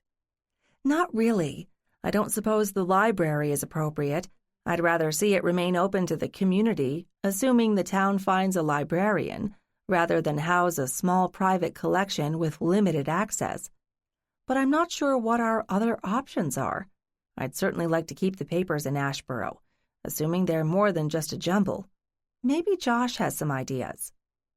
You could carve out a space in the factory, if that makes sense. I suppose, but that's one more big thing I haven't had time to think about. Maybe it might fall down any minute. We'd need a good structural engineer to tell us, and of course that would mean spending more money. Maybe there's nothing to be done with the place, and the town might as well tear it down because it's a safety risk. Right now, it's just an empty shell. Well, you said you liked challenges, Carol pointed out. And if it's empty, you can do whatever you want with it, if it's structurally sound. It was the principal business in the town circa 1900, and also the commercial counterpart to the mansion. Good points, Carol. I'm glad you're here to throw ideas at me. Now, if only I could clone myself, I might actually get something done. At that point, Josh came in with 2 pizza boxes, so talking stopped. We gorged ourselves, then tossed the trash. Thanks, Josh. You going to help out tomorrow? I guess, as long as I don't have to do the heavy lifting, he responded with little enthusiasm. What, getting old? I'll be at the library laying things out. That may be more your speed. Deal. I'd better get back to my place. See you in the morning. When Josh had left, I turned to Carol. Bed? Sounds like a plan. Give me a key to the mansion and your gate code, and I'll head out there whenever I get up. What time are you aiming to be at the library? 8, maybe? I'll make one more pass through and maybe label some of the spaces to help our moving crew, in case any of the papers are actually identified. But I don't expect too much. I hate to be ghoulish, but do you think the volunteers will know that a man died there this week? Carol asked. And are they going to ask inconvenient questions? I really don't know. What can we tell them anyway? We know his name and that he was a student. We do not know why he was in Asheboro or why he was inside the library. We certainly don't know who killed him, and I'm pretty sure the public still thinks it was an accident. So all we can answer is, I don't know. True. I'll give you a call tomorrow whenever I'm ready to shut things down at the mansion. Or you can call my cell if something comes up. I'm hoping at least one thing will go right. Don't forget to lock up when you're done at the mansion. Right, Chief. I'll meet you at the library, or if you're not there, I'll come back here to the B&B. Sounds like a plan, I said. Carol headed upstairs while I went around checking that all the doors and windows were locked tight. I didn't know if it made a difference, but it made me feel better. I didn't hear Eric come in before I fell asleep. Carol was long gone by the time I meandered downstairs in the morning, so I allowed myself 1 cup of coffee and another stale muffin before setting out for the library. Maybe this was all a useless exercise. We'd gotten spoiled by finding Clara's letters first, based on somebody else's hunch. But there was no guarantee there would be anything of interest in the rest of the documents. But at least we could check that off our list of things to do. Quite possibly the factory building would prove equally barren, and then we could move on. I still had most of the merchants in the village to talk to, and while I'd been lucky so far, there were bound to be naysayers who would bail out on my grand scheme. I wasn't sure if the town had the money to buy them out at the moment, or maybe ever. That wouldn't make the merchants happy, but it might give them some small incentive to stick around and see how things worked out, as long as they went along with the plan. Could the town seize their properties through eminent domain? That wouldn't make anybody happy. I didn't dare think of any renovations that would be needed to fit my vision, much less of where the money for those would come from. Dressed in comfortable and washable clothes, I set out for the library just after 8. Eric's car was parked outside the B&B, but I still hadn't heard a peep from him. Either the man slept a lot, or he was hiding from Carol and me. I reminded myself once again that he and his creature comforts were not my problem. I had a document collection to welcome. While waiting for the first delivery, out of how many, I wondered, I strolled around the silent library. It seemed frozen in time, but not in a good way, or one that would be useful to me. It was simply kind of sad. I knew the former librarian, Audrey, had done her best, but she'd had little money from the town to work with, and so many people had been diverted by electronic devices of their own that they had all but forgotten there was a library. It was a modestly handsome building, and the period was right for my projected remodel of the town, but was there a better way to use the space? A place to kill someone was not on the short list. Poor Audrey. She would have been horrified at what had happened in her library.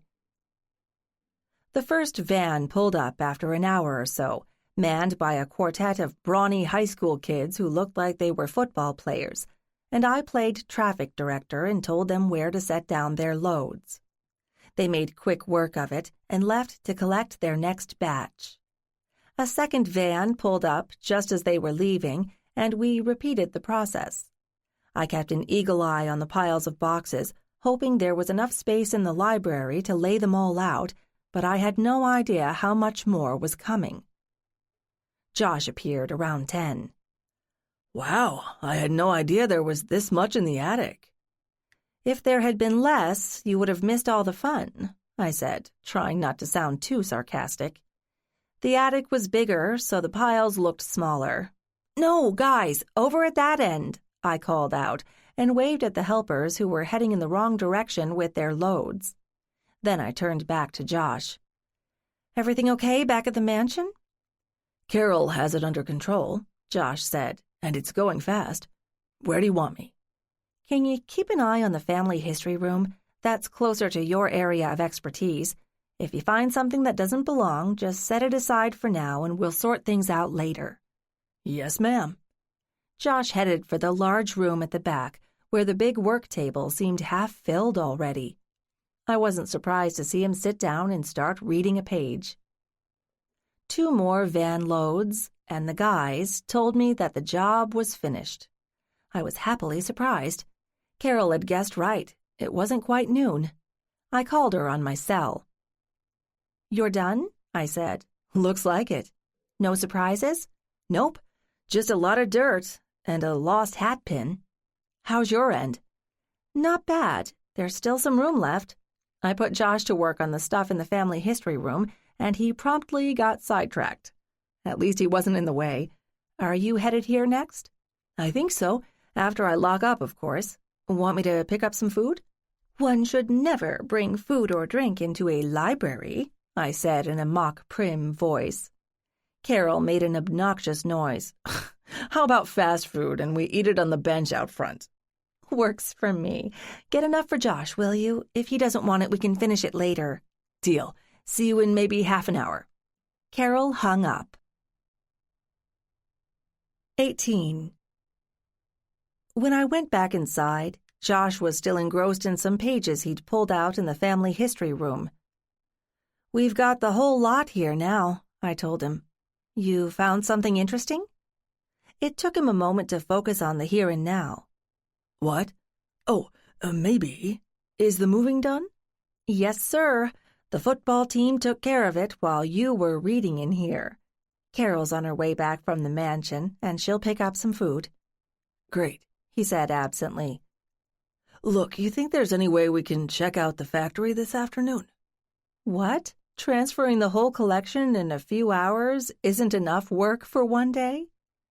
I may have found something, but I don't want to say much until I've checked it out. I don't want to get your hopes up. It shouldn't take long to check. Great. So now you want to dig around in the factory building, which is no doubt filthy and has neither air conditioning nor light. Sounds like fun. I thought you wanted to know where Henry's bankroll came from, Josh demanded. Clearly, he was dangling a carrot in front of me. Carol and I were talking before you showed up, and we figured the odds were slim that there was anything worthwhile in the building there. You think we should check anyway? Yes, I do. Come on, it probably won't take long. You can stay here and help Carol if you'd rather. Just lend me the keys. Why was he suddenly being secretive? I had thought we were all in this together. Well, if he didn't want to talk, I wasn't about to offer him any of my greasy lunch. I was startled to hear an unfamiliar female voice call out from the front of the building. Hello? Anybody here? I must have left the door unlocked, so I went quickly to greet the unexpected visitor. It had to be Allison. I made a quick assessment. Blonde, about my age or a little older, nicely but casually dressed and wearing comfortable shoes. She wasn't exactly petite, and she looked sturdy and shapely, I admitted grudgingly. She appeared to be more interested in looking around the building than looking at me. To my surprise, Josh had followed me. Hi, Allison, he said. I didn't expect to see you. I thought I might as well see what's available here in the library while I'm in the area, and I saw there were some people in here. She finally looked at me, then extended a hand.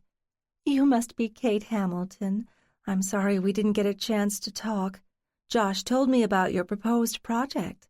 I love the concept of what you're trying to do in this town. Very ambitious. I'm finding that out.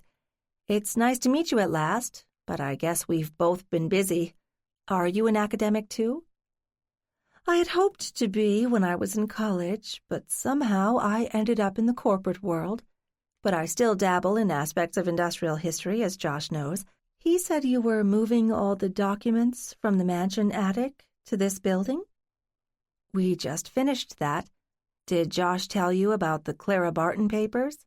He did. What a delight to find a piece of history that way, just waiting to be discovered. We were very lucky. I'm hoping we'll find something more in this mass of material. I waved vaguely at the boxes and piles of papers on all the horizontal surfaces in sight. Didn't Josh tell me you grew up in this town? Allison asked as she wandered among the tables, reading labels on the boxes. I did, but I left and never looked back until recently. Has the town changed much? Yes and no. The underlying structures are still here, and the modern changes are mostly superficial. The town as a whole has kind of dwindled. Did you and Josh get to cover what you needed? Allison glanced at Josh. This was mainly an exploratory trip. He may have told you that I've been asked to give a presentation at a conference in Wilmington in the fall, and I thought it would be more efficient to ask an expert, that would be Josh, than to start doing the research from scratch. At that moment, Carol returned with our impromptu lunch. She pulled up in front of the building and parked, and I went out to greet her. The mysterious Allison has appeared, I told her. She's inside talking to Josh. Interesting. I thought she was on her way out of town. Apparently, she decided to check out the library before she left. You have enough food for all of us? I think so. Will she be staying? I don't know. Listen, before she showed up, Josh told me he's on the trail of something he thinks is important, and he wants to check out the factory to see if there are any records there. Isn't that what we've been saying all along? Carol demanded. Yes, but he thinks he's found other hints, Not that he shared them. I don't know how much he's told Allison, and he's been pretty secretive, so let's not mention the factory in front of Allison. Or let Josh take the lead if he wants. Got it. Let's eat. Inside the library, I introduced Allison and Carol, and we went back outside to eat. There was no table space left, and I didn't want to get grease on antique documents. I'd forgotten how quiet Sundays were in this town. We hadn't seen a single person pass by on the sidewalk, and surprisingly few cars. It took us no more than 15 minutes to eat and collect and toss our trash. Allison was the first to leave. "I'd better head home. I've got to be at work in the morning. Thank you for all your help, Josh. May I call or email you if I have any more questions?" "Sure, no problem," he told her. Then she turned to Carol and me. "Good luck with your project. I look forward to seeing what you make of this place. Keep your fingers crossed for us, and if your company wants to make a nice donation, we'll put the name on something. You want a building? A park?" Allison laughed. "One step at a time, but I'll keep in touch." She turned toward what must have been her car, while Carol, Josh, and I went back into the library for one last view. "What's the security here?" Carol asked nervously while we waited for Josh to finish his perusal. Latches on the windows and deadbolts on the front and back doors. No fancy electronics. Pathetic, I know, I told her. Smashing a window was all too easy, as we had found out. I'd better ask the town to keep the lights on in here so anybody rummaging around would be obvious from the outside. Maybe get brighter light bulbs. "Could be I'm overreacting," Carol said. "I'm used to working in museum or big library settings where there really is valuable stuff worth taking. Here, I'm not sure a passing citizen would recognize a valuable document unless it said, 'George Washington signed this' in big red letters. No offense meant. It's a different standard." "I know, I get it. But the whole blinking town knows what we've been doing today. I'm sure Beverly called plenty of people to find enough to help us out. At least it's on the main street, so anybody poking around inside, with or without a flashlight, would be obvious. And maybe now the mansion will be safe, since all the documents are here." Carol sighed. "I hate to have to remind you, Kate, but somebody died here just days ago. The mansion may be in the clear, but I don't think I feel entirely safe here. Or not alone, anyway." When I started to protest, she raised a hand. I know, Carol said. "I'm probably worrying for nothing." "No, you're right. The only reason the man died, that makes sense to me, is that there is something that someone thinks is valuable somewhere in the collections, and the killer thought it was worth killing for." "We're going to the factory now, right?" Josh asked. "Is it really that important to you?" I said to him. "Sorry, I don't mean to be mysterious, but as a good academic, I want to be sure of my hypothesis before I start spreading it around. I'd hate to look foolish if I'm wrong.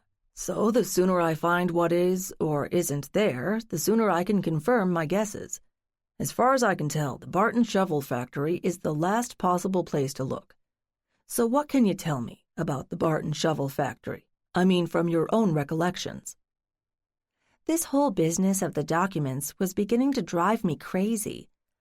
"Not a lot. You probably know as much as I do about it, or maybe more.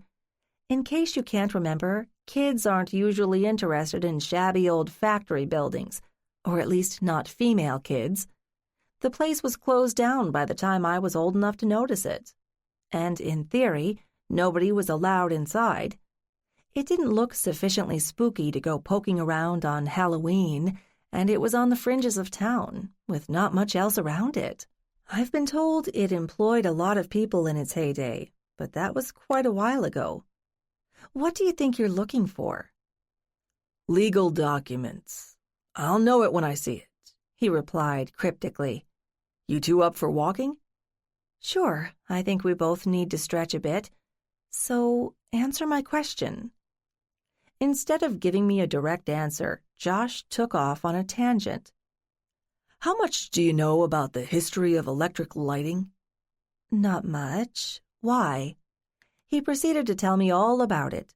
We were walking along the nearly empty street, the Barton factory looming ever larger at the far end.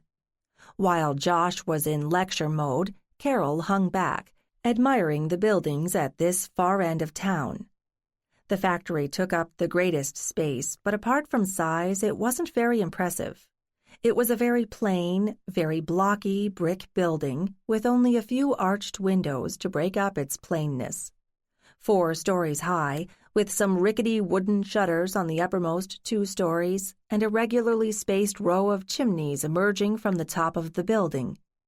It was only when you saw a human walking by at street level that you realized how large the individual windows were. The building was larger than it looked. Josh began speaking again. I think there's evidence that Henry made more than shovels in the building, but I can't prove it yet, and he might not have been thinking of selling his product. I think he was bored and used his ample spare time to tinker with things. Then the death of his wife threw him into a depression from which he never recovered, and he lost interest in what he'd been working on. If that's true, then the evidence may be stashed somewhere in the building. We know it wasn't at his house. Are you going to give us a hint of what we're looking for? I asked. Not yet, but it may include diagrams. Why are you being so cryptic? It would help if we all knew what we were looking for. Kate, we don't even know if there are any documents in the building, much less relevant ones. This is a long shot. I studied Josh's expression for a moment and decided that whatever this was, he believed that it was real and it was important. Then let's go hunting. 19. Josh seemed impatient to get into the factory building, so he picked up his pace, and Carol and I followed. I hung back slightly and waited for Carol to catch up. What was that all about? She asked in a low voice. Josh thinks, or at least hopes, that there's something important hidden somewhere in the building, but he won't tell me what it is. I guess that's his male ego. He doesn't want to appear stupid if there's nothing to be found. But we said we'd look, right? Might as well follow through, and we can regroup when we're finished. You've never been in the building? Nope, never even tried. It may be that braver souls than I tried and found nothing of interest, and somehow that word got passed around. Nice building, though, isn't it? Basic Victorian brick. 1880s? Carol said, clearly not impressed. I'm no expert, but that sounds about right.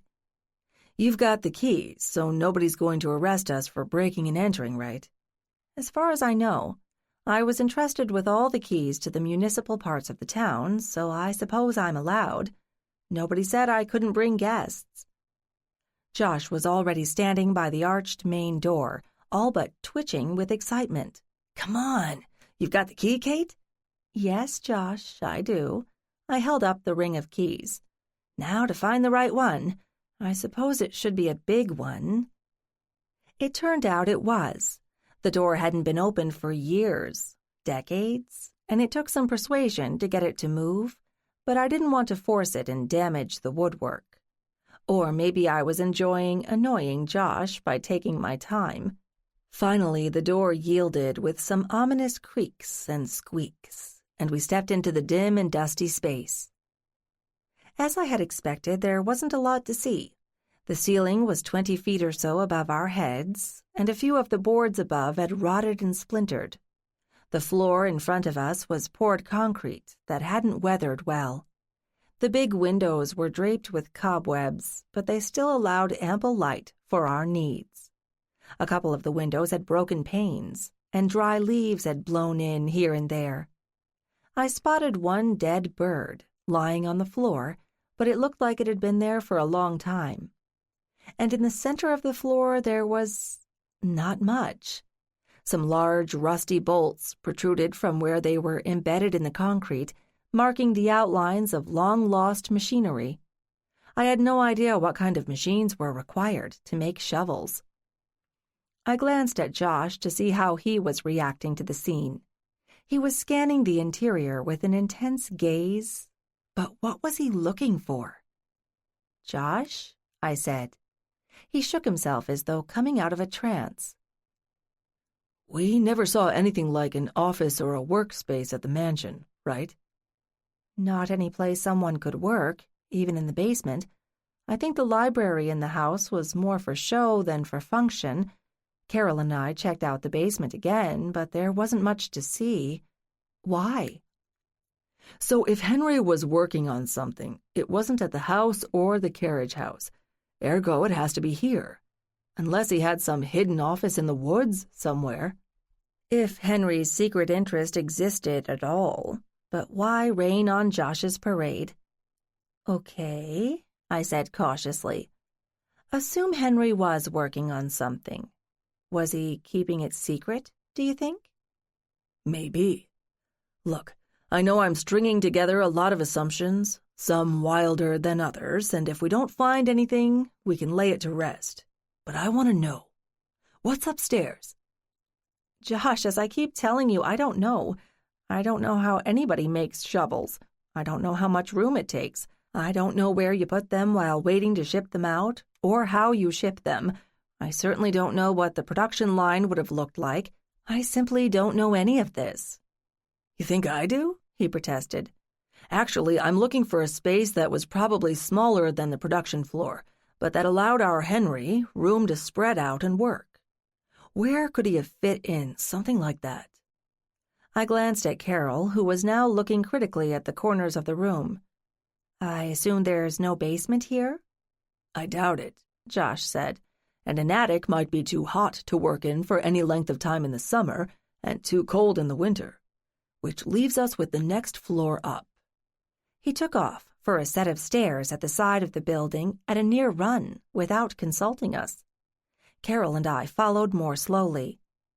You think he's gone nuts? Carol whispered. I really don't know, I told her in the same tone. Maybe he's got writer's block and he's trying to jumpstart his brain. But we're here, so we might as well follow him. This shouldn't take long. We trudged up the staircase. Josh was standing at the top, sweeping his gaze over the interior space on the second floor.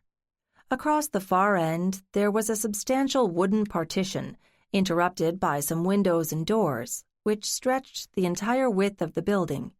He hurried across the floor, heedless of any weak or broken boards, until he was standing in front of the central door of the partition.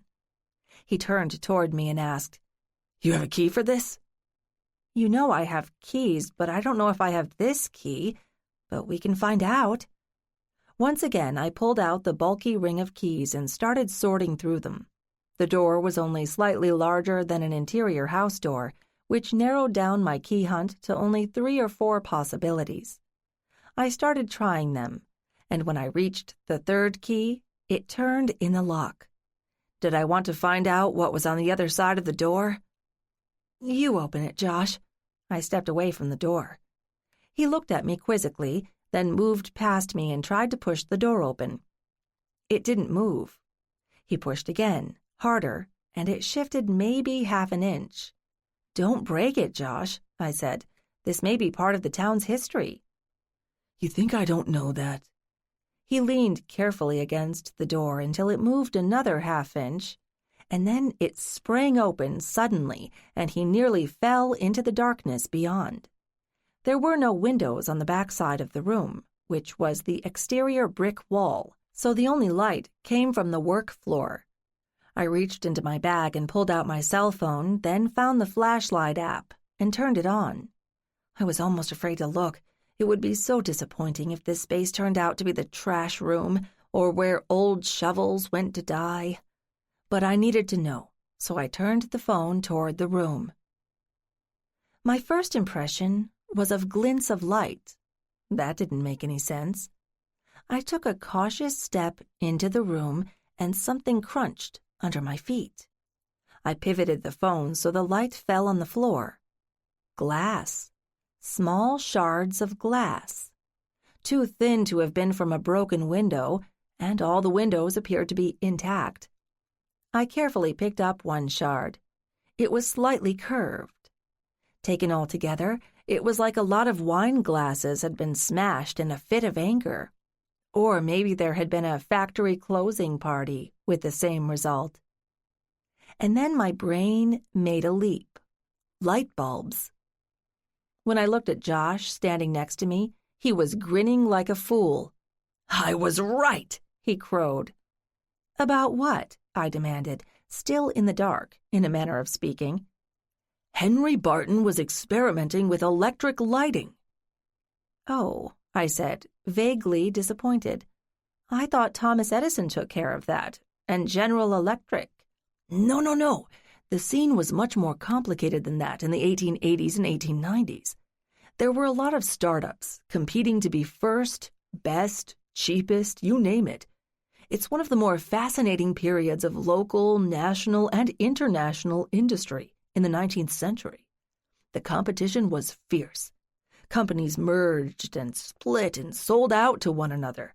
Some gave up, some diversified, and some went on to become, as you mentioned, General Electric, which came about through the merger of several companies over time. Yes, Edison was part of that, but you'll notice his name didn't end up on the company because it wasn't his alone. But he got a lot of the credit, and he was incredibly prolific. Slow down, Josh. Did you have reason to think that our Henry was involved in all this? He was still grinning. One clue. One small reference in an obscure article that maybe only 12 people in the world have read. That's what pointed me in this direction. And it all comes back to the money. Look, Edison was a brilliant inventor and a great promoter, but a lousy businessman. He kept expanding faster than he could finance, so he ended up selling some of the smaller companies, and more important, some of the patents, to raise more funds for his never-ending research. I finally made the connection. And you think Henry owned at least one of those patents? An important one? That, or he made significant improvements to it under his own name. Why doesn't anybody know about this? Henry worked alone. He wasn't ambitious or particularly competitive. He wasn't living in the hub of all the industrial activity in the area. Still, he appears to have had a good mind, so he started tinkering.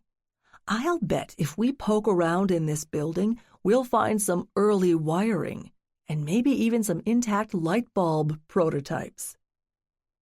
Assuming all that's true, why did he stop?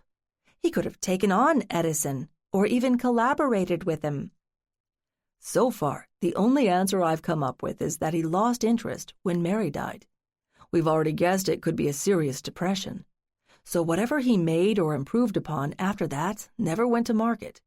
He had no desire to fight with Edison, and he had no sons to leave that part of the business to.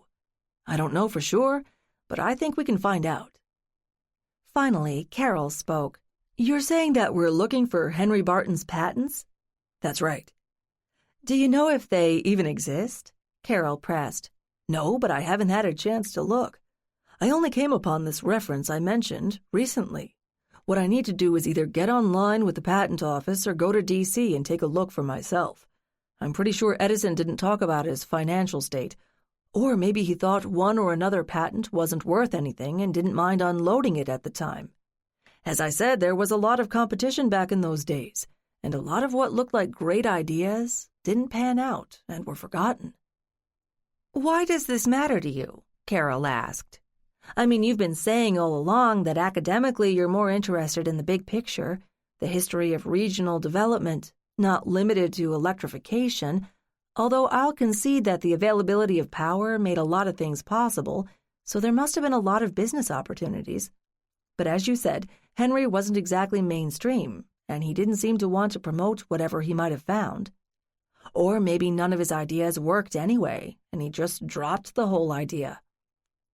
Josh looked frustrated. "You could be right, Carol, but I still want to see if there was any documentation. I know whatever I find might end up as an obscure footnote in somebody else's book, but I need to know. Look, we still haven't found any documents in this building, but we aren't done looking. Let's do a thorough search and be done with it. If we don't find anything, I can't think of anywhere else to look, so we'll just close the book on it. Is that okay with you too?" Carol and I glanced at each other, and I spoke first. "We can give it until dark, I guess. We didn't think to bring any flashlights or anything. It may not even take that long, Josh insisted. Look around. There aren't a lot of places where you could put a stash of paper records. Certainly not downstairs on the ground floor. We can check out this space and then look for any office-type rooms. Surely there must have been a few managers here when it was a shovel factory, right? And after? I didn't feel like arguing with him. Besides, he was right. It wouldn't take long. Sure, fine. Let's do it. Then let's split up. We might have missed something downstairs. Carol, you want to take that? Kate and I can split up the space up here. Fine, Carol said, sounding a bit testy. I couldn't blame her. It had been a long day for both of us. I found myself almost hoping that we didn't find anything, so we could just go home and take a nap.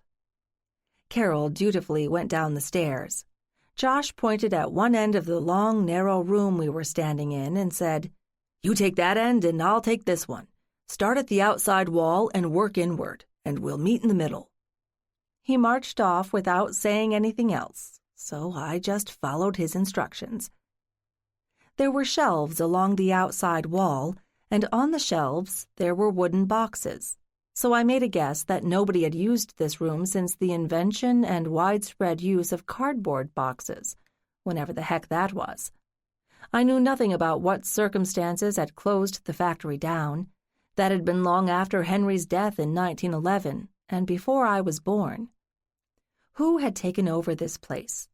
Had it remained a factory, or had it been used only for storage? Someone had cleared out the machinery, whatever it had been. Presumably all of this information was recorded somewhere in town, either at the library or in the town offices somewhere. As far as I knew, the town hadn't sold the factory building, although they might have been able to rent it out and make a little money from it. It was likely that both the power and the water had long since been shut off, so maintenance of the building couldn't have cost much. How sad that no one had wanted the place, and no one had even wanted the underlying land enough to raise the building and put in something more functional. I reached the end of the room and contemplated my options.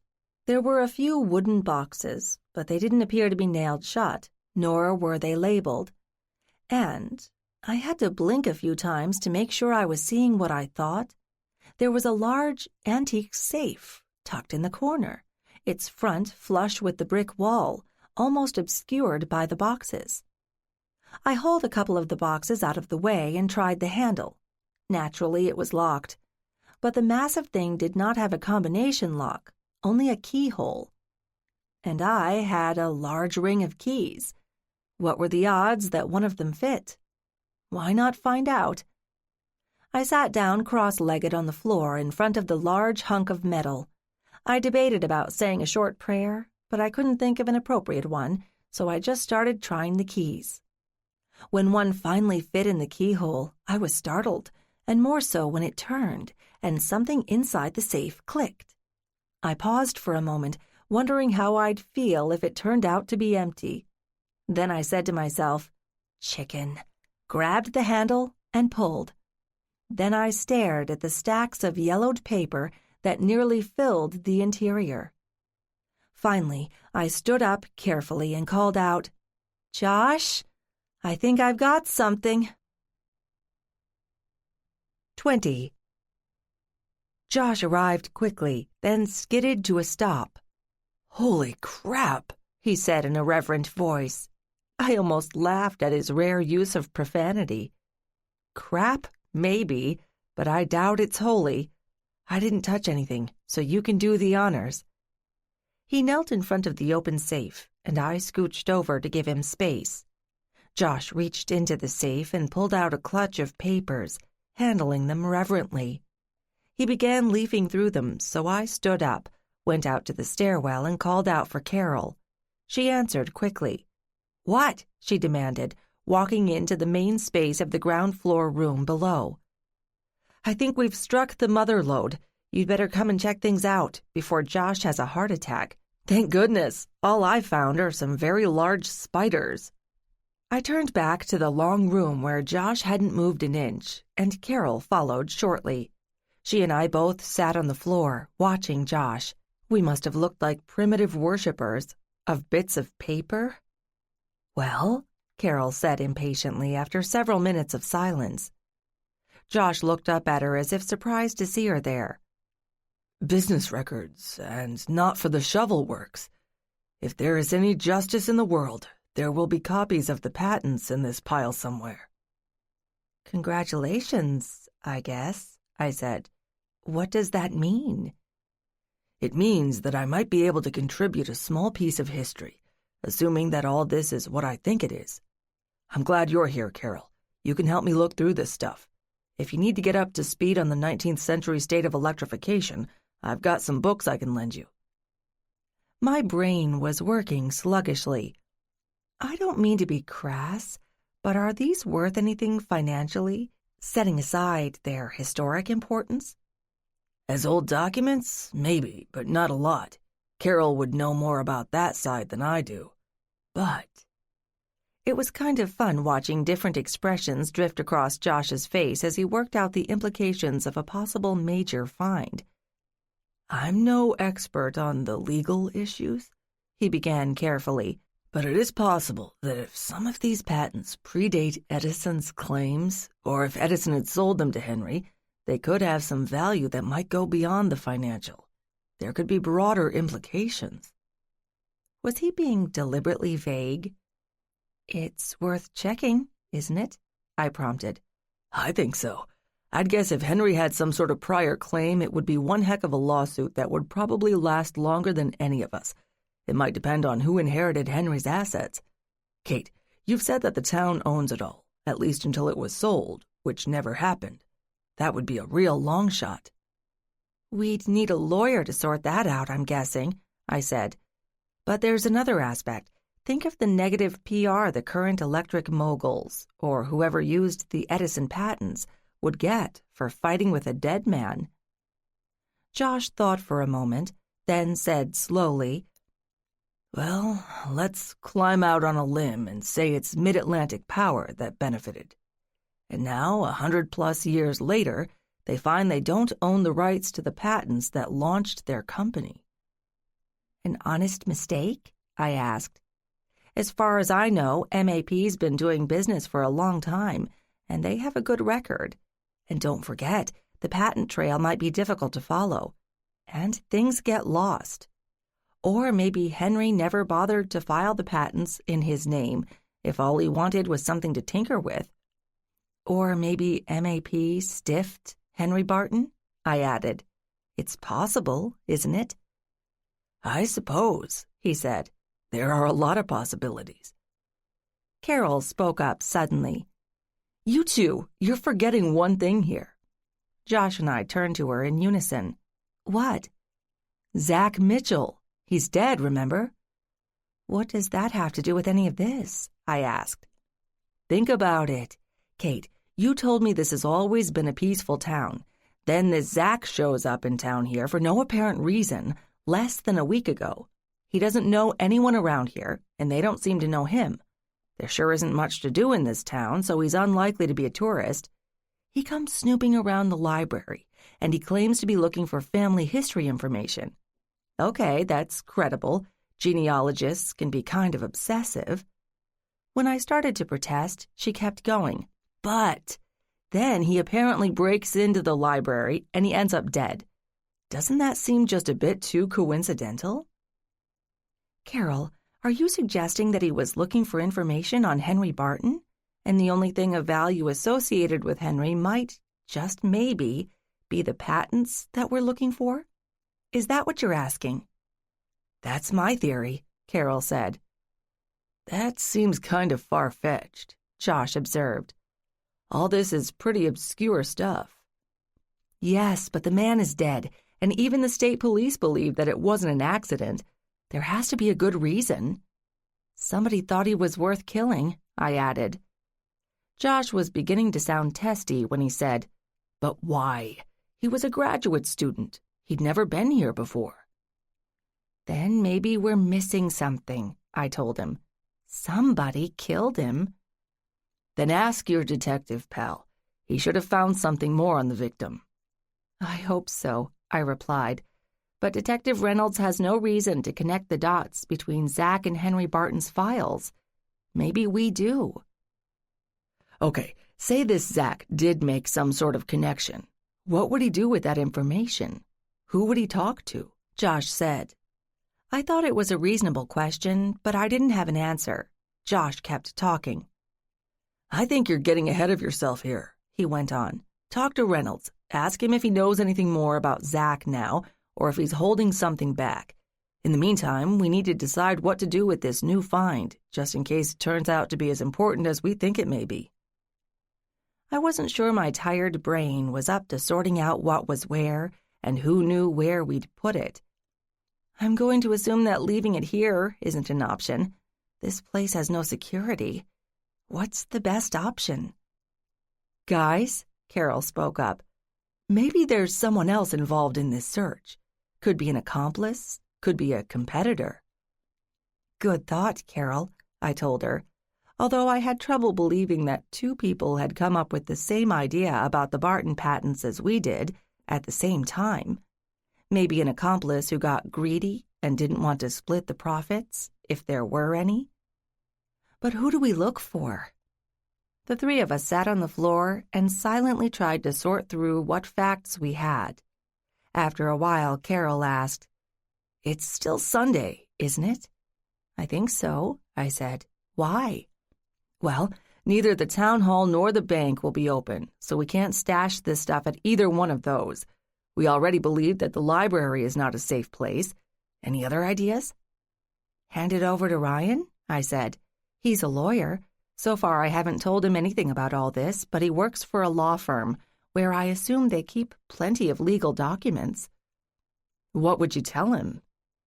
"In theory, I don't have to tell him anything, just that we found some documents in the Barton papers that we think might be valuable or important or something like that, and we want to keep them safe." "Would he accept that excuse?" "Probably.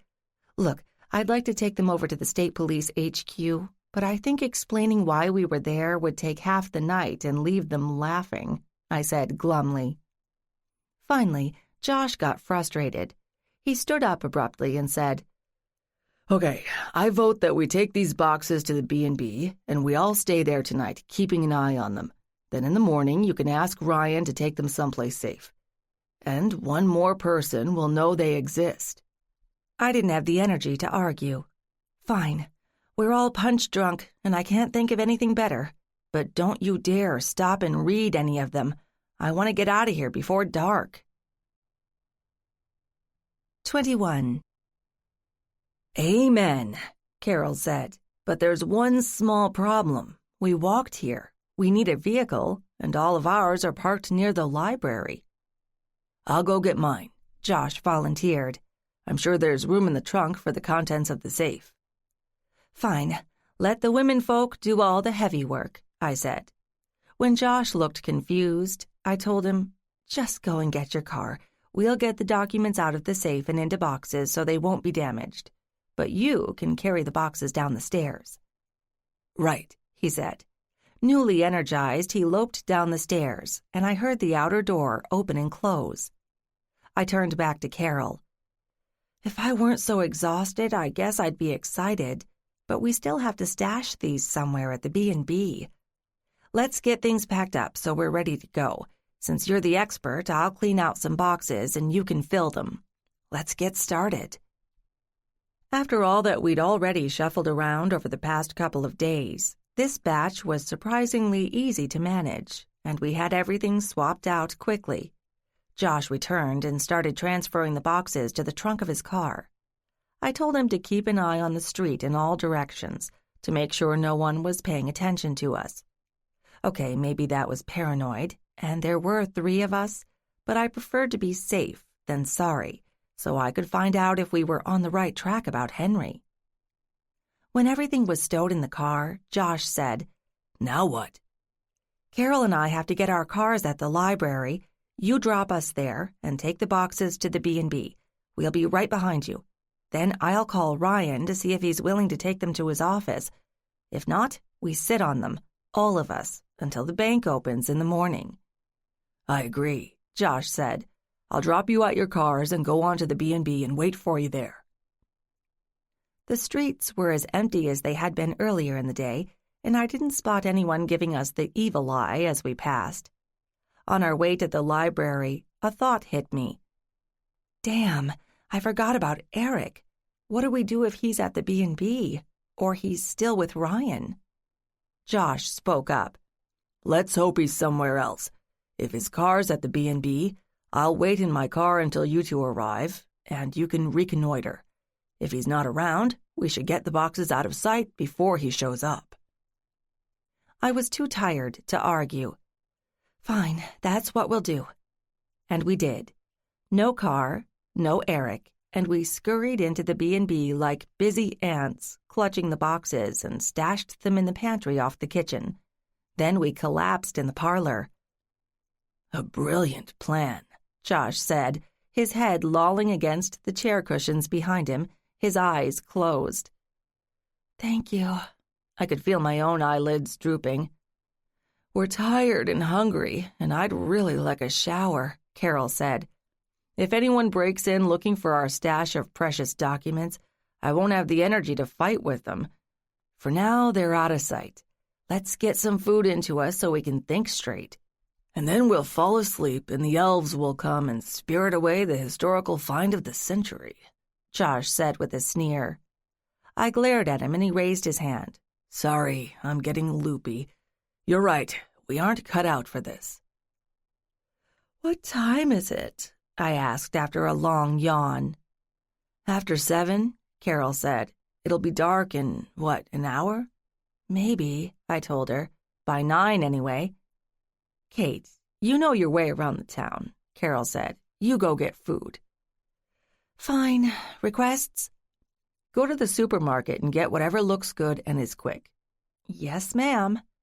I hauled myself out of my nice, comfy chair, turned on my heel, headed for the door, retrieved my car, and pointed myself toward the supermarket on the fringe of town, more or less on autopilot. It would take a little more time than looking for a place to find real food in town, but I was pretty sure that on a Sunday evening there wouldn't be much open. The market was still open, if not for long, and there were few people in it. I grabbed up the components for our go-to meal, pasta, jarred sauce, and grated cheese, and tossed them into my basket.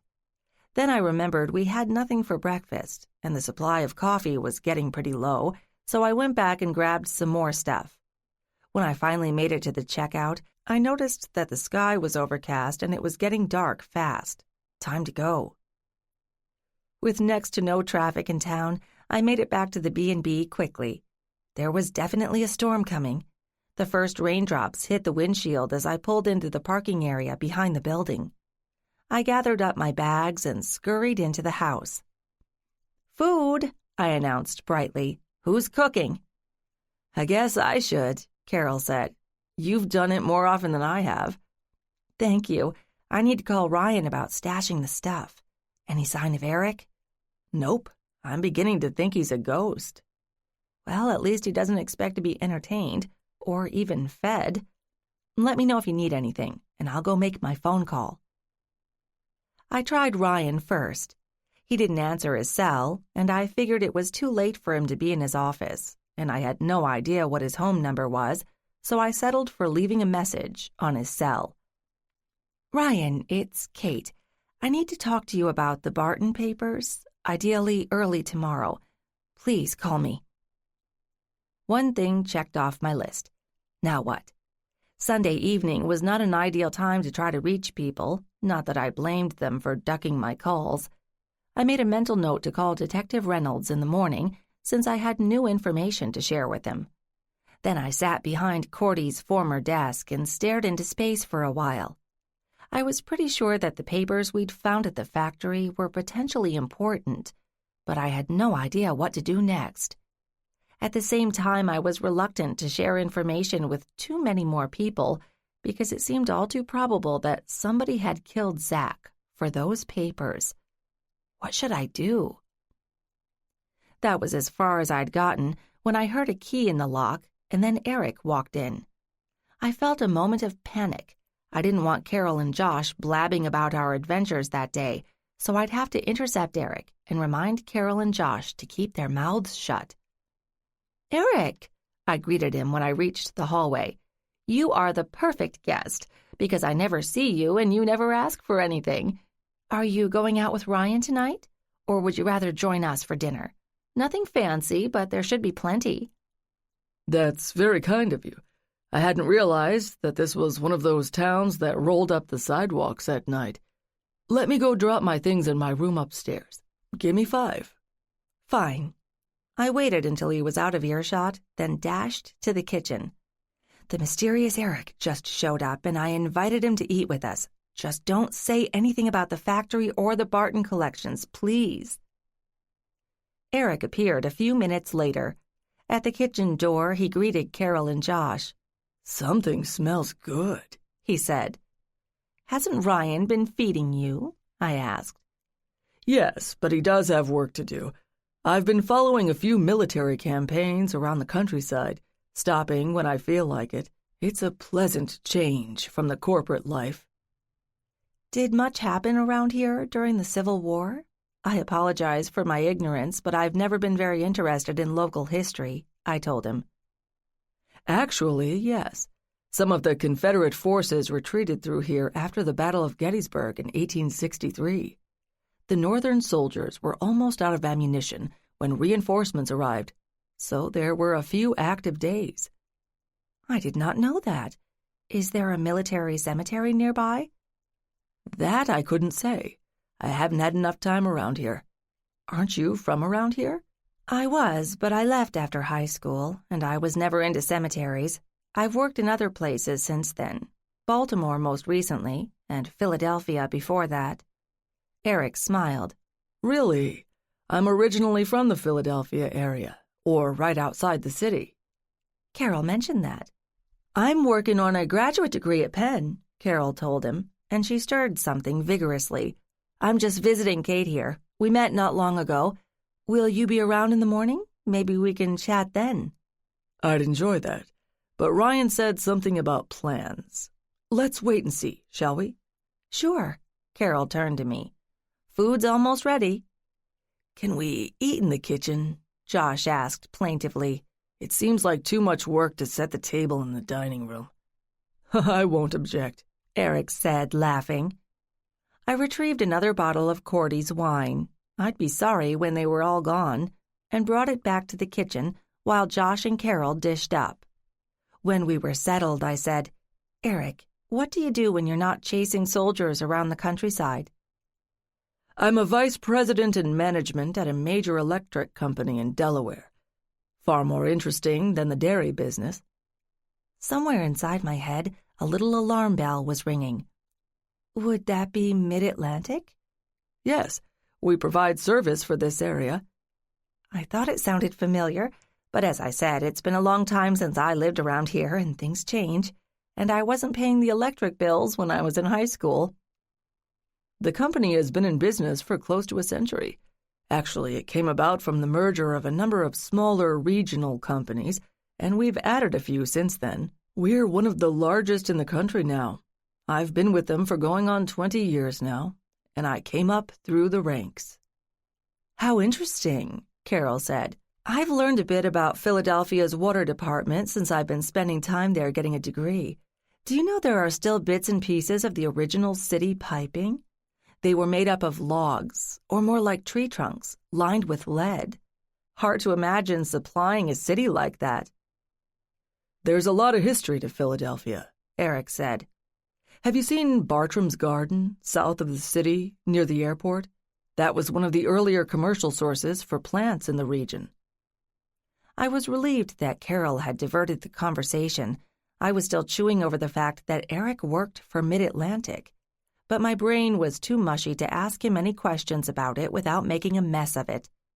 I planned to talk with Ryan in the morning, so maybe I could pump him for information about his old friend. And if it seemed relevant, I could tell Detective Reynolds. Eric seemed like a very nice guy, but he'd been kind of secretive since he'd arrived in the Asheboro area. Carol nudged me. "Kate, you ready to go up?" I looked at my watch and was shocked to see that it was nearly 11. I'm surprised my eyes are still open. We've had a busy day. Let me lock up. Eric, you're welcome to stay down here and read or something. Thanks, Kate, but I'm about ready to turn in myself. See you in the morning. Eric headed for the stairs while I went around the first floor checking that doors were locked and lights were turned off and that the alarm system was active. Carol was following hard on my heels. He wasn't giving much away, was he? She said in a low voice. Interesting that he's part of the local electric company, isn't it? And he hadn't mentioned it before. It is, though I don't know what it means yet. Just as well. I left a message for Ryan, and I'll leave one for the detective now, and I hope they'll call early. I think the police should know we found the Barton papers and that they're safe, and also about who Eric is. Maybe it means nothing, but I'd like to know that someone else knows, if you know what I mean. I know you need some sleep, Carol said, smiling. Maybe you'll be making more sense in the morning. I hope so. I left a message for Ryan and asked him to call me in the morning. I need to see if he can stash the documents somewhere safe. You mean you won't let me and Josh dig into our new documents? Carol summoned up a smile. Not yet. I hope we'll get things sorted out in the next couple of days, and then you two can go to town. Just don't talk about them to anyone else, okay? Carol sighed theatrically. Oh, if you insist. For now I do. Have patience, I told her. Good night, then. She headed for the stairs. Josh had somehow disappeared while Carol and I had been talking, and I found him slumped in an upholstered chair in the parlor. He was asleep. Eric had gone upstairs, so I shook Josh's shoulder. He jerked to a half-awake state. Ugh. Bedtime. You're staying, right? If you want. I do. We're guarding the papers, remember? Carol and Eric have already gone up. He lurched to his feet and all but fell against me. Deliberately? I didn't know, or care. I was glad he was here, and glad we'd made at least some small progress with the Barton documents, and with finding out why Zach Mitchell had died. I hoped that Detective Reynolds could fill in some of the gaps in the morning. Upstairs, Josh. Tomorrow will be another busy day. We both headed up the stairs and crashed. 22. I pried my eyes open far too early the next morning. Blast that early June sun. It seemed to be Monday, the day many people counted as the first day of the week. What the heck had been on my calendar for this week? The town meeting had been a week ago. Carol had arrived Thursday morning, and then we found the body at the library. Since then, Josh, Carol, and I had been running around all over town, sorting documents, moving documents, looking for still more documents, which we had found but still didn't quite know what to do with. Now it was Monday, and the state police still didn't know who had killed Zach Mitchell or why. And we had another pile of documents to go through, and no more space to hold them. I'd told Carol that Ryan would be calling me back, I hoped, and if he couldn't help, I would stop in at the bank and see if they had some sort of mega vault that would hold all the boxes for now. After all this effort and one dead body, I wanted to be sure they were safe. I decided that I was fully awake and might as well get out of bed and make coffee. Coffee was the one constant in my rapidly changing world. I stumbled down the stairs to find that Carol had beaten me to it. I see you found the coffee. What about the muffins? In the oven warming, Carol said. No sign of Josh or Eric. That was fine with me. You think it's too early to talk to Ryan? No idea, Carol said. How do you want us to handle the factory documents? I assume by us, you mean you and Josh, not me. Let's wait and see if Ryan has any room for them. I don't think we should leave them in the house without somebody here. Will you and Josh be okay working on your own? Well, that leaves you today to line up a safe place for the papers. I'm less worried about the Barton papers than I am about having an unknown killer on the prowl in Asheboro. We might be a little closer to figuring out who killed Zach, but I don't think anybody has enough evidence to arrest anybody. Ideally, I'd like to get all this wrapped up soon so I can get back to what I'm supposed to be doing. I'm being a good cheerleader for the project, but considering we have no plan and no money to implement it, and I still haven't talked to most of the people in town about it, I'm not optimistic about the chances for success. I'll be the first to concede that I'm not a miracle worker. Don't forget you keep finding bodies. That can't help, Carol said. Are you having fun? Apart from the bodies part, yes. I love the idea of reviving the old town, and I think it's possible, but it's going to mean a lot of work from a lot of people.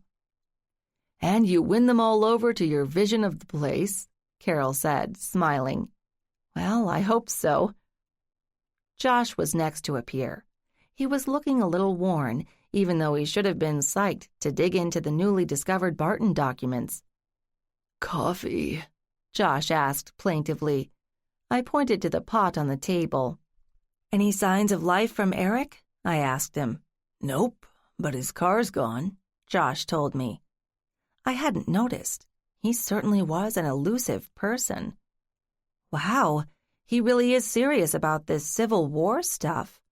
My idea of a vacation is not getting up at dawn. So, Carol has already given me orders for the day. You and she are going to tackle the papers we found at the factory while I go and sweet-talk the bank, or some equivalent like Ryan, to provide us with a safe place to store them. At no time should the papers be left unprotected. Do you agree? Josh had swallowed half his cup of coffee. You sure you aren't overreacting? I'd rather overreact than lose the whole lot of them. And it's not for long. You two should be able to get through them quickly, right? Josh nodded. We should be able to make a first pass at them today and figure out what we need to know about patent law. Think Ryan could help? Maybe. He's on my to-call list for this morning if he doesn't call me first. I left him a message yesterday, and Detective Reynolds, too. You haven't heard anything new from him? Josh asked. No. I'd been so exhausted the night before that I hadn't had time to really think about what Detective Reynolds had told me. It sounded as though he had found out most of the easily available information about Zach, but little more. I wasn't sure he grasped the full significance of the Barton papers, if they were in fact connected to Zach's death. But why should he? It was a pretty narrow area of specialization, and apparently Henry Barton's importance a century ago had not extended as far as state police headquarters. He was probably wondering what all the fuss was about. But even I knew that people could kill for the most trivial and absurd of reasons. "Earth to Kate?" I heard Carol saying, as if from a great distance. Huh? What? We're about ready to get started. What time does the bank open? I don't remember. Probably by 9 anyway. You have someone you know there who you can speak to? Not exactly. Since the former bank president had been summarily fired for embezzlement and was now awaiting trial. But it's not a big place, and even if I don't know the staff, they should know who I am. So, how much space will we need? Bigger than a safe deposit box, maybe the size of a standard footlocker, for just the factory documents. Okay, that people should recognize. Anybody need more food? Coffee? I stood up. Why don't I grab the first shower, since I have to go to the bank and look like a respectable grown-up?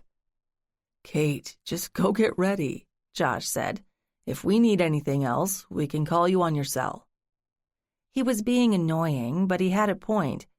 I had things to do, and they needed time and space to do what they were doing. Let me know when you finish with the papers, and we can discuss moving them. Half an hour later, I was standing in the bank, trying to explain to a manager only a few years older than I was what I was looking for.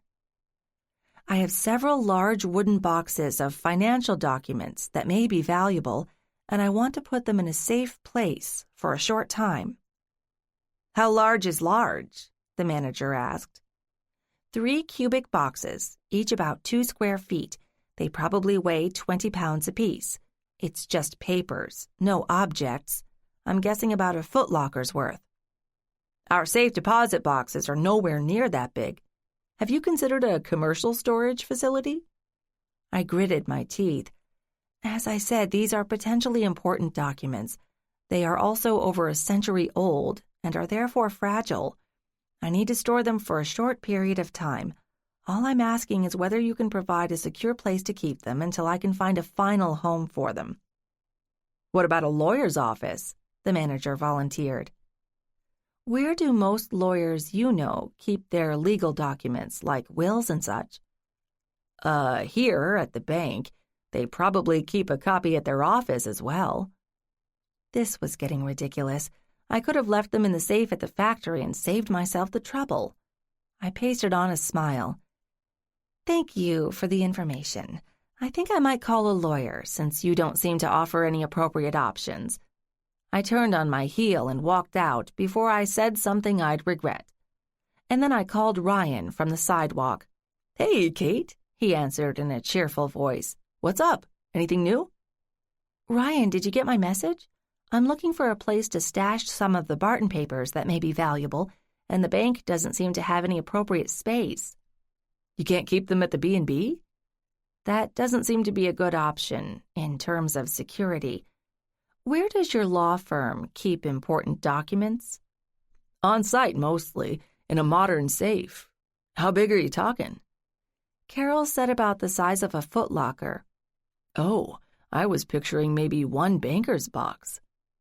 "Henry Barton kept a lot of records. Can you help?" "Let me nose around and see what space we have. Why don't we meet for lunch and catch up?" "Fine. At the hotel?" "Great. Noon all right with you?" "Perfect. See you there." So now it was 10 o'clock and I had 2 hours to kill. There was nothing useful I could do back at the B&B, and I'd probably be in the way, so I decided to use the time to explore the center of town some more, and maybe talk to a few of the shopkeepers I hadn't met yet. I really needed to bring a decent camera with me so I could record the shops in their current condition, which would give me an idea of what would need to be changed and what could get by with no more than a cleanup and a coat of paint. I sat down on a bench in the heart of town and surveyed what I seemed to have proclaimed to be my domain. It was a pleasant view, if you could ignore the peeling paint and broken shingles and shabby signage. But those were superficial and could be fixed. What would draw people into the town? Food, of course, but 1900 food or 21st century food? I doubted parents would bring young children to a place like I envisioned, so maybe I could go for a more upscale adult menu with a few historic dishes. Gift shops? I'd been to more than my share of museums and other attractions, both in the States and abroad, and I had fairly strong ideas about what I would like to see. But I'd brought home plenty of souvenirs, and if the vendors chose well, they could be tasteful, not throwaway junk. Maybe there were local artists who would like to maintain a small sales gallery somewhere, possibly in combination with a different kind of shop. And what was the 1900 equivalent of a porta-potty, or whatever they called it back then? People needed someplace to go, whatever the era, but where to put them? And where did visitors, local or from a distance, park their horse and carriage? I was startled when Mayor Skip dropped down on the bench next to me. "Hey, Kate, did you get everything moved?" I decided not to mention the documents from the factory. "We did, and thank you for finding the people to help, starting with Beverly, who did a great job getting a crew together. We'll have to put together a small exhibit so people can see what they were lugging around." I reminded myself to check if Henry had kept any photographs. Or maybe the library collections included some views of the main street. People like to look at pictures, right? And it made sense to show them what life was like back then than to hand them a brochure and tell them to go away and read it. There were always details that people didn't even think of. Aren't you supposed to be at the school, Skip? Dentist appointment. He pointed toward his chin. Chipped a molar over the weekend, but I'm allowing myself a few minutes to play hooky. Let's hope no students see me. How's the planning going? In fits and starts. My friend is going through the documents to see what else Henry Barton kept. The attic at the mansion is now cleared out, so we can see what needs to be done up there, if anything. Of course, this latest death has complicated things. You really can't catch a break, can you? Skip appeared sympathetic. Bad karma? How many murders has this town had, as long as you've been here? Since I was a kid? 3 maybe, until you arrived. And one of those was a guy who was shot somewhere else and managed to drive into town before expiring. Does that count? You know, you should talk to Francis Carter at the newspaper. All their archives are still there, and I'm sure Francis would be happy to work with you. That's a great idea, Skip. Why hadn't I thought of that? I wondered if they had any pictures of the factory when it was operating, or any pictures of Henry and his wife. Skip stood up. I guess duty calls. Let me know if you need anything else. Thanks, Skip. I really appreciate your help. I want to involve as many people from town as I can, which will make everyone's workload easier. You got it. Bye now. He strode off toward a parked car. I still had an hour to kill before I was supposed to meet Ryan, and the hotel was no more than a 10-minute drive away, although in a different town. Maybe I should start the ball rolling at the newspaper. I really should have thought of it sooner, but I'd been kind of distracted. I crossed the street to the building where the newspaper had been housed as long as I could remember. It was on the 2nd floor, so I climbed the creaky wooden stairs and opened the door, which still bore the gilt lettering that proudly proclaimed the Asheboro Chronicle. Inside, there was an 8-foot counter facing the door and a scattering of mismatched desks that all held computer terminals, monitors, and printers. There was only one human, a 70-ish woman who looked vaguely familiar. She stepped up to the counter, grinning. "Kate Hamilton, I wondered when you'd get around to visiting me." 23. Sorry, Mrs. Carter, is it? I should have figured you'd know everything about the town. Not quite as far back as you're looking for, but we've got plenty of things to look at. We were lucky to get a state grant to digitize our collections a few years back. I think the agency that gave us the money liked us because we were small and came cheap. So you still have it all? Sure do. What are you looking for? Right now, anything to do with Henry Barton, his history, his wife, his house, his factory, even his dog, if he had one. I'm still looking for ideas, and he was the biggest man in town back in the 19th century. And his files still the biggest in our archives. What do you want to see first? You sure you don't have anything else you need to do right now? In case you haven't heard, we're a weekly now, and I'm the only person who works here. I don't even bother to pay myself anymore. I'm past 70, but I can't just sit at home and fade away, so I come here. Got some high school kids who help out with formatting and uploading and all that stuff that I've never learned. But if I don't do this, nobody will. Call it a labor of love. I made an immediate mental note to see what I could do to preserve this treasure. I checked my watch. Francis, I'm meeting someone for lunch, but I'd really like to see what you have here. Why don't I come back this afternoon? That'll give you time to put together what you have in your files, and we can go over them together. Is that all right? Kate, I have more time than I know what to do with. I'll do what you suggested, and I'll be here all afternoon. Thank you. Oh, let me give you my mobile number in case you have any questions or find something amazing. I scribbled the number on a piece of paper from my purse. See you later. Much as I would have loved to have stayed and dug through the archives, I needed to talk to Ryan and make sure he could keep Henry's legal documents safe. I rushed down the stairs and back to my car. When I hurried into the hotel lobby, I nearly collided with Ryan. We air-kissed perfunctorily and then let ourselves be guided to a table. Ryan ordered a drink, but I asked for iced tea.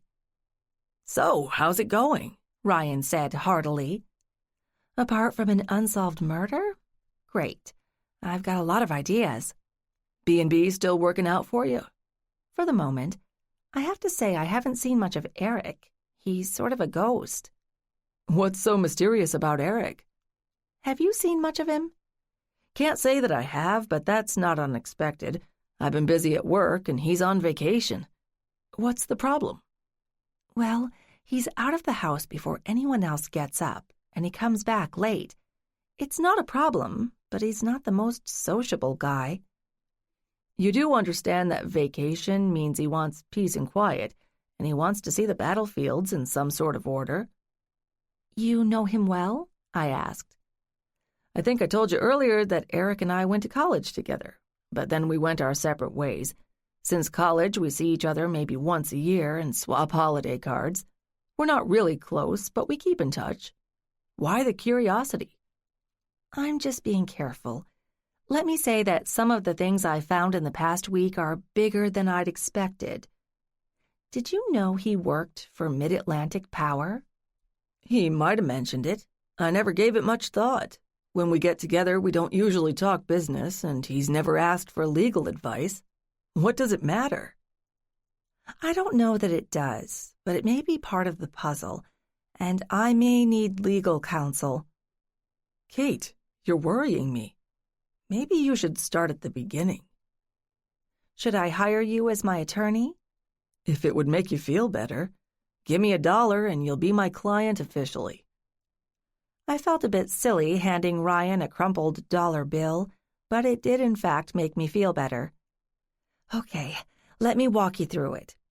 I started in with the call to Carol to look at the rest of the Barton papers and their current but temporary disposition. Then I gave him cursory details about finding the body at the library and the police response. Somewhere along the way, we managed to order lunch and eat it. When I reached a stopping point, Ryan said, "That's all very interesting, but what's it got to do with you and what you're working on? A guy nobody seems to have known was killed in the town library. Unfortunate, but is it relevant to you? The state police are investigating, but they haven't said anything to you about suspects. Although, why should they?" Because I found the body? Never mind. I didn't know him, nor did Carol or Josh, so we have nothing to contribute to the police investigation. Actually, there was something else I wanted to talk to you about. I launched into the next phase of the story, the Barton papers from the factory and our off-the-wall theories about who held the rights to the patents. Ryan didn't interrupt. By the time I wrapped up, he was looking a bit stunned. "Well?" I asked. "Let me get this straight. You, the three of you, believe that Henry Barton in his later years, after he got rich from the shovel business and built his mansion, started dabbling in the world of electricity?" "Yes, at least in light bulbs." Ryan nodded once. "And he may have come up with something important, working in the Asheboro factory, or he bought a patent or patents from Thomas Edison that turned out to be important. And while this patent, or maybe more than one, might be pivotal to the whole history of the electric industry, it vanished for over a century. It may never have been filed or recorded, or it was lost, or maybe nobody ever looked for them. Nobody remembers anything about it because they're all dead now." That about sums it up. It seems possible that there could be quite a bit of money involved, or maybe not. Josh knows the general history of electrification of the region, but none of us knows much about the legal side of things. But the only reason we can come up with for why Zach Mitchell broke into the library and died is that he was trying to find those same documents. That's kind of a leap of logic, Kate. You really think he knew about the patents? Maybe, but he didn't find them before he died because they were stored in a safe in the factory. We found them, and Josh and Carol are going through the latest batch of papers as we speak. So what do you want from me? Ryan asked. Right now, a safe place to store the new documents. We moved them from the factory to the B&B yesterday, but if they are important, the B&B is not the best place to keep them, even short-term, and the library has no security at all.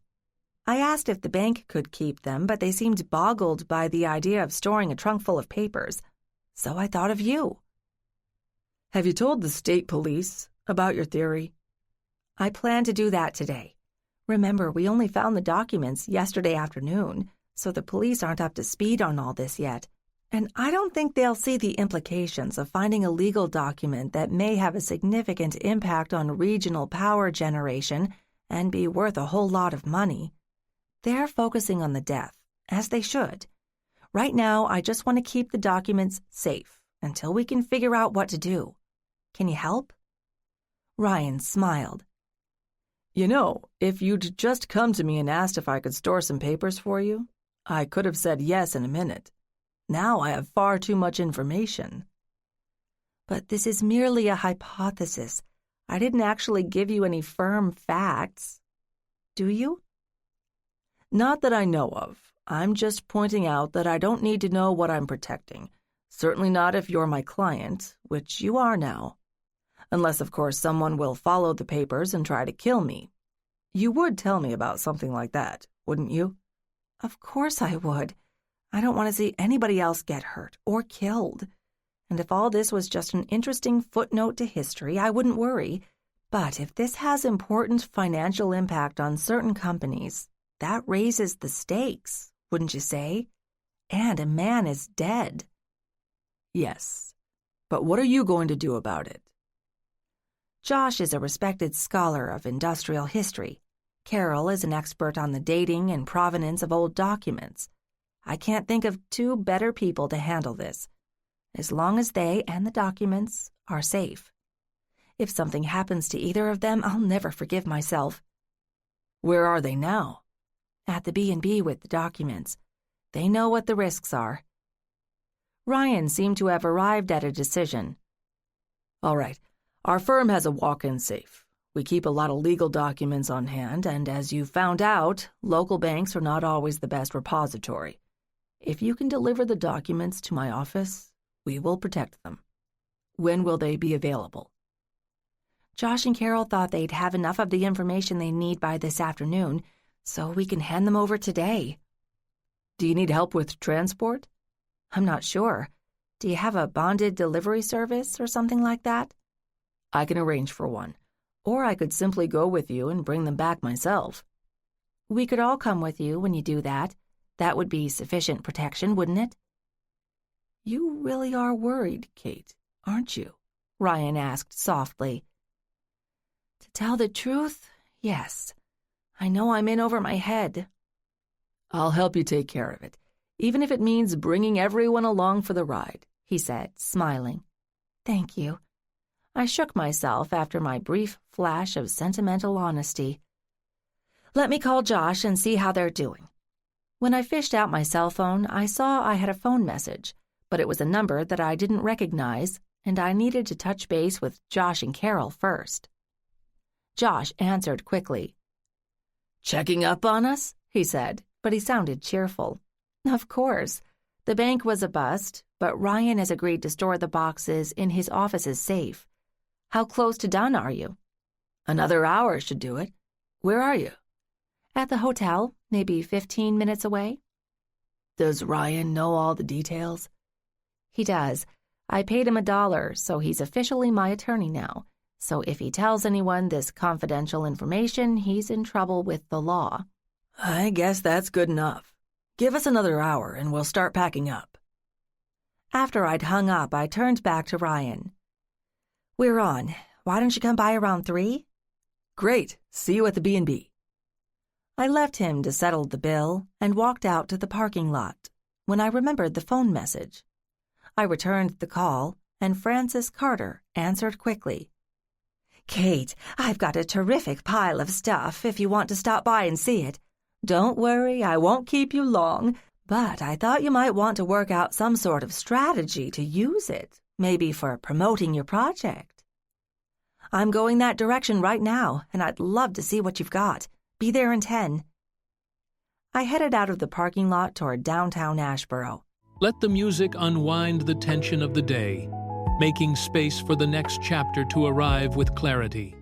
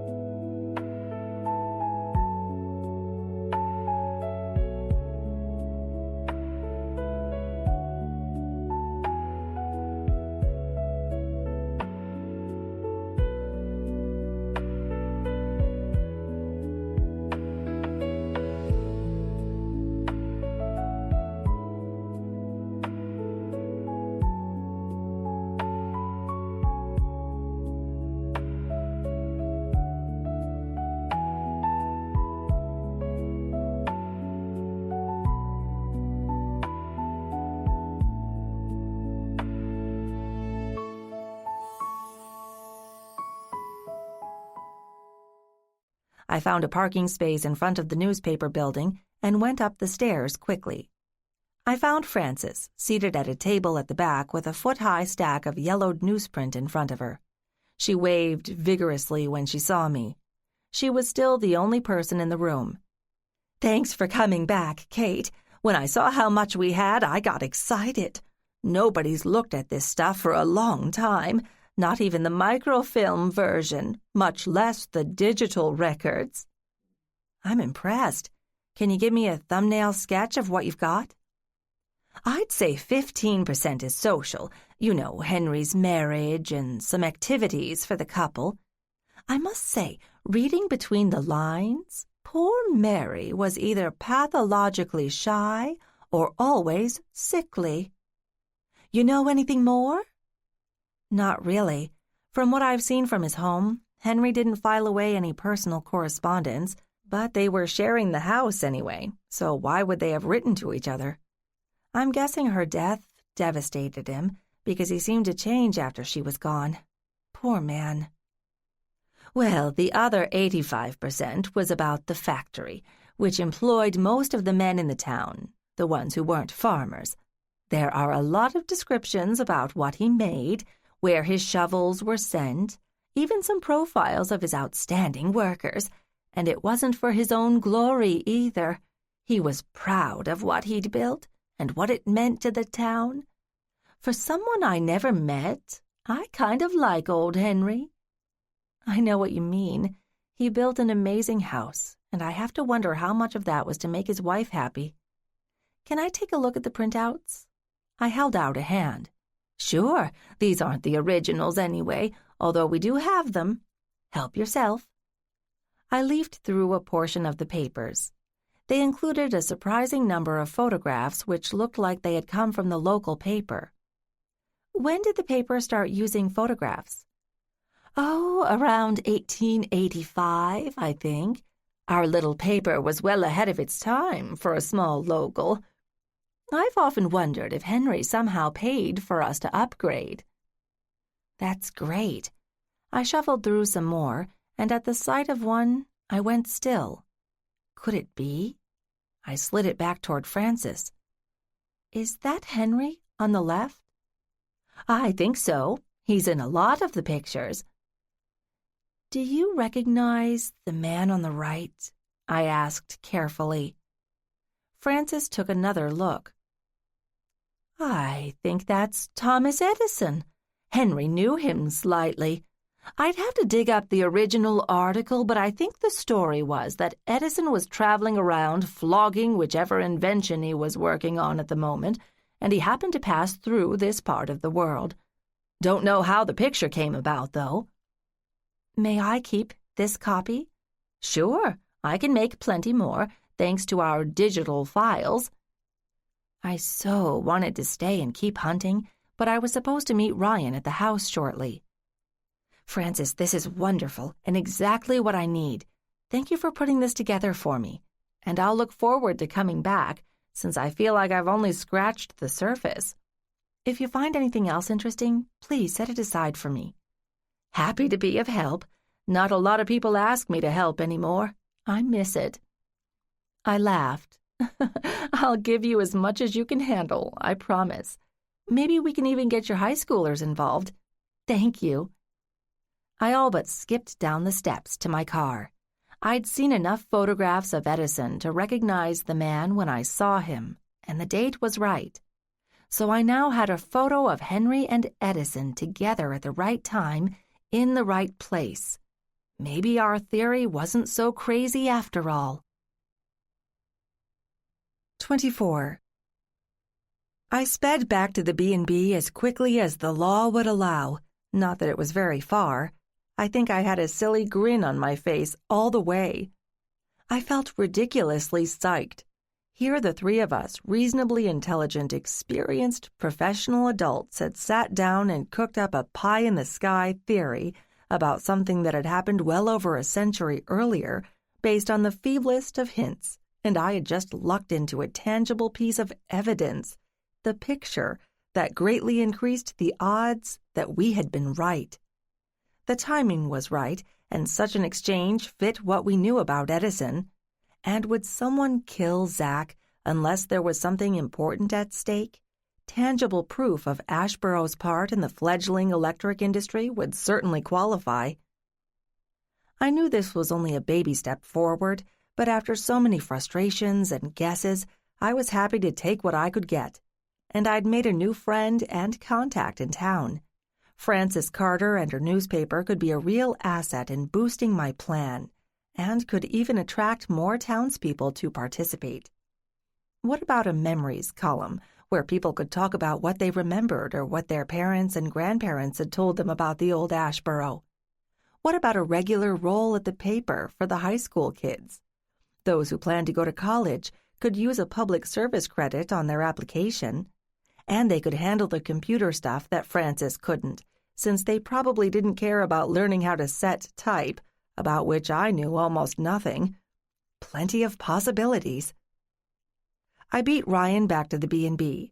Josh's car was still parked in front. I didn't see Eric's. Speaking of Eric, there was something odd about that guy.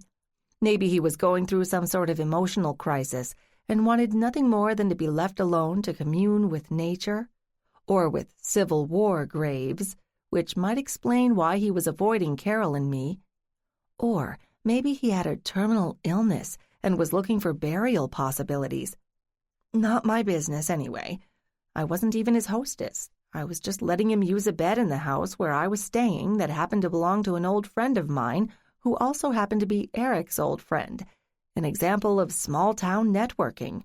Nothing like the hotel business I was used to. I parked behind the building and let myself in. "Where is everybody?" I called out. "Library," I heard Josh's voice call back. I found Carol and Josh sprawled on wing chairs and looking very pleased with themselves. "You found what you were looking for?" I asked. "We think so," Josh said. "I'm going to need to check out some other sources, but it looks promising." I dropped in a third chair. "Well, I found something too. This town has had a one-horse newspaper since the dawn of time, but they've kept all their old records, and they were even digitized a few years ago. The woman who runs the paper now has been there forever and knows what's what. I asked her to find what she could about Henry and the factory and such. Look what we found." I handed Josh the print of Henry and Edison. Josh looked at it and did a double take. "Is that?" "It is," I said triumphantly, "and the date fits." Josh passed the page to Carol. It didn't take her long to make the connection. "Wow! And the original newspaper is still on file somewhere?" "So Frances said. Who knows what else is buried in those records?" "Fantastic," Carol added. "So, what now?" "Ryan is on his way over here, and he said he'd take the boxes we brought from the factory to his office, where they have a very large safe. One or more of us should go with him and the documents. For the moment, we're sort of the official custodians of the documents, along with the town. And since I hired Ryan, I made air quotes, he doesn't need to know all the details, and we have him on board if we need a lawyer, which seems likely. Damn, I hadn't even thought of that, Josh said. But what I'd be most useful for is authenticating any claims. It may be a murky mess, because Edison churned out patents and often sold them and squabbled with most of his major competitors. One step at a time, I told him. I think I can market this meeting of Edison and Henry without absolute proof. At least we can show that Henry and Edison knew each other, which should be worth something. If nothing else, it would elevate Henry's status in the business world of the day. I heard a key in the front door, and I assumed it was Ryan, but I was surprised to see Eric walk in. "You look like you've been busy," he commented. "Oh, we have," I said quickly. "Are you just stopping by, or do you have more sightseeing to do?" "I haven't decided. I'd forgotten how much energy being a tourist requires." I had noticed that he looked kind of tired. There should be two categories of vacations, sightseeing and just plain relaxing. What have you seen so far? I'm ashamed to admit that I never toured Gettysburg before this week, even though I live relatively close. That's an interesting experience. We all chatted aimlessly while I tried to work out what to do. Ryan was due to arrive any minute. In fact, after my detour to the newspaper, I had expected him to arrive before I had, but I didn't want Ryan to talk about why he was here. But if Ryan walked in, then carried out several large old boxes, Eric was sure to be curious.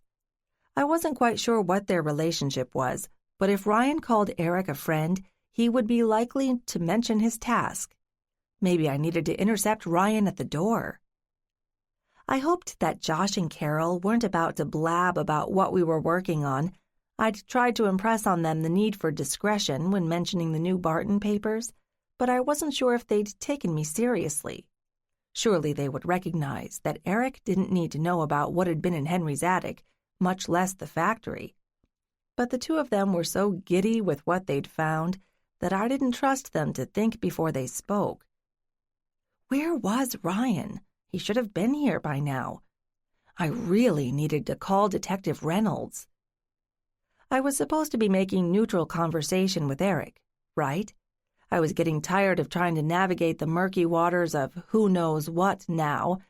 Maybe it was time to simply jump in. "Eric, what's the company you work for? Mid-Atlantic?" "Yes, that's true. I've been with them for quite a while. We've been producing power for over a century, including for this region, and we've grown with the times." That must be interesting these days, with more and more options becoming available. Solar, wind, and so on. And demand just keeps growing, doesn't it? I knew I was babbling, and Josh and Carol were staring at me oddly. Eric just looked bemused. Carol joined in the fun. "And you grew up in Philadelphia and live in Delaware now. Do you know Baltimore at all?" "Only in a professional capacity, mostly short trips, then home again. Why the sudden interest?" Our questions were innocuous, and we'd been careful not to share too many details, so I realized that Ryan might not have known the connections between Henry Barton's papers and local power generation history. I certainly hadn't until I found myself in the middle of the mess. It couldn't be a coincidence, could it?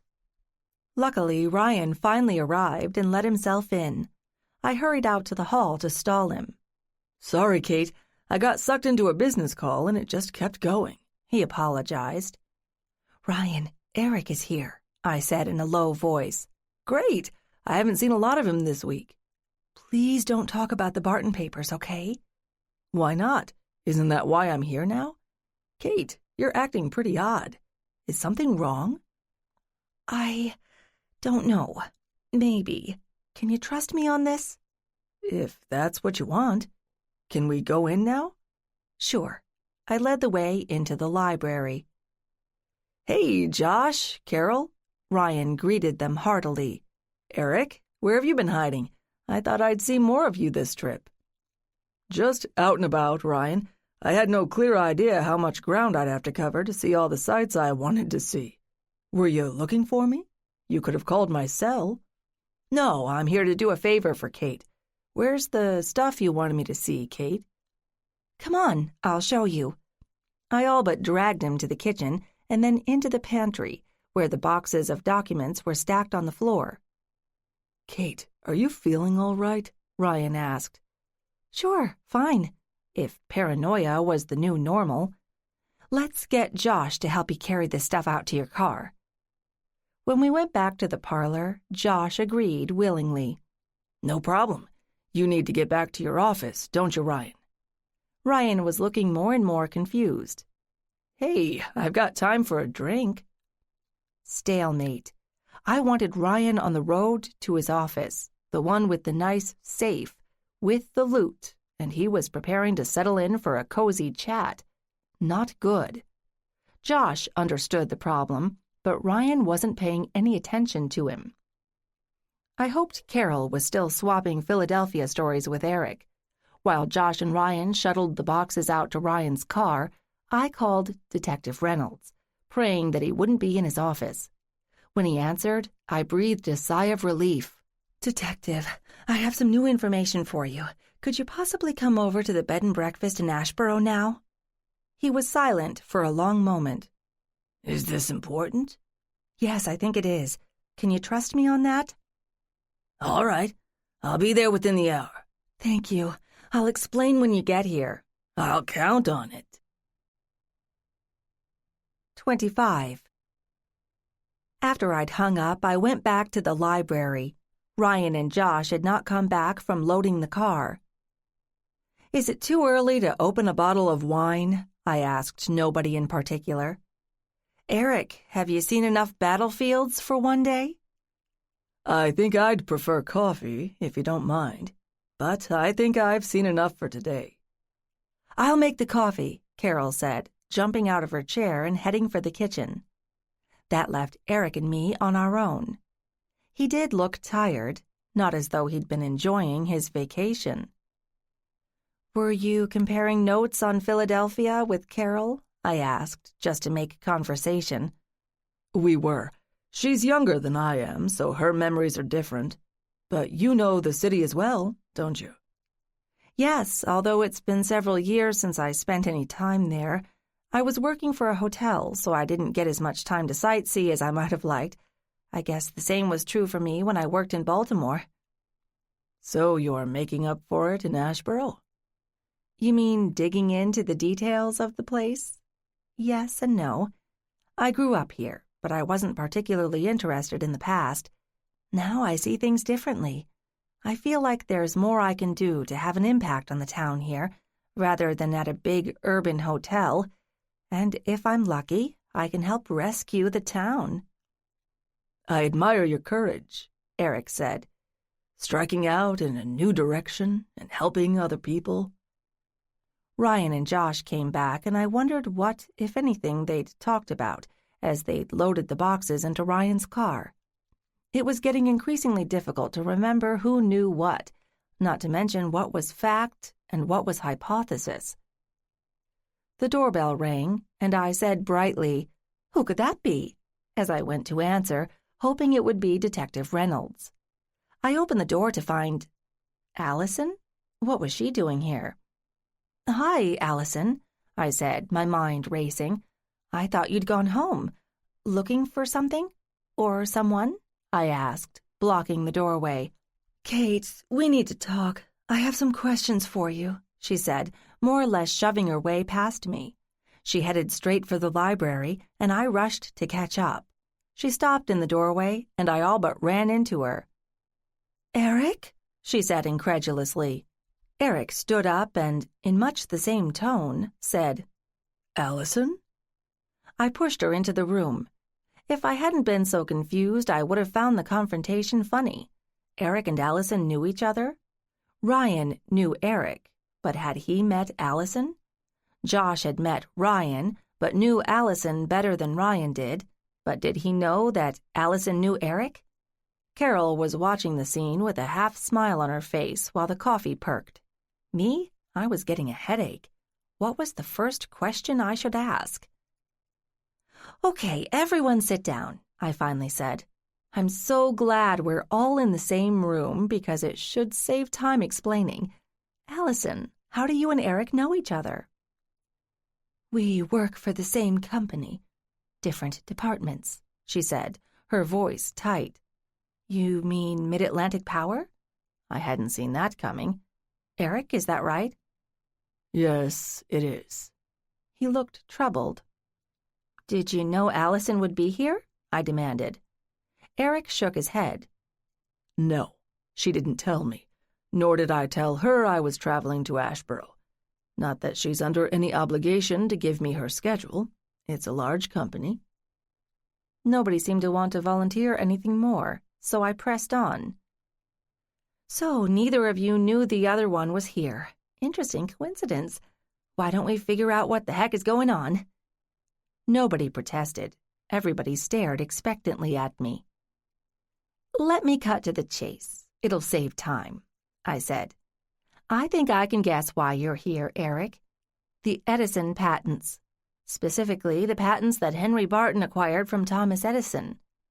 I truly hoped I was right. "You know about them?" Allison asked incredulously. Bingo. "I do. So do Carol, Josh, and Ryan. Not only do we know about them, we found them," I said triumphantly. "How do you happen to know about them? Have you and Eric been working together to find them? Wait, how did you even know they existed?" This whole line of questioning was more complicated than I thought. Eric looked at Allison, who avoided his gaze. Then he turned back to me. "Zachary Mitchell came to me and told me he thought they might exist." That was definitely something I hadn't expected to hear. "You knew Zachary?" From the corner of my eye, I saw Allison stiffen. Curiouser and curiouser. But for the moment, I was focused on Eric. "Let me explain," he began. "Mid-Atlantic created an internship program for students several years ago, and I've been managing recruitment for it. Zach was one of the applicants last year. He was a smart kid with a bright future." "What was he working on for you?" "I work in corporate finance. MAP is a company that's been in business for over a century, and our older records are rather jumbled, though that's nobody's fault. I asked Zach to spend his time with us, putting them in some kind of order and doing some data entry. He reported to me. I believe he started with the earliest records, and he was making good progress. He was very eager." "Would that kind of position have put him in line for permanent employment when he got his degree?" "We certainly would have considered him if he did a good job. I think he was trying hard to prove himself. Anyway, after some time working on the MAP archives, he came to me about something he thought he'd found reference to in the documents. Corporate history claimed that the original company had been founded based on patented inventions from Thomas Edison. That's what all our PR materials say. Zach told me he thought that the original patents might have been filed by Edison, but that he had sold them before MAP supposedly acquired them. Zach thought the legal owner was Henry Barton, whom none of us had ever heard of. Edison was notoriously sloppy about the legal side of things, so that was believable." Ryan had remained silent, but now he asked, "What did you do about it?" "Nothing, I'm sad to say," Eric said. "I was particularly busy when Zach came to me with this information, and more than that, I thought the whole idea was far-fetched. He'd been a bit over-eager to find something, to make his mark.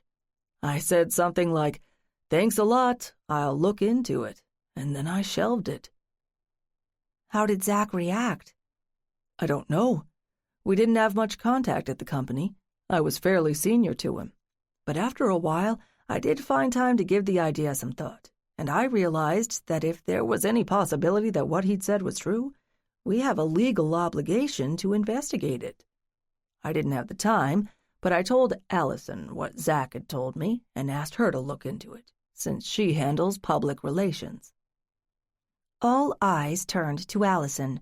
She looked defiant. "And what did you do, Allison?" I asked. "I asked Zach to share what he had found," she said. "I told him Eric was interested in his idea and had asked me to help him follow up. Zach did some more digging and came up with the Asheboro connection." "And that was when you came to Asheboro?" I asked. "Did you and Zach come together?" "Hang on," Josh interrupted. "That's not what you told me, Allison. You said you were working on a presentation and wanted to pick my brain for information.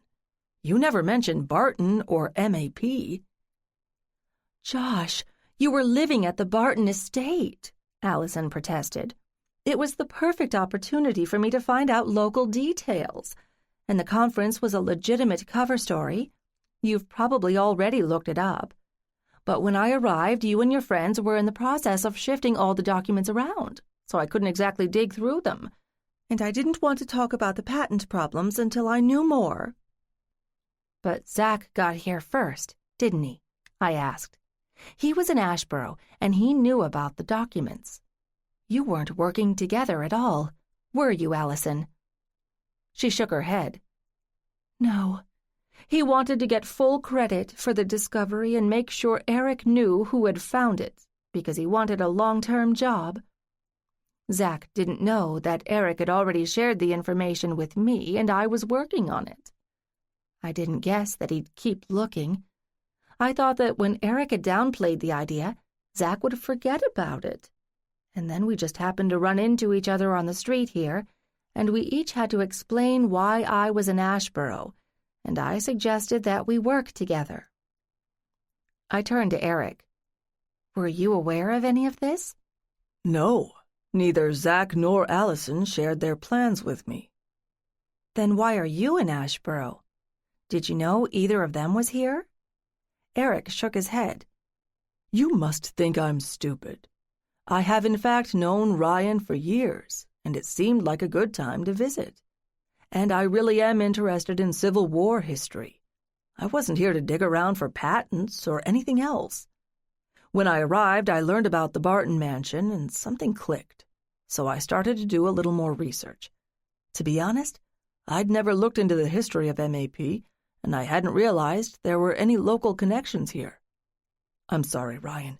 I didn't plan to take advantage of you." It struck me that nobody had mentioned one very important point. "Eric, do you know that Zach is dead?" "What?" Eric exclaimed. "I never heard that." "You told me you'd overheard someone say someone had been found dead in the town library," I reminded him. "That was Zach." It took Eric a few moments to pull himself together. "I don't watch the local news much, or read local papers. I didn't get any calls from the home office either. Maybe they didn't know, or didn't think Zach's death mattered. How could I have been aware of his death?" Actually, his excuses sounded reasonable. I couldn't remember the last time I'd read a paper or watched the television news since I'd arrived in town. The police who are investigating didn't want to release his name publicly until they knew a bit more, although they verified that he was not local. It's likely that nobody connected him with you or your company. I swallowed. I was at the library the day before his death, and he stopped by and told me that he was looking into his family's genealogy, which was a good cover story, but we know now it wasn't true. He died at the library later that night, and Carol and I found the body the next morning. So you can see why it seems suspicious that Zach and Allison and you all show up in Asheboro at the same time, apparently looking for the same thing. Have either you or Allison talked to the police?" "Not me," Eric said. "Allison, why didn't you update me on your research?" Allison shook her head vehemently. "Eric, you told me to look into it, and that's what I've been doing. I didn't think I had anything important to report to you. I don't know what you said to Zach, or whether you'd told him you asked me to help, but he didn't contact me. But once you got here, you ran into each other," I said. "It's a small town, and you said you agreed to work together." "Yes, as colleagues. We weren't friends. Nominally, Zach reported to Eric. I'm in a different department. But Eric thought I might have some insights into the situation, since I handle public relations, among other things, which is why he brought me in. Or maybe he thought Zach was making things up and wanted me to check. We didn't talk about it in any detail. I looked around the room. Everybody looked tired and confused, but I had a gut feeling that at least one of them was lying. Zach had been killed in the library, although I'd been careful not to mention he'd been murdered, saying only that he had died there. Funny, nobody had asked about how he had died. Carol and I knew that he had not been alone and had not died accidentally, but I wasn't about to volunteer that information. I refused to accept as a coincidence the fact that 3 people associated with MAP and who had all known each other through the company had shown up in a tiny town in the middle of nowhere at the same time. One of them had died, so there had to be some connection. The logical conclusion was that this issue of the patents had to be important to one or more of these people, for financial or professional reasons. But who had killed Zach? My suspect list consisted of Allison, Eric, and maybe Ryan, who, as a friend of Eric, might be hoping for some hefty legal fees if he was hired by MAP to fix things. How was I supposed to sort this out? And where was Detective Reynolds? Surely he must have learned something new since we last talked. My question was answered when the doorbell rang. I jumped up to open the door and found the detective there. "Detective, am I ever glad to see you. There are some things you need to hear, and not just from me. Please, come in." 26. Detective Reynolds followed me to the library without speaking. He acknowledged those of us he had already met, and then stepped forward. "Let me guess, the newcomers are Eric Harbison and Allison Delcamp." "You have been doing your homework, Detective," I told him, "and it appears that they and Zach shared a common motive for being in Asheboro." "I understand they are all employees of the same company, Mid-Atlantic Power." He already knew? Correct, but there's one more fact that you need to know. It appears possible that all of them were searching for patents for some sort of electrical systems that Thomas Edison sold to Henry Barton, which in turn became the foundation for the business we now know as Mid-Atlantic Power. The question of ownership is unclear. "Ah," Reynolds said. "And this, in your opinion, could be the motive for Zach Mitchell's death?" "I think it's possible," I told him. "Do you have any evidence that points to his killer?" "Some." He turned to the group, where everyone was staring expectantly at him. "Why don't you let me summarize what I've learned since the young man's death, and then you can comment." After everyone nodded silently, the detective began. "I understand that Zach Mitchell was a student and an intern hired by the company, under the supervision of Mr. Harbison. That information did not appear in any public records, so we had to check with his university. What was he doing for you, Mr. Harbison?" "I asked him to sort out the company's early corporate documents. He made good progress. Then he came to me and told me that he'd found something he thought might be important. I was not convinced by his description, but I asked Allison to look into it, since it fit better with her job responsibilities." "Ms. Delcamp, you are an assistant vice president for public relations, right?" Allison nodded. "And you were acquainted with Mr. Mitchell?" "Only after he had spoken with Eric, and Eric passed the story on to me. I noticed she didn't mention finding him in Asheboro, but I didn't want to interrupt the detective. "So you looked into the issue of the patents and determined that it was worth following up, which is what brought you to Asheboro?" "Yes." "Were you traveling with Mr. Mitchell?" "No, I came here on my own to consult with Josh Wainwright on a presentation I planned to make at an upcoming conference, and I was staying in a hotel rather than in town here in Asheboro." "And you never crossed paths with Mr. Mitchell?" Allison hesitated, then said, "No." "Were you familiar with the town library, No, I understand it's closed at the moment. Do you know where Mr. Mitchell was staying? No, why would I? When did you learn that Mr. Mitchell was dead? I heard that someone had died in the library, but I didn't know it was Zach. What about you, Mr. Harbison? I heard about a death, but until today, I didn't know that it was Zach. I've been playing tourist while I was here, and didn't pay much attention to local news. The detective chose his next words carefully. Forgive me if this seems intrusive, but were any of you involved in a romantic or physical relationship with anyone else in the group? I almost laughed. I decided not to mention that Josh and I were, sort of, but Detective Reynolds already knew that. The only possible pairings were Allison and Zach, Allison and Eric, Allison and Josh, which I thought was unlikely, or possibly Eric and Zach, or Eric and Ryan. I didn't think any of those made sense. Another thought struck me. What about the alibis for the time of Zach's death, Detective? Which was when? Eric asked. Most likely between midnight and 8 a.m. last Wednesday night, or more accurately, Thursday morning. Eric looked relieved. Ryan and I were in a bar until it closed on Wednesday night. Then I came back here to the bed and breakfast to sleep. I thought I should point out something to Detective Reynolds.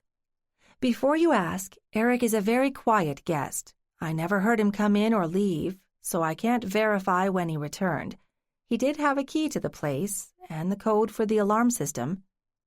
Duly noted, the detective said. Miss Delcamp, what about you? I told you, I've been staying at the hotel a few miles from here. I don't know if they have electronic records of people's comings and goings. They do not, Miss Delcamp. I checked with the hotel where you were registered. Eric broke in. How did Zach die? Evidence suggests that he broke in through a side window of the town library and crawled in through it. In that process, he somehow tipped the old wooden bookcase over and it fell on him, injuring his skull. He died quickly. Carol and I exchanged a glance. We knew that wasn't what Reynolds had told us. Did he have a reason for muddying the waters? Detective Reynolds looked at each of the members of the group and we all remained silent. Finally, he said, Have any of you found evidence of the patents in question? Finally, something I could answer. Yes, we believe we found them in the old factory in town, in a safe. That Henry Barton knew Thomas Edison personally is corroborated by articles and photographs in the local newspaper. So Mr. Mitchell's assumptions were quite possibly correct. We think so. The detective turned his attention to Eric. Mr. Harbison, if what you suspect is true, what would be the impact on your company? It could potentially have a significant impact on Mid-Atlantic, Eric admitted. I'm not a lawyer, but I think we have to look into it. If you're wondering, I have no wish to conceal the document's existence. I don't want a cover-up. Who would benefit if these documents hold up in court? We all looked at each other. I know we had all assumed that Mid-Atlantic would suffer, but who stood to gain? Henry had left no heirs. He had left his properties to the town of Asheboro, assuming the town would sell them. So did the town stand to gain? That was an intriguing idea, but I didn't have the legal experience to guess. Reynolds seemed to be on the same page as I was. Mr. Harbison, if these patents did in fact belong to Henry Barton rather than Thomas Edison, would your company suffer? Probably. It might take years to figure out the legal aspects of their ownership, assuming the evidence survives at all. But that uncertainty might interfere with our current operations and plans. To whom would this matter the most? At MAP? Myself, of course. Some other department heads, possibly. And Allison would have to deal with the public aspects.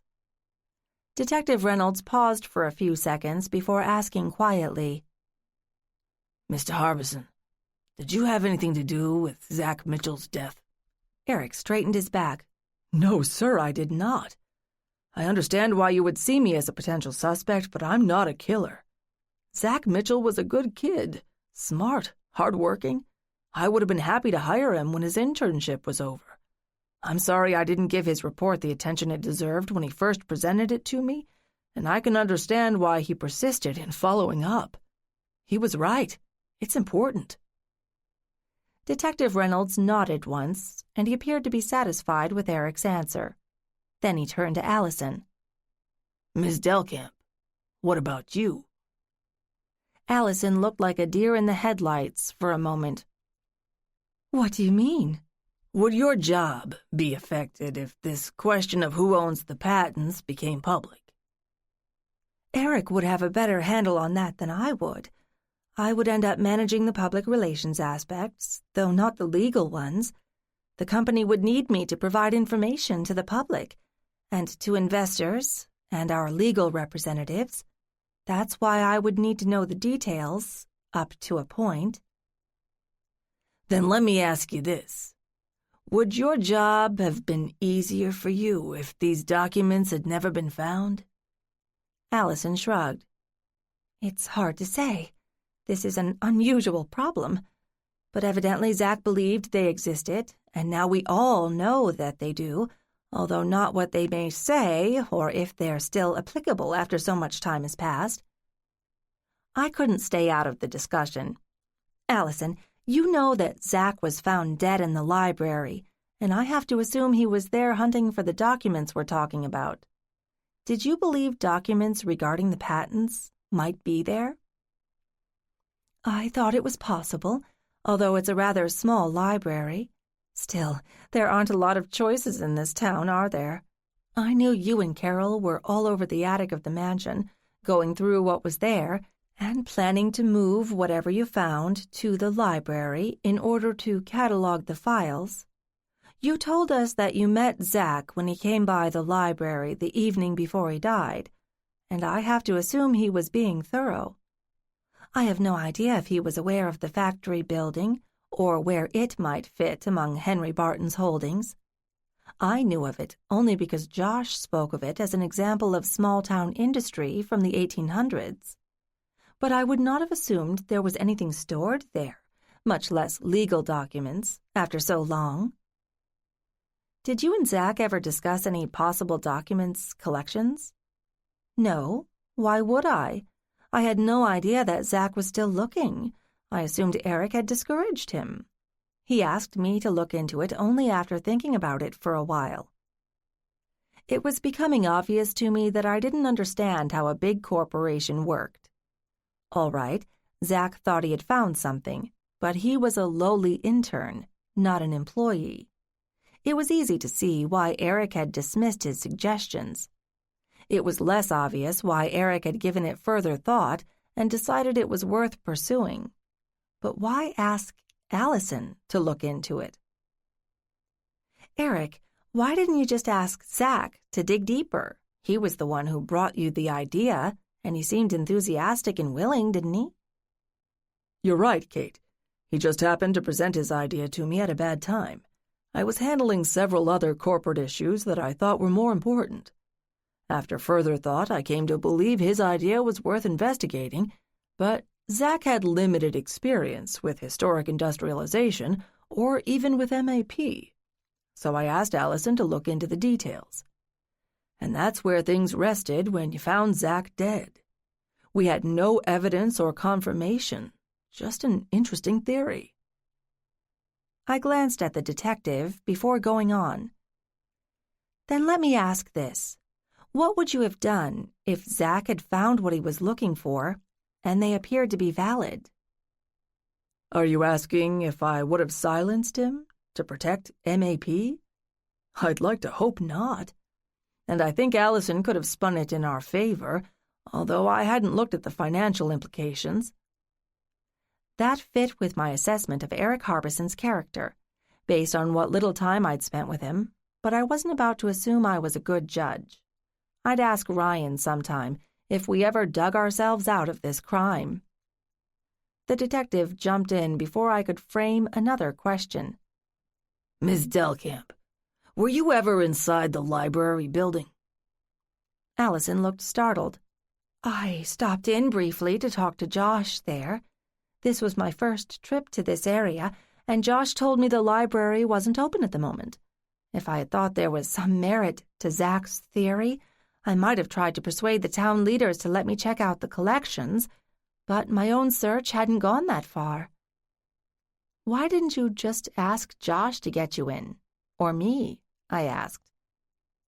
To be honest, I thought what you found in Henry Barton's attic was a more likely place to look, and I might have asked to see that material once you'd finished moving it.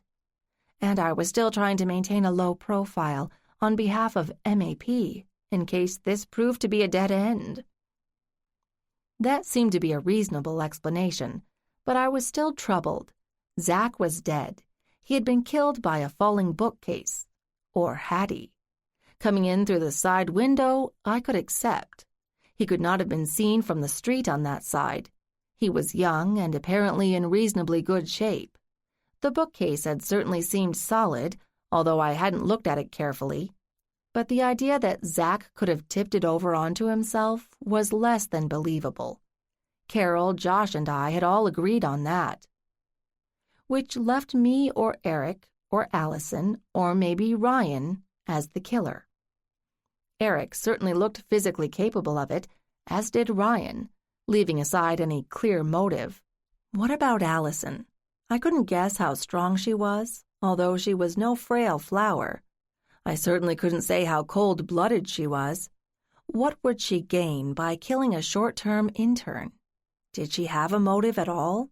Did anyone else? But Zach was dead, as I knew too well. Allison looked wary, but she didn't say anything. I studied her, trying to see her as a killer, but it wasn't easy. Until I noted a couple of Band-Aids on her hands and wrists. I couldn't assume they were paper cuts. Whatever was under them looked larger than that. Then I remembered the fragments of the broken window scattered around Zach's body. I'd been so caught up in my own thoughts that I hadn't realized Josh was talking. Allison, I never discussed the library in any detail with you. I've used it, and I would have told you that it was highly unlikely that it would have what you were looking for. It's a small collection, and I don't recall seeing much of anything about the Barton family in it. I recall that you asked about the Clara Barton letters, and I told you they were currently in Philadelphia, and there's no final decision on what to do with them. And that's where I came in, Carol said, breaking her silence.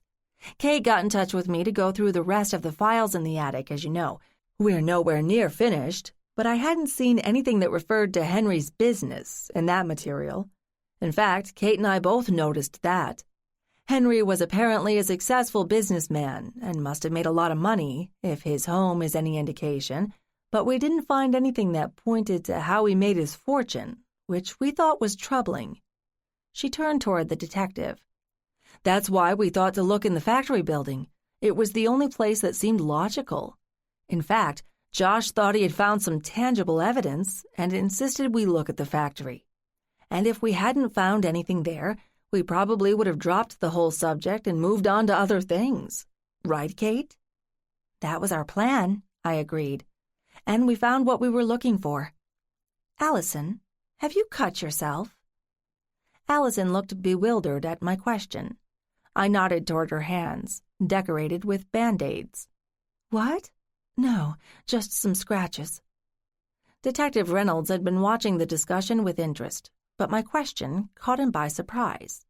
Still, it took him only a moment to figure out why I had asked. Miss Delcamp, the evidence at the crime scene included shards of glass scattered around and under the body on the floor. We assumed they had come from the broken window. We examined them more closely and found that there were traces of blood on some of those shards. We performed basic DNA tests on them and found they came from a female subject. If I obtain a blood sample from you, will it match the blood on the glass? 27. Allison stared at Detective Reynolds, her face pale. She glanced briefly at Eric, who looked confused. Finally, she said, "Yes." I felt like my brain was spinning in my skull. I was having trouble putting together a mental image or an explanation of Allison whacking Zach's head, shoving a bookcase on top of him, and scattering bits of glass around his bleeding body. How and why?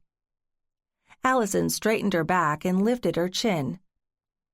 "He wasn't supposed to be there." "At the library, you mean?" Detective Reynolds asked. "Was he the one who broke the window?" "Yes." Allison didn't elaborate. "He did break in that way. But he wasn't the one who tipped over the bookcase, was he?" I said gently. Detective Reynolds sent me a stern look before saying, "It was not the bookcase that killed him. It was a blow to the back of his head. Was that your doing, Ms. Delcamp?" "I think I'd like a lawyer," Allison replied, and then fell silent. Ryan also stood up. "My firm stands ready to represent Eric if there are any legal ramifications, but I decline to represent Ms. Delcamp. Eric is a long-standing friend of mine, and I cannot see him murdering an intern over some old documents." The detective nodded once. "Ms. Delcamp, I'll have to ask you to come with me." Allison didn't answer, but stood up and headed toward the front door with the detective without looking back. Apparently, she didn't see the need to discuss any of her actions to the rest of us. "I'll see you out," I said quickly, and trotted after them. Outside, it was dark and quiet.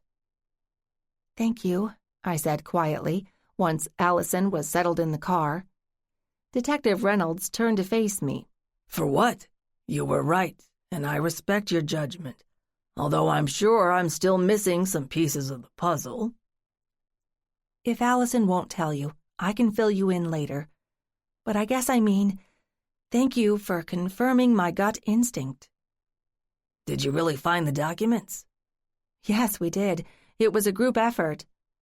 "Are you taking precautions to keep them safe?" "Of course.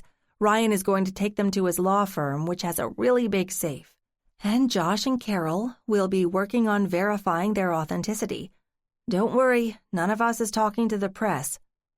For now, at least. But I was already mulling over how to use this story to the town's advantage, whether or not the patent tale held up in the long run." "I'm glad to hear it. Good night, Kate. Try to stay out of trouble, will ya?" "Of course I'll try, but it keeps finding me. Good night, and thanks." I watched as he pulled away with Allison. Then I walked slowly back to the building. Right now I wanted nothing more than to sleep, but I had a feeling the day wasn't over yet. Our gathering had collapsed like a punctured balloon after Detective Reynolds left with his suspect in tow, but there were still a lot of loose ends. Once inside, I saw that Eric still looked stunned. "Eric, you and I need to talk," Ryan said, looking kind of grim.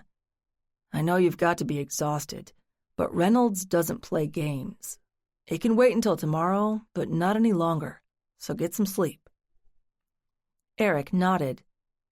"This detective seems to be a decent guy." "From what I've heard, he is," Ryan said. "I agree," I added. Ryan nodded at me, then said to Eric, "I'll call you in the morning." "Fine," Eric said.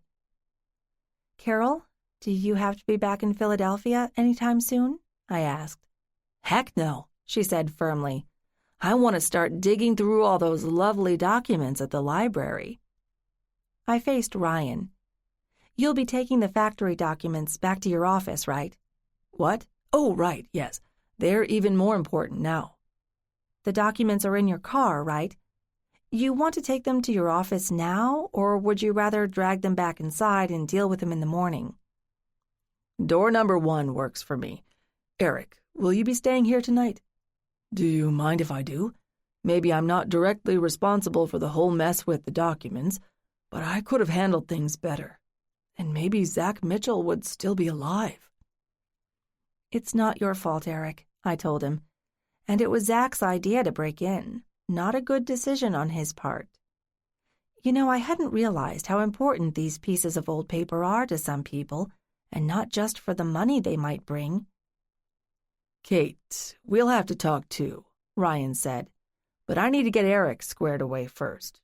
Tomorrow or the next day, okay? I nodded wordlessly, and Ryan left. I heard his car start out and pull away. That left me, Eric, Carol, and Josh in various states of bewilderment. Eric looked sad. He'd been too busy at first to look closely at Zach's information, and now Zach was dead, killed by a corporate colleague. Eric hadn't done anything wrong, but I'd guess he was blaming himself for the whole sorry mess. "I'll see you in the morning," he said, and trudged toward the stairs. 1 down, 3 to go. Carol looked almost pleased. She hadn't been involved in this whole problem very long, so she didn't really have a personal stake in it. "Can I go to bed now?" Carol asked plaintively. "Sure, fine," I said as I waved her away. "Tomorrow is another day." Carol snorted, then went up the stairs. Josh looked annoyed, probably because he knew that Allison had played him. At least he hadn't given away any information of significance. No doubt he was embarrassed that Allison had pulled the wool over his eyes, but he'd done no harm. "Josh," I said, looking at him. "I'm staying here tonight," he informed me. "We should be celebrating. We found what we were looking for." Amazing. My brain was rapidly shutting down. I needed sleep and time to think through what had happened and what it might mean. Cordy might have left some champagne, but I don't think I'd make it through 1 glass. Let's save the celebration for later. What had happened? We'd solved a murder. Not the best advertising for my capabilities, unless I decided to make Asheboro the scene of a mock murder investigation staged once or twice a month. I'd heard of such things. Not exactly historical, unless Henry Barton turned out to be a killer. Stranger things had happened, although I kind of liked Henry, based on what I'd learned about him recently. He seemed to have been a very private man. He hadn't set out to make lots of money with his electric experiments, but he must have enjoyed creating them. He apparently had loved his wife. Had he tailored his social life to accommodate her ongoing illness, whether physical or psychological? How would the town react to what we now knew? What could we do with the old factory building? Make it a monument to Henry's industry? Did the town stand to earn any money if money for the patents ever changed hands? That could make a significant difference, both to the town and to my plans, but I wasn't about to count those chickens. That could prove a thornier problem than figuring out who owned the patents. I didn't have to decide anything tonight, did I? Josh dropped in a chair adjacent to mine. "Well done, Kate," he said. "What did I do?" "Found the hidden treasure," he replied. "Hey, you did as much as I did. Great teamwork, though. Do you have any interest in the papers, Josh? Maybe a book, or at least a nice monograph? Henry's story does fall in your area of expertise." "I haven't thought that far ahead. But old Henry does sound like an interesting character." You think so? I mainly feel sorry for him. From what we've learned recently, he was smart and hard-working. He definitely had good taste. He was something of a visionary, since he saw the potential for developing electric systems. I'm going to guess that he loved his wife, although I don't have a handle on her personality yet. I wonder if they couldn't have kids, or if they chose not to. "Sounds like a novel, not a historical recounting," Josh commented. Maybe, but I'm coming to feel that I know them as people. I can't believe that I lived in Asheboro for half my life and never knew the first thing about them, except that there was a big house that was really nice. Josh was silent for long enough for me to wonder if he'd fallen asleep, but when I looked over at him, he seemed to be studying me. "What?" "Do you and Ryan have something going?" Not for the last 2 decades, and I'm fine with that. What, was he staring at me like a lovesick cow when I wasn't looking? No, nothing like that. I'm glad to hear it. I think we're going to need him as a lawyer when and if this whole project goes forward. You don't think it will? I'm not sure. Is finding 2 bodies a good or a bad thing? That I can't tell you, Josh said. But if you get any headlines, grab them and run with them, as long as you put the right spin on the story. Either that or we aim for a Halloween ghost party at the mansion. I was almost too tired to think. Finally, I said, "What about you, Josh? Won't your house-sitting contract be up in a couple of months? And don't you have a prestigious academic job waiting for you in the big city?" Yes, to both. But if there's hay to be made of the Henry Barton story, it might require a bit of travel back and forth. I filed that away for later reflection. Will there be a market for a book like that? Or maybe I should ask, do you know a publisher who would go for it? Maybe. Don't forget to look for some nice pictures. People love old pictures. I'll make a note of that. I struggled to stand up. I need some sleep. Wherever Henry is now, he must be rolling over in his grave. I should be making plans, but I don't even know where to start. The whole mess will still be there in the morning, Josh pointed out. Unless Mid-Atlantic decides to make a stink. I don't think that's their best strategy, but we'll have to wait and see. I hope Eric will keep a lid on things, at least until the legalities are sorted out. I think he will. He seems to be a fair man. I hope so. Ready to go up? Definitely. 28. By the time I got downstairs the next morning, Carol was long gone. She'd left a note saying, "Gone to library. I'll be back sometime." I envied her. She had a task that she loved to occupy her mind and her time. Me? I didn't know what to do with myself. I thought briefly about calling Lisbeth to catch her up on all the events of the last few days, but I thought I should wait until the police had officially cleared Eric, which I assumed they would do, and whatever news was going to come out had come out. Then I would have to explain to the town of Asheboro what had happened, and we all could figure out where to go from here. After a second cup of coffee, I realized that after the herd of guests I'd had over the past couple of days, there probably wasn't a clean sheet or towel to be had, so I might as well start washing. Then food shopping, then maybe a nap. Josh meandered into the kitchen, looking only half awake. Coffee? Of course, on the stove. He managed to find the stove and helped himself. It was past noon when I was folding the last of the towels in the basement and heard the doorbell. I almost chose to ignore it. What if it was the press, or more police, or some clueless person who was looking for a room for the night? I didn't want to talk to any of those. But in the end, I decided to be a responsible grown-up and answer the door. I was surprised to see Eric. "May I come in?" he asked tentatively. "Of course. So they didn't arrest you?" "No, I seem to be in the clear, except for a lifetime of guilty memories. Maybe I should have handled things better." Water under the bridge, Eric. You got tossed into a difficult situation, one that kept changing about every 10 minutes. You did the best you could. Come on in. He followed me into the kitchen and nodded to Josh before helping himself to coffee. Clearly, it was time to make more. "Anything I need to know?" I asked. He sat at the kitchen table, and I sat down across from him. I was surprised when he began talking before I could. "This morning, Ryan and I covered the basic legal aspects of this patent issue.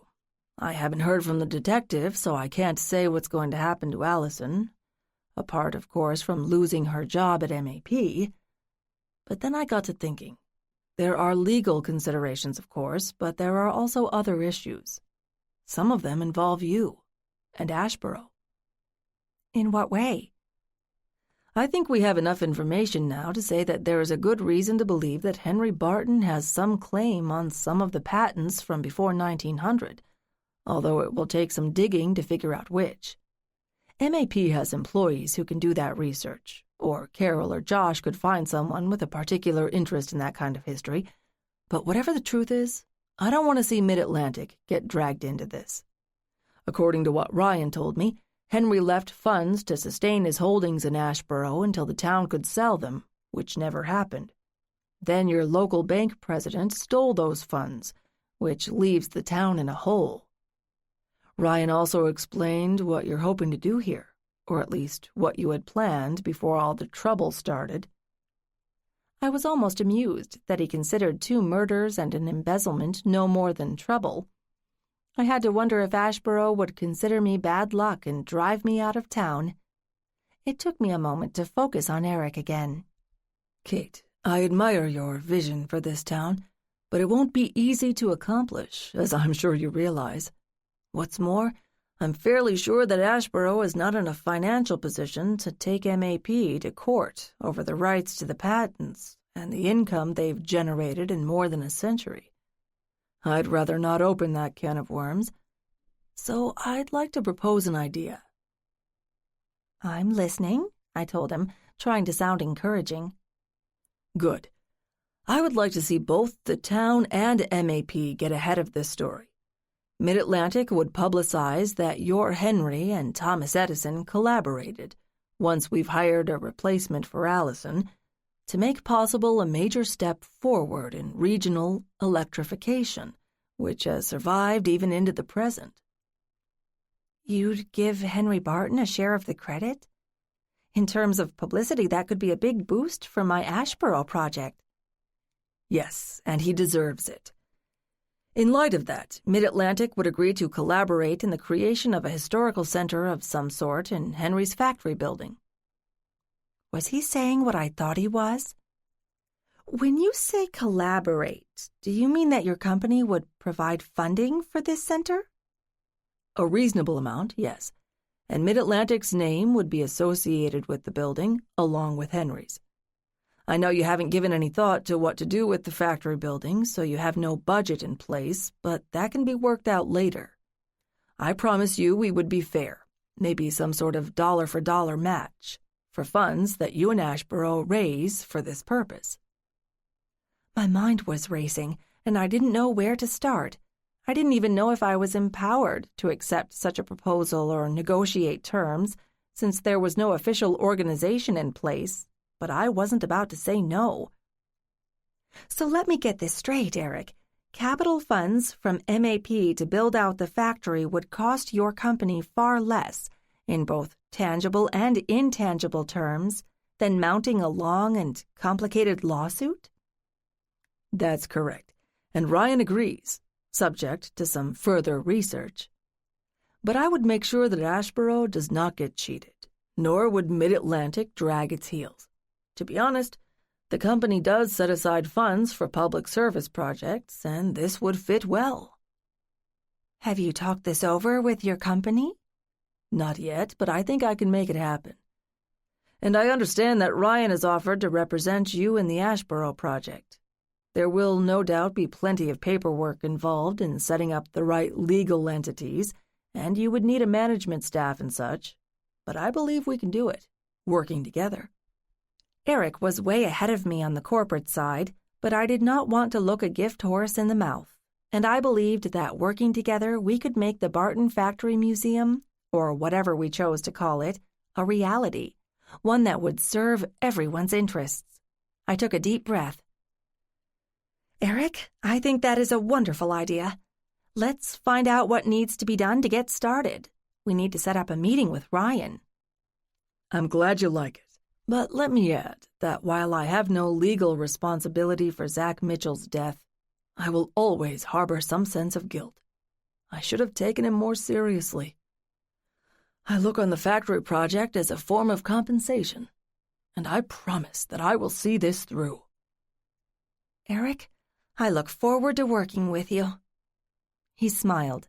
I'm glad to hear it. Given what has happened over the past few days, I really need to get back to my office and inform the board and senior employees what has happened. I don't know what your timeline is, but this process will take time. But as soon as I get the go-ahead from the board, I'll send you the details and you can present them to the town. Can I assume they will accept our plan?" Actually, I had no idea. Eric, there are a lot of parts to this puzzle, and the factory is only one part of it. While I'm eager to get started, I realize that there are things that have to happen first, like setting up a nonprofit organization to manage all of this, because I can't do it alone, and I need to recruit people. And not least, I need to convince the shop owners in town that this can work for them, which may not be easy. What we don't want is a museum in an old building in the middle of nowhere, but I think we can coordinate our efforts. We both need some setup time, and we need to talk to a lot of people. Why don't we set a date to hold a special meeting with the town council and anyone else who wants to attend so that we can present our concept together? That sounds good. Say the beginning of July? I think that could work, and maybe we can take them on a tour of the Barton mansion, because most of them have never seen it, and I think it can be another important part of the puzzle. That sounds perfect. He stood up. I'd better get going, but I promise I will keep in touch, and I hope you will too. Of course, and thank you for agreeing to work with us, rather than fighting us on this. It's going to make a big difference. Before leaving, Eric handed me his keys to the B&B. Then he collected his travel bag from the hall and went out the door. Carol slipped into the room. I hadn't heard her arrive. Had she been eavesdropping? "Wow," she said. "That sure was interesting." "Did you hear all of it?" I asked her. "More or less. I didn't want to interrupt. It's a great offer if it all works out." "You're right, it is. But I'm not going to start counting chickens yet." Then Josh spoke up. "Do you know, if all this works out, we've just changed the history of technology in this region?" "Are you going to write about it?" "How can I not? I'm already right in the middle of it." "I don't know where or how to start," I told them. "First, I have to convince myself it's real. Carol, is there something you have to get back to in Philadelphia this summer? Or can you stick around long enough to evaluate all the documents?" "I wouldn't miss the chance to dig into the Barton papers. Maybe I'll change thesis subjects and work on Henry Barton instead." "Great. You can stay here in the B&B if you want. Josh, is someone going to replace you as caretaker at the mansion once your sabbatical is over?" "It hasn't been discussed yet, or at least not with me. I may need to juggle my course schedule if I want to stay out here, and it is a good place to get work done. And it's not a bad commute. Are you saying you want to see more of me?" "Did I? Actually, I think I'd like that." 29. I cannot believe it's been only a couple of weeks since I arrived this time, I told Lisbeth as we sat on our patio consuming glasses of cold drinks with lots of ice cubes. "2 weeks in which you didn't even bother to call me," Lisbeth protested. "Well, it's been a busy 2 weeks, what with trying to talk with half the people in town and find the rest of Henry Barton's papers. Oh, and solve another murder, which resulted in a very nice financial gift." "You're telling the town about it tonight?" "At the special council meeting." "Yes, but just the bare bones, since there's a lot that hasn't been finalized yet. Still, I think it should give people a boost to hear about it, and somewhere along the line I'm going to need some approvals from townspeople." "Has Ryan worked out the management structure for you?" "In a generic way, but at least we'll have a structure in place. In case anybody wants to offer us more money, they'll want any donation to be tax-deductible, I assume. Nonprofits are not my strong suit, but I'm learning." "So, no fanning the flames with Ryan?" "No, that's our past, and I don't think either of us wants to try again. After all, he married Cordy, which is a strike against him in my book. I don't want to follow in her footsteps." But he is letting me use the B&B as a base while I'm here. He'll probably charge it off as an expense, but it's convenient. So that leaves Josh. Leaves him for what? I asked, although I had an idea where she was going with her question. Oh, come on. Don't you want a love life? Ask me in a year or so, when I've remodeled Asheboro. Right now, I don't have time. Uh-huh. Lisbeth grinned at me. So, tonight's meeting, how much are you going to tell people? About the plan for the town? Just the basics, I think. The MAP gift is going to be a big plus, but it will be a while before the factory building is brought up to code. And we still haven't decided where the Barton collections are going to fit. But then we don't have any other idea for that building. Shouldn't I let the townspeople have a say in it?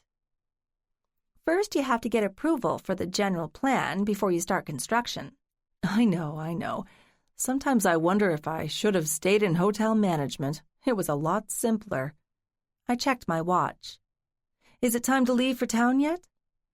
I suppose, Lisbeth said, stretching before she got out of her reclining chair. Don't want to be late for your own meeting, and don't want it to run too long. Tonight all you need is a yes vote.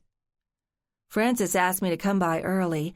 She said she had something interesting for me, so I need to allow a little extra time. I hear she's one of your biggest cheerleaders in town. She's just thrilled that somebody is finally interested in local history. That's good to hear, since she has most of it in her archives. I stood up, too. Ready? I guess. Phil's out with the kids for a while longer, so my time is my own. We taking 2 cars? I guess. Lisbeth's house wasn't far from the town center, but I was headed back to the former B&B, and she had to get home. When we arrived in the auditorium that the town used for meetings, there was a sizable audience already seated. Editor Frances was waiting outside the door, and when she spotted me, she all but dragged me to a private corner. What's so important, Frances? I asked. She grinned. I'll give you the short version now, and we can talk later this week. I've been digging through the old newspaper records, and I found something unexpected. Henry Barton did use those patents we talked about, but quietly, and he built an electric system for the town at cost. He didn't make a big deal of it, and I can only guess that he earned enough from other electric projects to cover it, but he never asked for much recognition for it. I'm sure somebody can find more details, but I thought you'd like to know. Frances, that's amazing. He really was quite a man. I sometimes wish I could have known him. I know what you mean. Now, get in there and make your announcements. Thank you. We'll get together this week. Maybe it was because of the air conditioning, but I was glad to see a number of friendly faces, in addition to Frances. Ted, who ran the cafe and whom I'd known since I was a teenager, and Mr. McDonald, whose family had been running the hardware store in town for decades. They were sitting together, and they all waved cheerfully. I greeted Mayor Skip, and was surprised to see Eric Harbison. He hadn't told me he planned to come tonight. I hoped he'd brought good news. Mayor Skip waved to me and cleared his throat before picking up the microphone. Welcome, everybody, he began, and thanks for coming this lovely summer night. I'll keep things brief, but I wanted to share some important news of Kate Hamilton's Asheboro renovation project. If you all agree, maybe by the end of the evening we'll be calling it the New Old Asheboro Project. That produced a few laughs. I was feeling a little panicky because no one had told me I might need to make a formal speech tonight, even though there were only 30 or so people in the audience. Mayor Skip went on. Before I let Kate speak, there are a few other people who wanted to put in their 2 cents, starting with Eric Harbison, Vice President of Mid-Atlantic Power, which is what keeps the lights on in our town. I'll let him explain why he's here.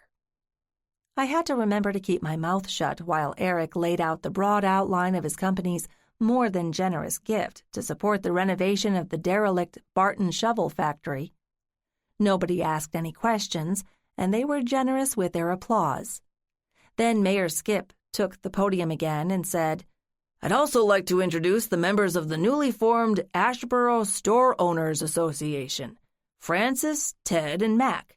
They volunteered to oversee the undevelopment of the Main Street stores, to take them back to the way they looked in Henry Barton's day. Not that they're old enough to remember it from then. The audience laughed. But they do know their history. They'll be working with Kate, and if anyone else wants to step up and volunteer, I'm sure she'd be happy to have your help.